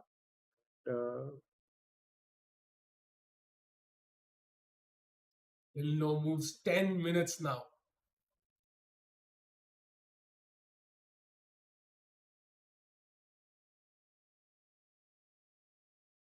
This is the most critical position, right? So, even after Rook H1, maybe Salimova also takes a 2-3 minute think. She will for sure, but she's also calculating everything now, and I'm pretty sure she's seen Rook H1. Yeah. And for Alina kind of helped her. Yeah. So she put her hand around the rook, so you kind of, Rakesh, some people have done this though, they will move their hand around a certain piece, direct their opponent's calculation around the piece, and then play something else. So has been done before, but I don't expect that to happen right now, because Rook H1 is the best move. Yeah, and Sahil, what you mentioned happened with me once when I was 8 years old, about 20 years ago. So that does happen. Let's go. Let's go. We are going to Come see on. battle till the very end. And now the thing is, there is no draw. Either black finds knight takes f5, attacks the white queen right now, or white just wins. So this move decides everything. Can we go full screen with the board? Because I think Nirgul is basically playing the entire game in one move. This is the move that decides the result. So it's like Sahil basically like, is this right? That Nurgur has to play only moves, or there is not even a draw. She's lost She's from lost. a completely winning position. Yeah, knight f5 is the only move right now. It attacks the queen, basically doesn't give time for rook a1. Yeah, you're basically playing on borrowed time, and once the queen moves, let's say there are no squares. That's very, very crucial. None of these squares are available for the white queen. The only square is queen c5, and then you again distract it. So you have to make sure the queen does not stay on this diagonal at any cost, whatever the cost it is. And now you take the rook, and now black gets that tempo to kind of win the game. So very, very interesting. But she has to find knight f5 first, or she is lost. What a brilliant find, practical find by Arena here. Well done, Alina, with the white pieces. Rook h1, rook in the corner, threatening to swing the rook back to its birth square, Sahil, on the opposite side. And remember, Nurgul Salimova has to capture the pawn with the knight, as you can see on the board. And she is about She's to doing that. She's doing that. She has found the only move, knight f5, and now Nilkul is again winning. Wow. I can see options for white. Queen takes rook, Yeah. or queen coming back. I think I would like to play queen c5. Wait, J- yeah, sorry. just so that Nurgul has to keep finding those only moves to win the game. Yeah, also after queen b8, you again have to find knight d4. So regardless of black, what white does, black has to focus on that d4 pawn.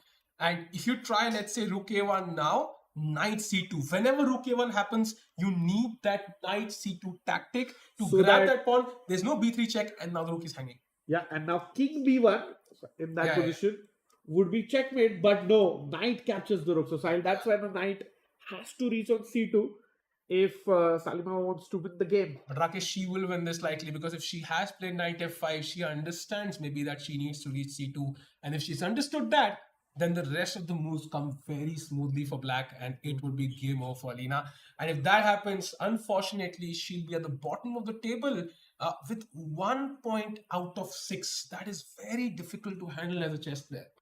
Very difficult, and she's the winner of one of the Grand Prix. Yeah. So from like first place going to last place, definitely not easy. And she was a last minute replacement in both events. So tough times for Alina, and she loses again a lot of rating points with this loss. But that is only if Salimova keeps finding the best moves in the position. Yeah, and 7 minutes versus 8 minutes. I think at this point, I would prefer having like 30 seconds, yeah, just so that, there's a higher chance of black going wrong. But Google has enough time to calculate this. And yeah, knight d4 is the idea for white.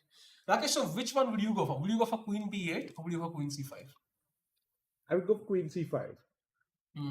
At least forcing black to find rook c8, yeah? Yeah, absolutely. And as white, you may know it's lost, but you just want to, fight till the bitter end. Yeah. By the way, the expression on Alina's face, or not, at least the body language has completely shifted. I think she understands now that this is probably lost.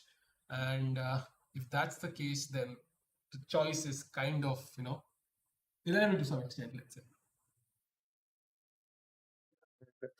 So, Sai, what would you play? Queen takes rook or Queen c5? Queen c5 will be my move at all costs, because queen b8, I mean, if my opponent has seen the knight d4 idea, this is just an easier version, because as black, you will anyway play knight d4 here, even if you've not seen all of this. So I think queen c5 kind of forces black to find rook c8. And is rook c8 like the only move? What if I play a move like, g2, for example? Yeah, g2, then I think I put the rook on a1. Oh, there is also mate here apparently. Wow. Oh, b3 check. Now, if you take this, I won't take it back. I will play king b2, Rakesh. And No way. this Oh is my crazy. god. Because black can take this. But basically, your pawn blocked the connection to the a3 square. And Oh. what a final position. If this happens, I will literally, fall off my chair. This is insane. And look at that. White has just one queen and black has two queens, one Oh, rook, one nine. knight. Oh my god, that is crazy. So there is some hope for Alina still. Yeah, queen c5, I think, would be the challenging move. The last challenge for black to tackle. Yeah, because why we both are choosing that is queen takes rook gives you the rook, but you want to attack the king. You want to keep that checkmate in one threat with you always. Yeah. c5, so g2 doesn't work. It's mate in 5 from here. Another move could be b4, Rakesh, but that also seems to lose again to rook a1, and that is also over. So whenever again happens, you need knight c2 basically. Yeah, true. Alina about to play. She's just has 5 minutes. Such a crunch moment, yeah. I think. Do you think Dul has seen rook c8? Yeah, I think so. She looks super confident. Sure about that, Rakesh. I wouldn't bank on it like 100%. No, she is I think maybe if Alina would have played it quick, then Salimova had just 7 minutes to figure it out because she herself has been thinking for the last 20 minutes for the last two moves. That has given enough time to Salimova also to come up with the defense. Yeah. I was thinking also something like, And queen, what? what? Queen, yes, queen. Where? Oh, she moved the hand back. Queen c5 has to be the move. Queen c5. Come on, Alina, can you do it? Queen. No. Oh, she takes the rook. That's the human move. But now knight d4 is winning for black. But again, the only move. Yeah, but the thing is, now it feels only, right? Because queen h1 just loses to queen f8. It's just over in one move, right? So black, what's Okay, up? queen f8 is tough to fight. No, I mean, it's mate in one again, the same diagonal, right? And b4 then queen e8 mate. Okay. So I think the point is you don't really have an option other than knight d4. That's the problem with this move, I feel. And let's say black does take on d4. Is there a last trick that white has, Rakesh? I mean, I don't think so. It's too little too late now because rook a1 I really want to play, but knight c2 side.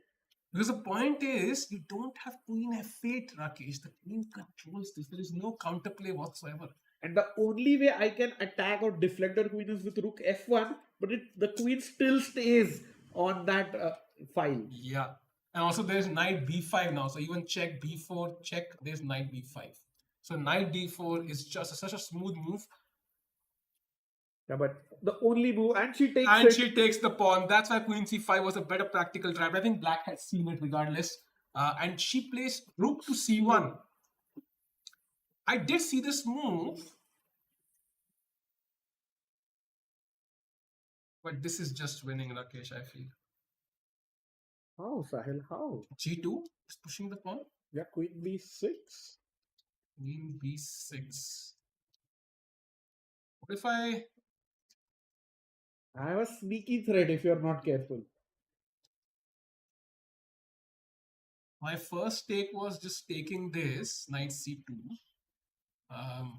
Okay, does c2, yeah? What if I go queen c5? You do have knight b4, right? Oh yeah, then your king is safe. Yeah. The idea is if you take with the rook, I can give a check on b3, king a1, b1, whatever. Oh wait, this doesn't win. This control. I managed to find out. But okay, queen d3 still wins. But yeah. But no, this is tough. This is tough, I agree. Yeah, then not knight c2, I think. Okay, both players have 5 minutes now, so the game should move forward very quickly. But rook c1 may be a decent last attempt. Good, human move. Yeah, she will have to play queen d6 next and try to renew that mate in one threat. Yeah, maybe then play c3 and you hope for the best. So let's say black passes, yeah? You play queen d6, black passes, and now you play c3 maybe, and now there is some mating ideas. So this should win. But of course, black will not pass. Okay. In fact, with your C3 idea, I'm thinking maybe she could have played on the last move, but we'll stick with the live game because looks like Nurgul is gonna play something. She has 5. She's less time than her opponent now, by the way. It's very interesting. But your idea of C3, if she had done that, apparently Queen H1 just wins. Queen F8? Yeah, Queen F8 and now Knight C2 controlling Okay, both these squares. And by the way, it's move on the board. G2. G2 played, so she pushes her pawn. And now I think it's White's last try to potentially get on this diagonal somehow. Queen D6 maybe, and hope for the best. I think this is one of those positions where the engine is saying -9 or whatever, but it doesn't feel like that. No, I mean, it can change -9 to +9 in one move actually. So exactly. If you go wrong. Imagine if you just played like a move like Queen F2, I'm thinking it's already better for White. So one move and it changes. Winning actually for White there. Has less than 5 minutes. G2. Its last move.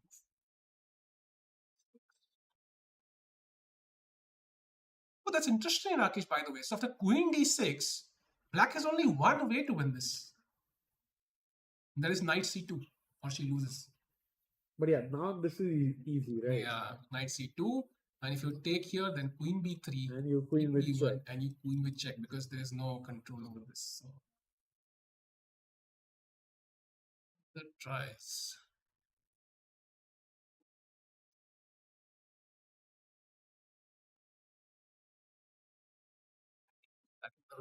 No chance actually.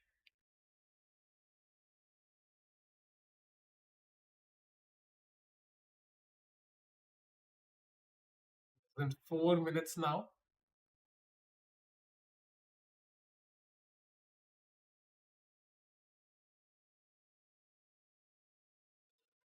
Well, I was just trying to make some random human moves. Yeah. So Rook C1, G2. I was thinking maybe like what if I continue the C3 idea? Knight, what do you play? Knight B3. I saw this in Knight E2 now actually. Okay, doesn't matter. I play Queen D6. Queen D6, but it's check, no? King F1. King? Yeah, King B1. King B1. Check. King A1. Check. King A2. Like check and check, no? Yeah, so it's like, Yeah. I know I'm going to lose, but just some try that I want to do before I lose. Yeah. I think Nurgul will definitely find Queen B1 check. I think if you want to trick Nurgul here, you will need a slightly rare pattern, let's say. And G2 on the board, just 3 minutes left.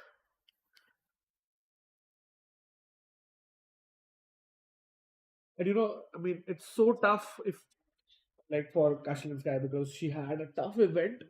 You take a rest day, you go out, explore the city, explore the country a little bit, but you play this nice game, you're almost so close to the win, but you end up losing again.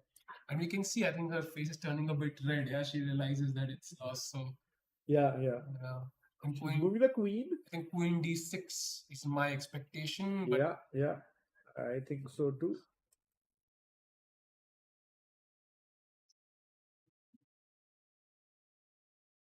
The idea being if Queen D6, Black decides to promote, then at least you have this at the end. So Black will need to come up with Knight takes C2 there. Just 2 minutes for Alina. Less than 2 now.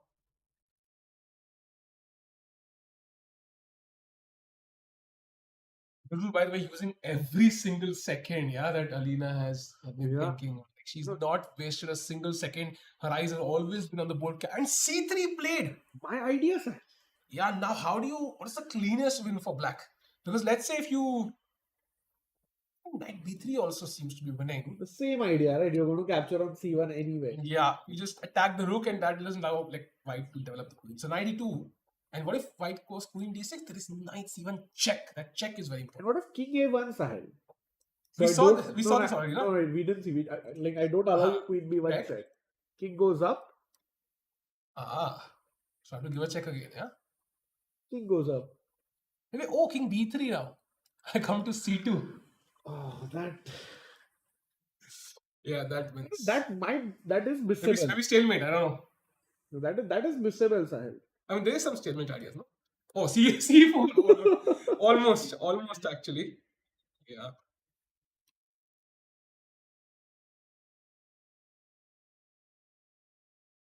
Four minutes now. He's about to move.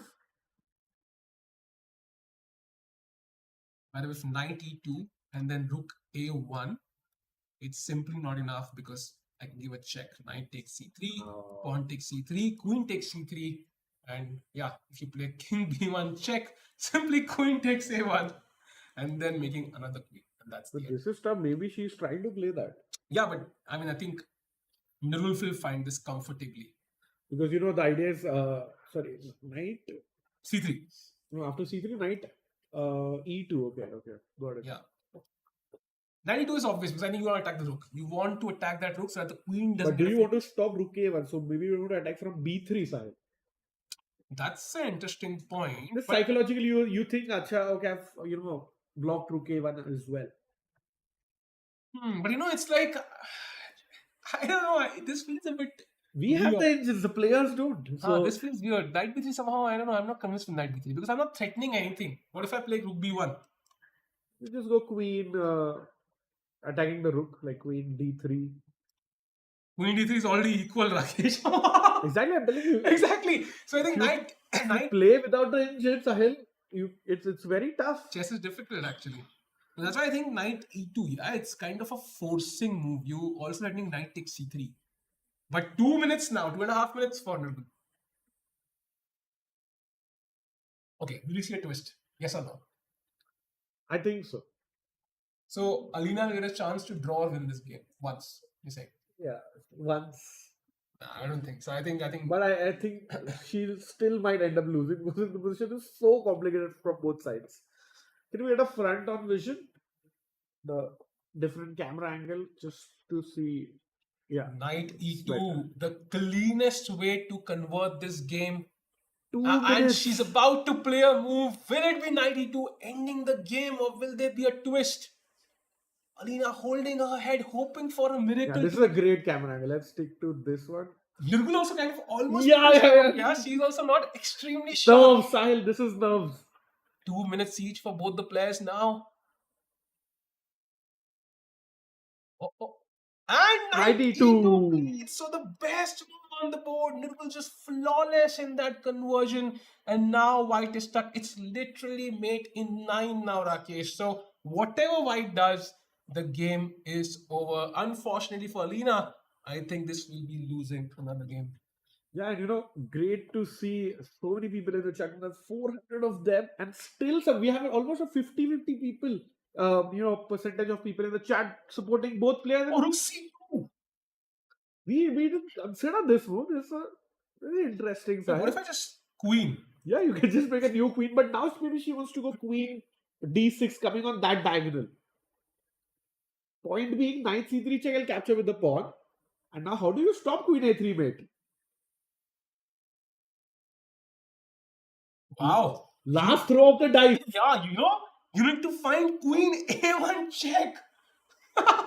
And after king a1, king b3. Okay, that's not. Yeah, that's tough, Sahil. That's tough. In 2 minutes, that's not easy. Okay, so nice try, rook c2. So anything apart from queening, is there anything else? That feels the most natural move, Yeah. right? Queen f6 is interesting. Go back and control the queen coming to the diagonal. Yeah, but that's also not what you usually play, right? In that situation. Yeah. That's not coming to move. Also, by the way, knight d4 seems to be winning. If you take with the pawn, there is queen b3 check winning the game. I think that is possible. That is possible. That is much more possible. She's been playing moves with the knight for a while. 1 minute for Salimova. Can she find it? Knight d4, rook c1 is repetition, by the way. She will have to be knight 2 again. 50 seconds for black. She's going to queen. I think she's going to queen. No, what? Queen f4? I told you it's a twist. It's a twist equal now. Completely equal now. That's a big blunder. What a blunder. Oh my god, it's drawn now. Oh, it was mate in 9. Mate in 9. And the game has turned on its head. Mate in 9. And now it's completely equal. You wanted a twist, Sahil. You got one. But Rakesh, what's the move for white now? Don't forget, white has to find either queen d8 or queen a7. These two moves. I mean, queen a7 I get. What is queen d8? Yeah, but like queen a7, you protect the pawn from, and she plays queen a7. Wow. What Respect. a find. What a find. Queen a7.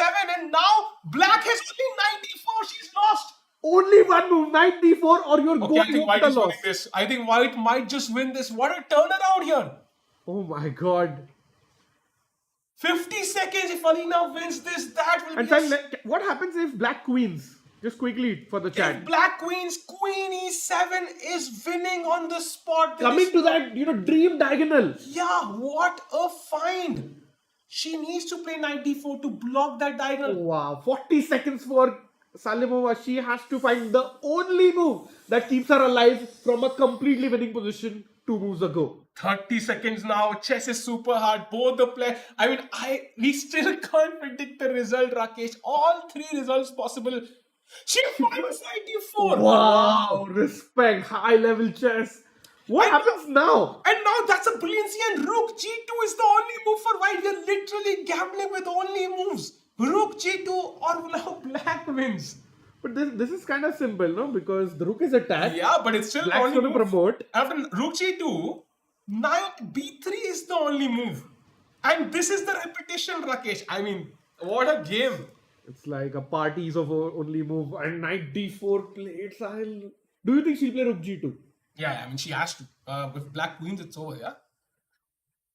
And the point being, if you can't capture with a pawn, because after queening, even if you play queen c5, Sahil, now the rank has opened, so you can easily stop queen a3 mate by just putting one of your queens there. Yeah, the pawn has moved. So, can she find rook g2? Only move. She has 1 minute to find this.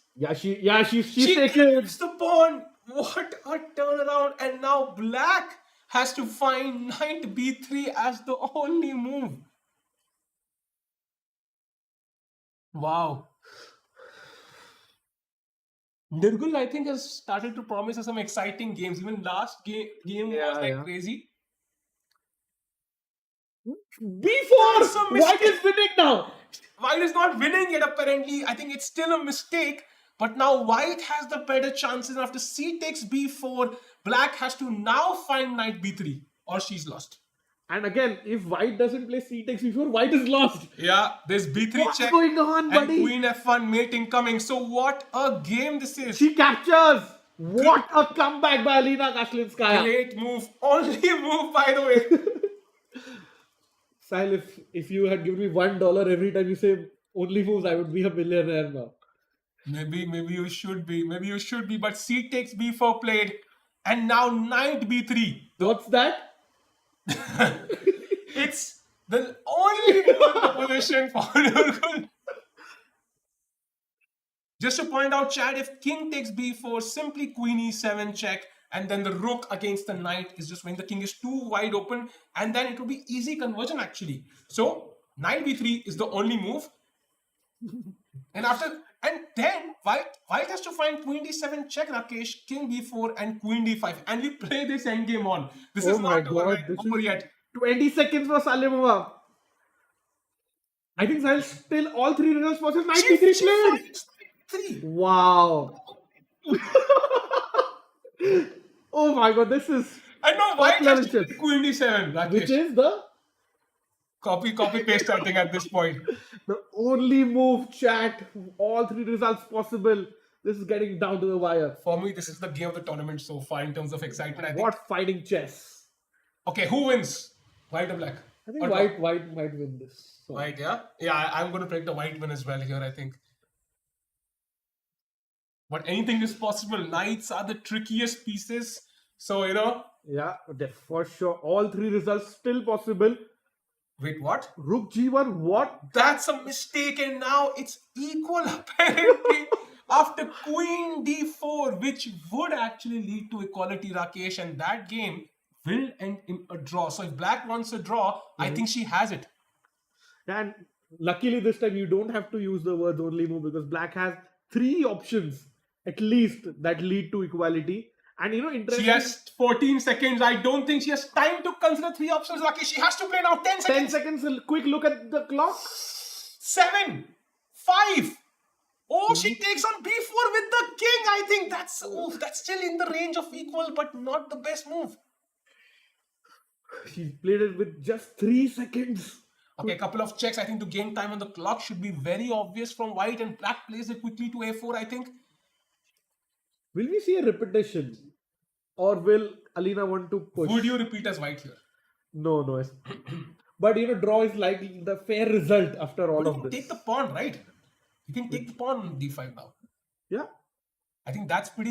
You can give a couple of checks, gain some time, and take a pawn on d5. that's what she's doing. She's eyeing that d5 pawn. She takes it, She Sahil. takes it, so tries for a win, no draw.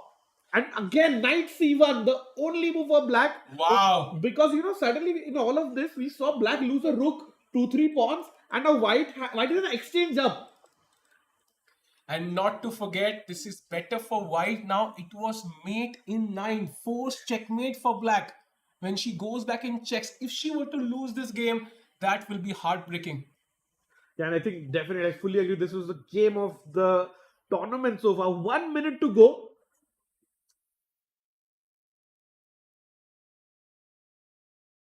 She plays knight c1. She plays knight c1, and I think now king a1, knight b3 would be repetition. So Alina, if she wants to play on, has to play king to b1. She has played that.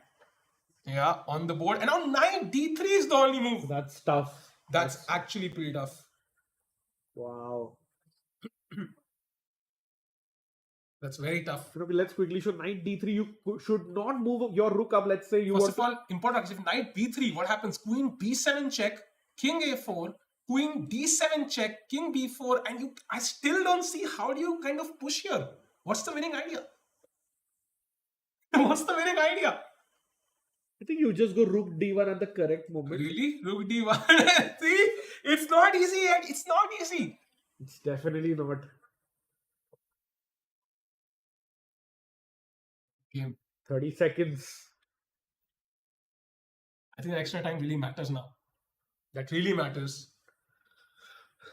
Alina has gone up to 3 minutes suddenly because she's and simple moves to play. That's important. She will have one long think, and she's using that time Nirmal is using right now. And now knight d3 she played. finds Wow. knight d3. That's a great move. But Rakesh, now queen g2 is possible. White can stabilize a little bit. Bring the queen back to the defense. Yeah. And then it'll be a long defense for black. And with the king on b4, it's not going to be easy. I feel Nurgul, she thinks she has lost it. She's bottled it. And she thinks she's lost. But because of the knight activity, she's in fact still in the game. Yeah. And I would play queen g2 just to not allow queen d2 from black. When it's possible to lose this, she gives a check That's first. good. Gain a few seconds. Yeah. But do you want to gain a few seconds? Opponent has 40 seconds, Rakesh. No, I think if Alina thinks her position is winning, it doesn't matter. And as you see, arbiters coming in and putting in an extra score sheet because 60 moves about to be completed in this game. And king a4, and it's a good way because it's the only way. If king c5, it's apparently lost again. So because you see how queen e7 check, king b5, and the rook now comes to g5. So king c5, queen e7 check, king b5, rook g5 just loses on the spot. Yeah, that's lost. And king c5! That's a blunder. It's over now. Oh my god!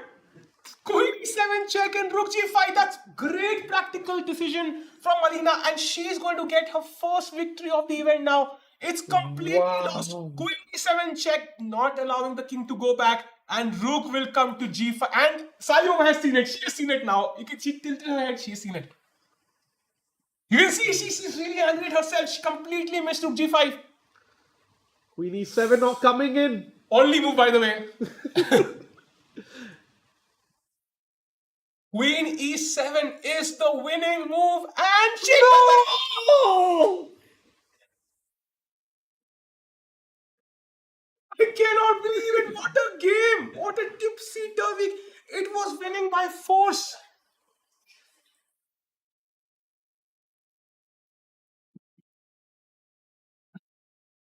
Wow. Wow. If Sahil, you're watching this, like the stream because anything can happen in king chess. b4. So maybe we can go into that variation again with queen b7. Queen b6. So now it's only move king a4. Oh, Alina will be so mad when she goes back and checks that. It was not even that tough, to be very That was honest. not tough. That was not tough. I think as white, you're always looking on how can I give a check with the rook, right? That's the way to win this. Exactly. So rook g5 would have been, should have been in your radar at all times. And Nurgul 100% saw that. She tilted her head towards the left. She shook her head a little bit. She saw it for sure. Wow. I think this game has more plot twists than Game of Thrones, I think. Absolutely. Hope it has a better ending. But as of now, Queen b6, King a4. He had time also, Sahil. She could have thought. Just to point out, this was the moment. We can quickly show the card. Like, King b5, rook No. g5 check. The rook gets up, and doesn't matter where you go with the king. Yeah, king. I can just it's a ladder mate. Yeah, one by one. Rook yeah, d7. and if I'd gone king ahead, then it's just mate in one, right? Yeah. So if king a4, then queen a3. That pattern again. So the rook joining the party was important for white, and Wow. now are we back to equal, Sahil? Don't ask me. I think this is anybody's game.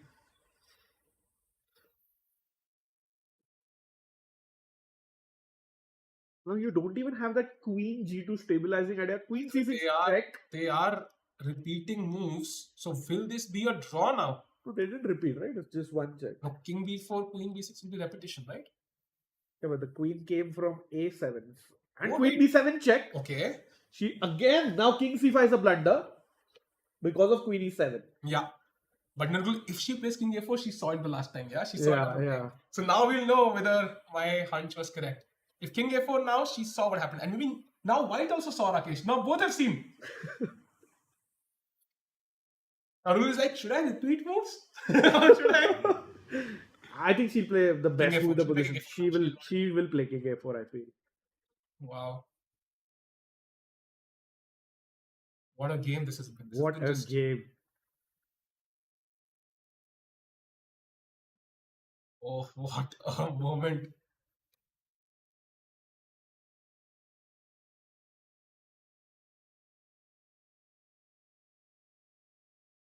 The game of the tournament. Maybe it will only stand, for one day after we have the Zhu and Humpy game tomorrow. But as Yeah. of now, absolutely the game of the tournament. 35 Full on- seconds for Salimova. Full on drama.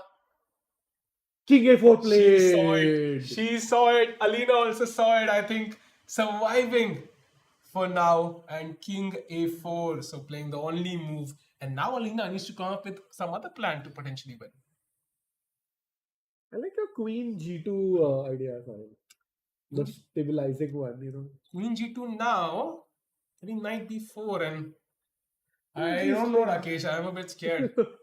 There's some check on f5 and smothered mate is looking a bit too real. So So there's no pawn to smother. yeah. But still, it's a bit uncomfortable. For sure. Kaslinskaya thinking, looking for her first win. What? Oh, King? what? King- What? King a1. Oh, she gets out of checks. Oh, that's not a bad move actually. That's not a bad move because it forces black to kind of commit. For example, if knight b4, queen d7, and white is completely winning yet again. Because Rakesh. if the king comes ahead, do you have queen d1 Yeah, check? queen d1 Knight check. C. Needs to counter check, but now king b1 wins. Wow. It's like and queen e4, Sahil. Let's just continue. And it's like Now, everything is pinned. yeah, rook g3 check and you win. So nice move, king a1. I like it. Experience showing there. 35 seconds again for Nurgul Salimova.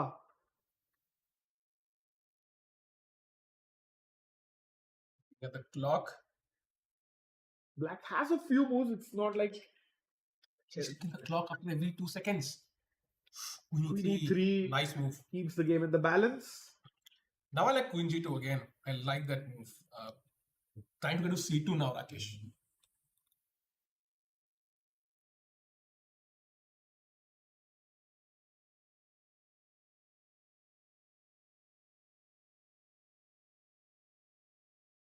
And White can always throw in a couple of checks whenever she feels it's there's less time. But I like your logic also. Why to gain time when your opponent is in time pressure? Yeah, because at the end, if both players had 10 minutes here, this would be a draw now, I think. So it's more about using that time pressure to your advantage.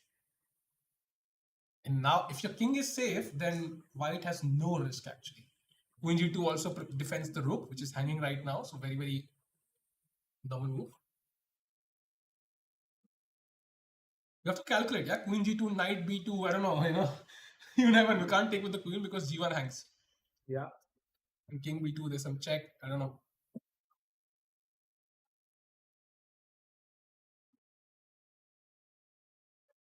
And white still thinking about to play a move. She is about to move the rook. That could be a mistake. No, rook h1 played. Nice move. Rook, I think anywhere here could be a potential target. So rook f1, for example, I don't know, queen e2, maybe it could be a problem, threatening both at some point. So queen has to defend this now. So rook h1, very practical. Nurgul is about to play. I think this is a great angle where we got a bigger board Yeah, I love as this. well. Knight b4, Sahil.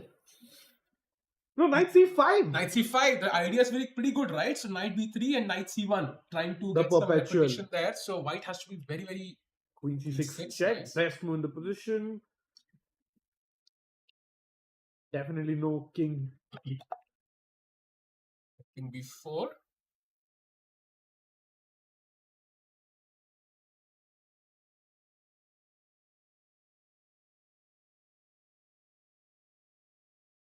King b6, king a4 could be a repetition if white really That wants would it. be a fair result overall in the larger scheme of things. Yeah. And to really not downplay the kind of game you've seen. What a game, man. It's been amazing. If every chess game, was like And this, they are repeating, Sahil. there would be once. Maybe white pushes now, Rakesh. Maybe.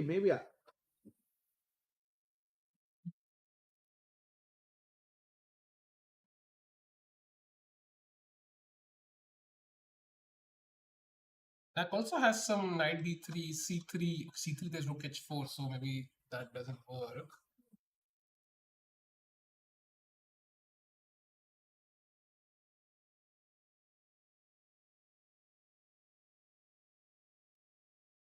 Both players have in fact 2 minutes.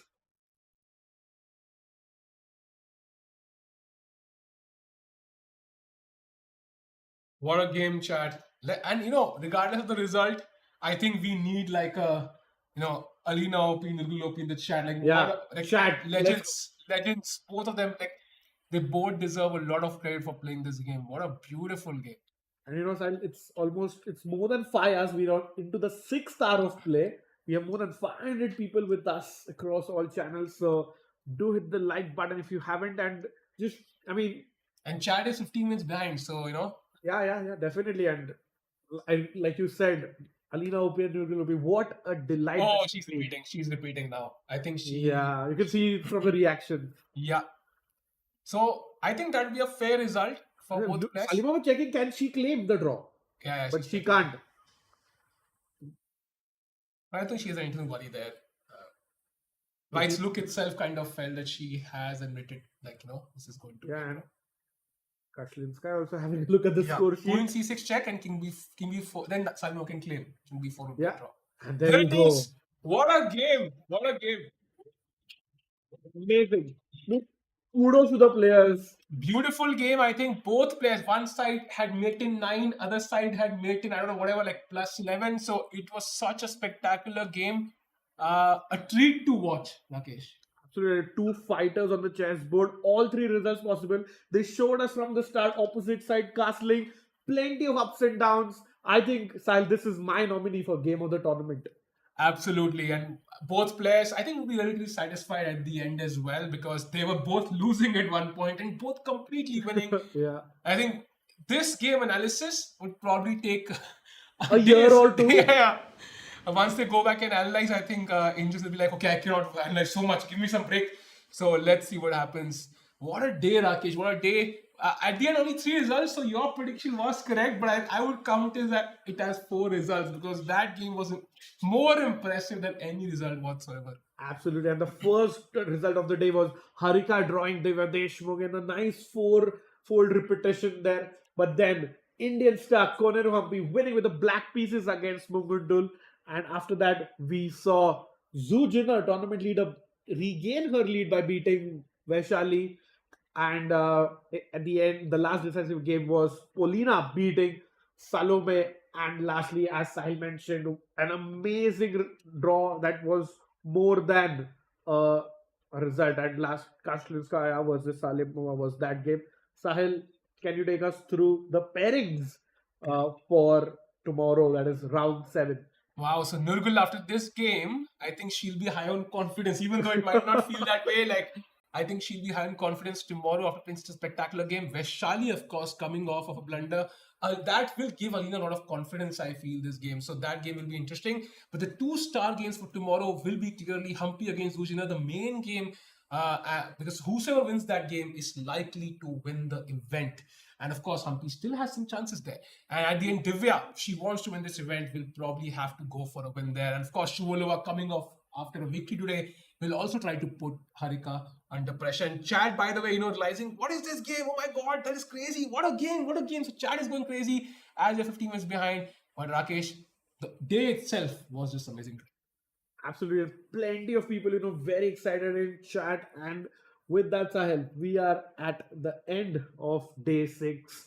Day 7 is going to be, again, a very promising encounter. The main clash is the one between Humpy versus tournament leader Zhu Jiner. Sahil, are you excited for tomorrow? Absolutely. I mean, I was literally jumping off my seat 10 minutes back, so I can imagine it's only going to get sharper and more exciting as we reach the final stage of the tournament from tomorrow.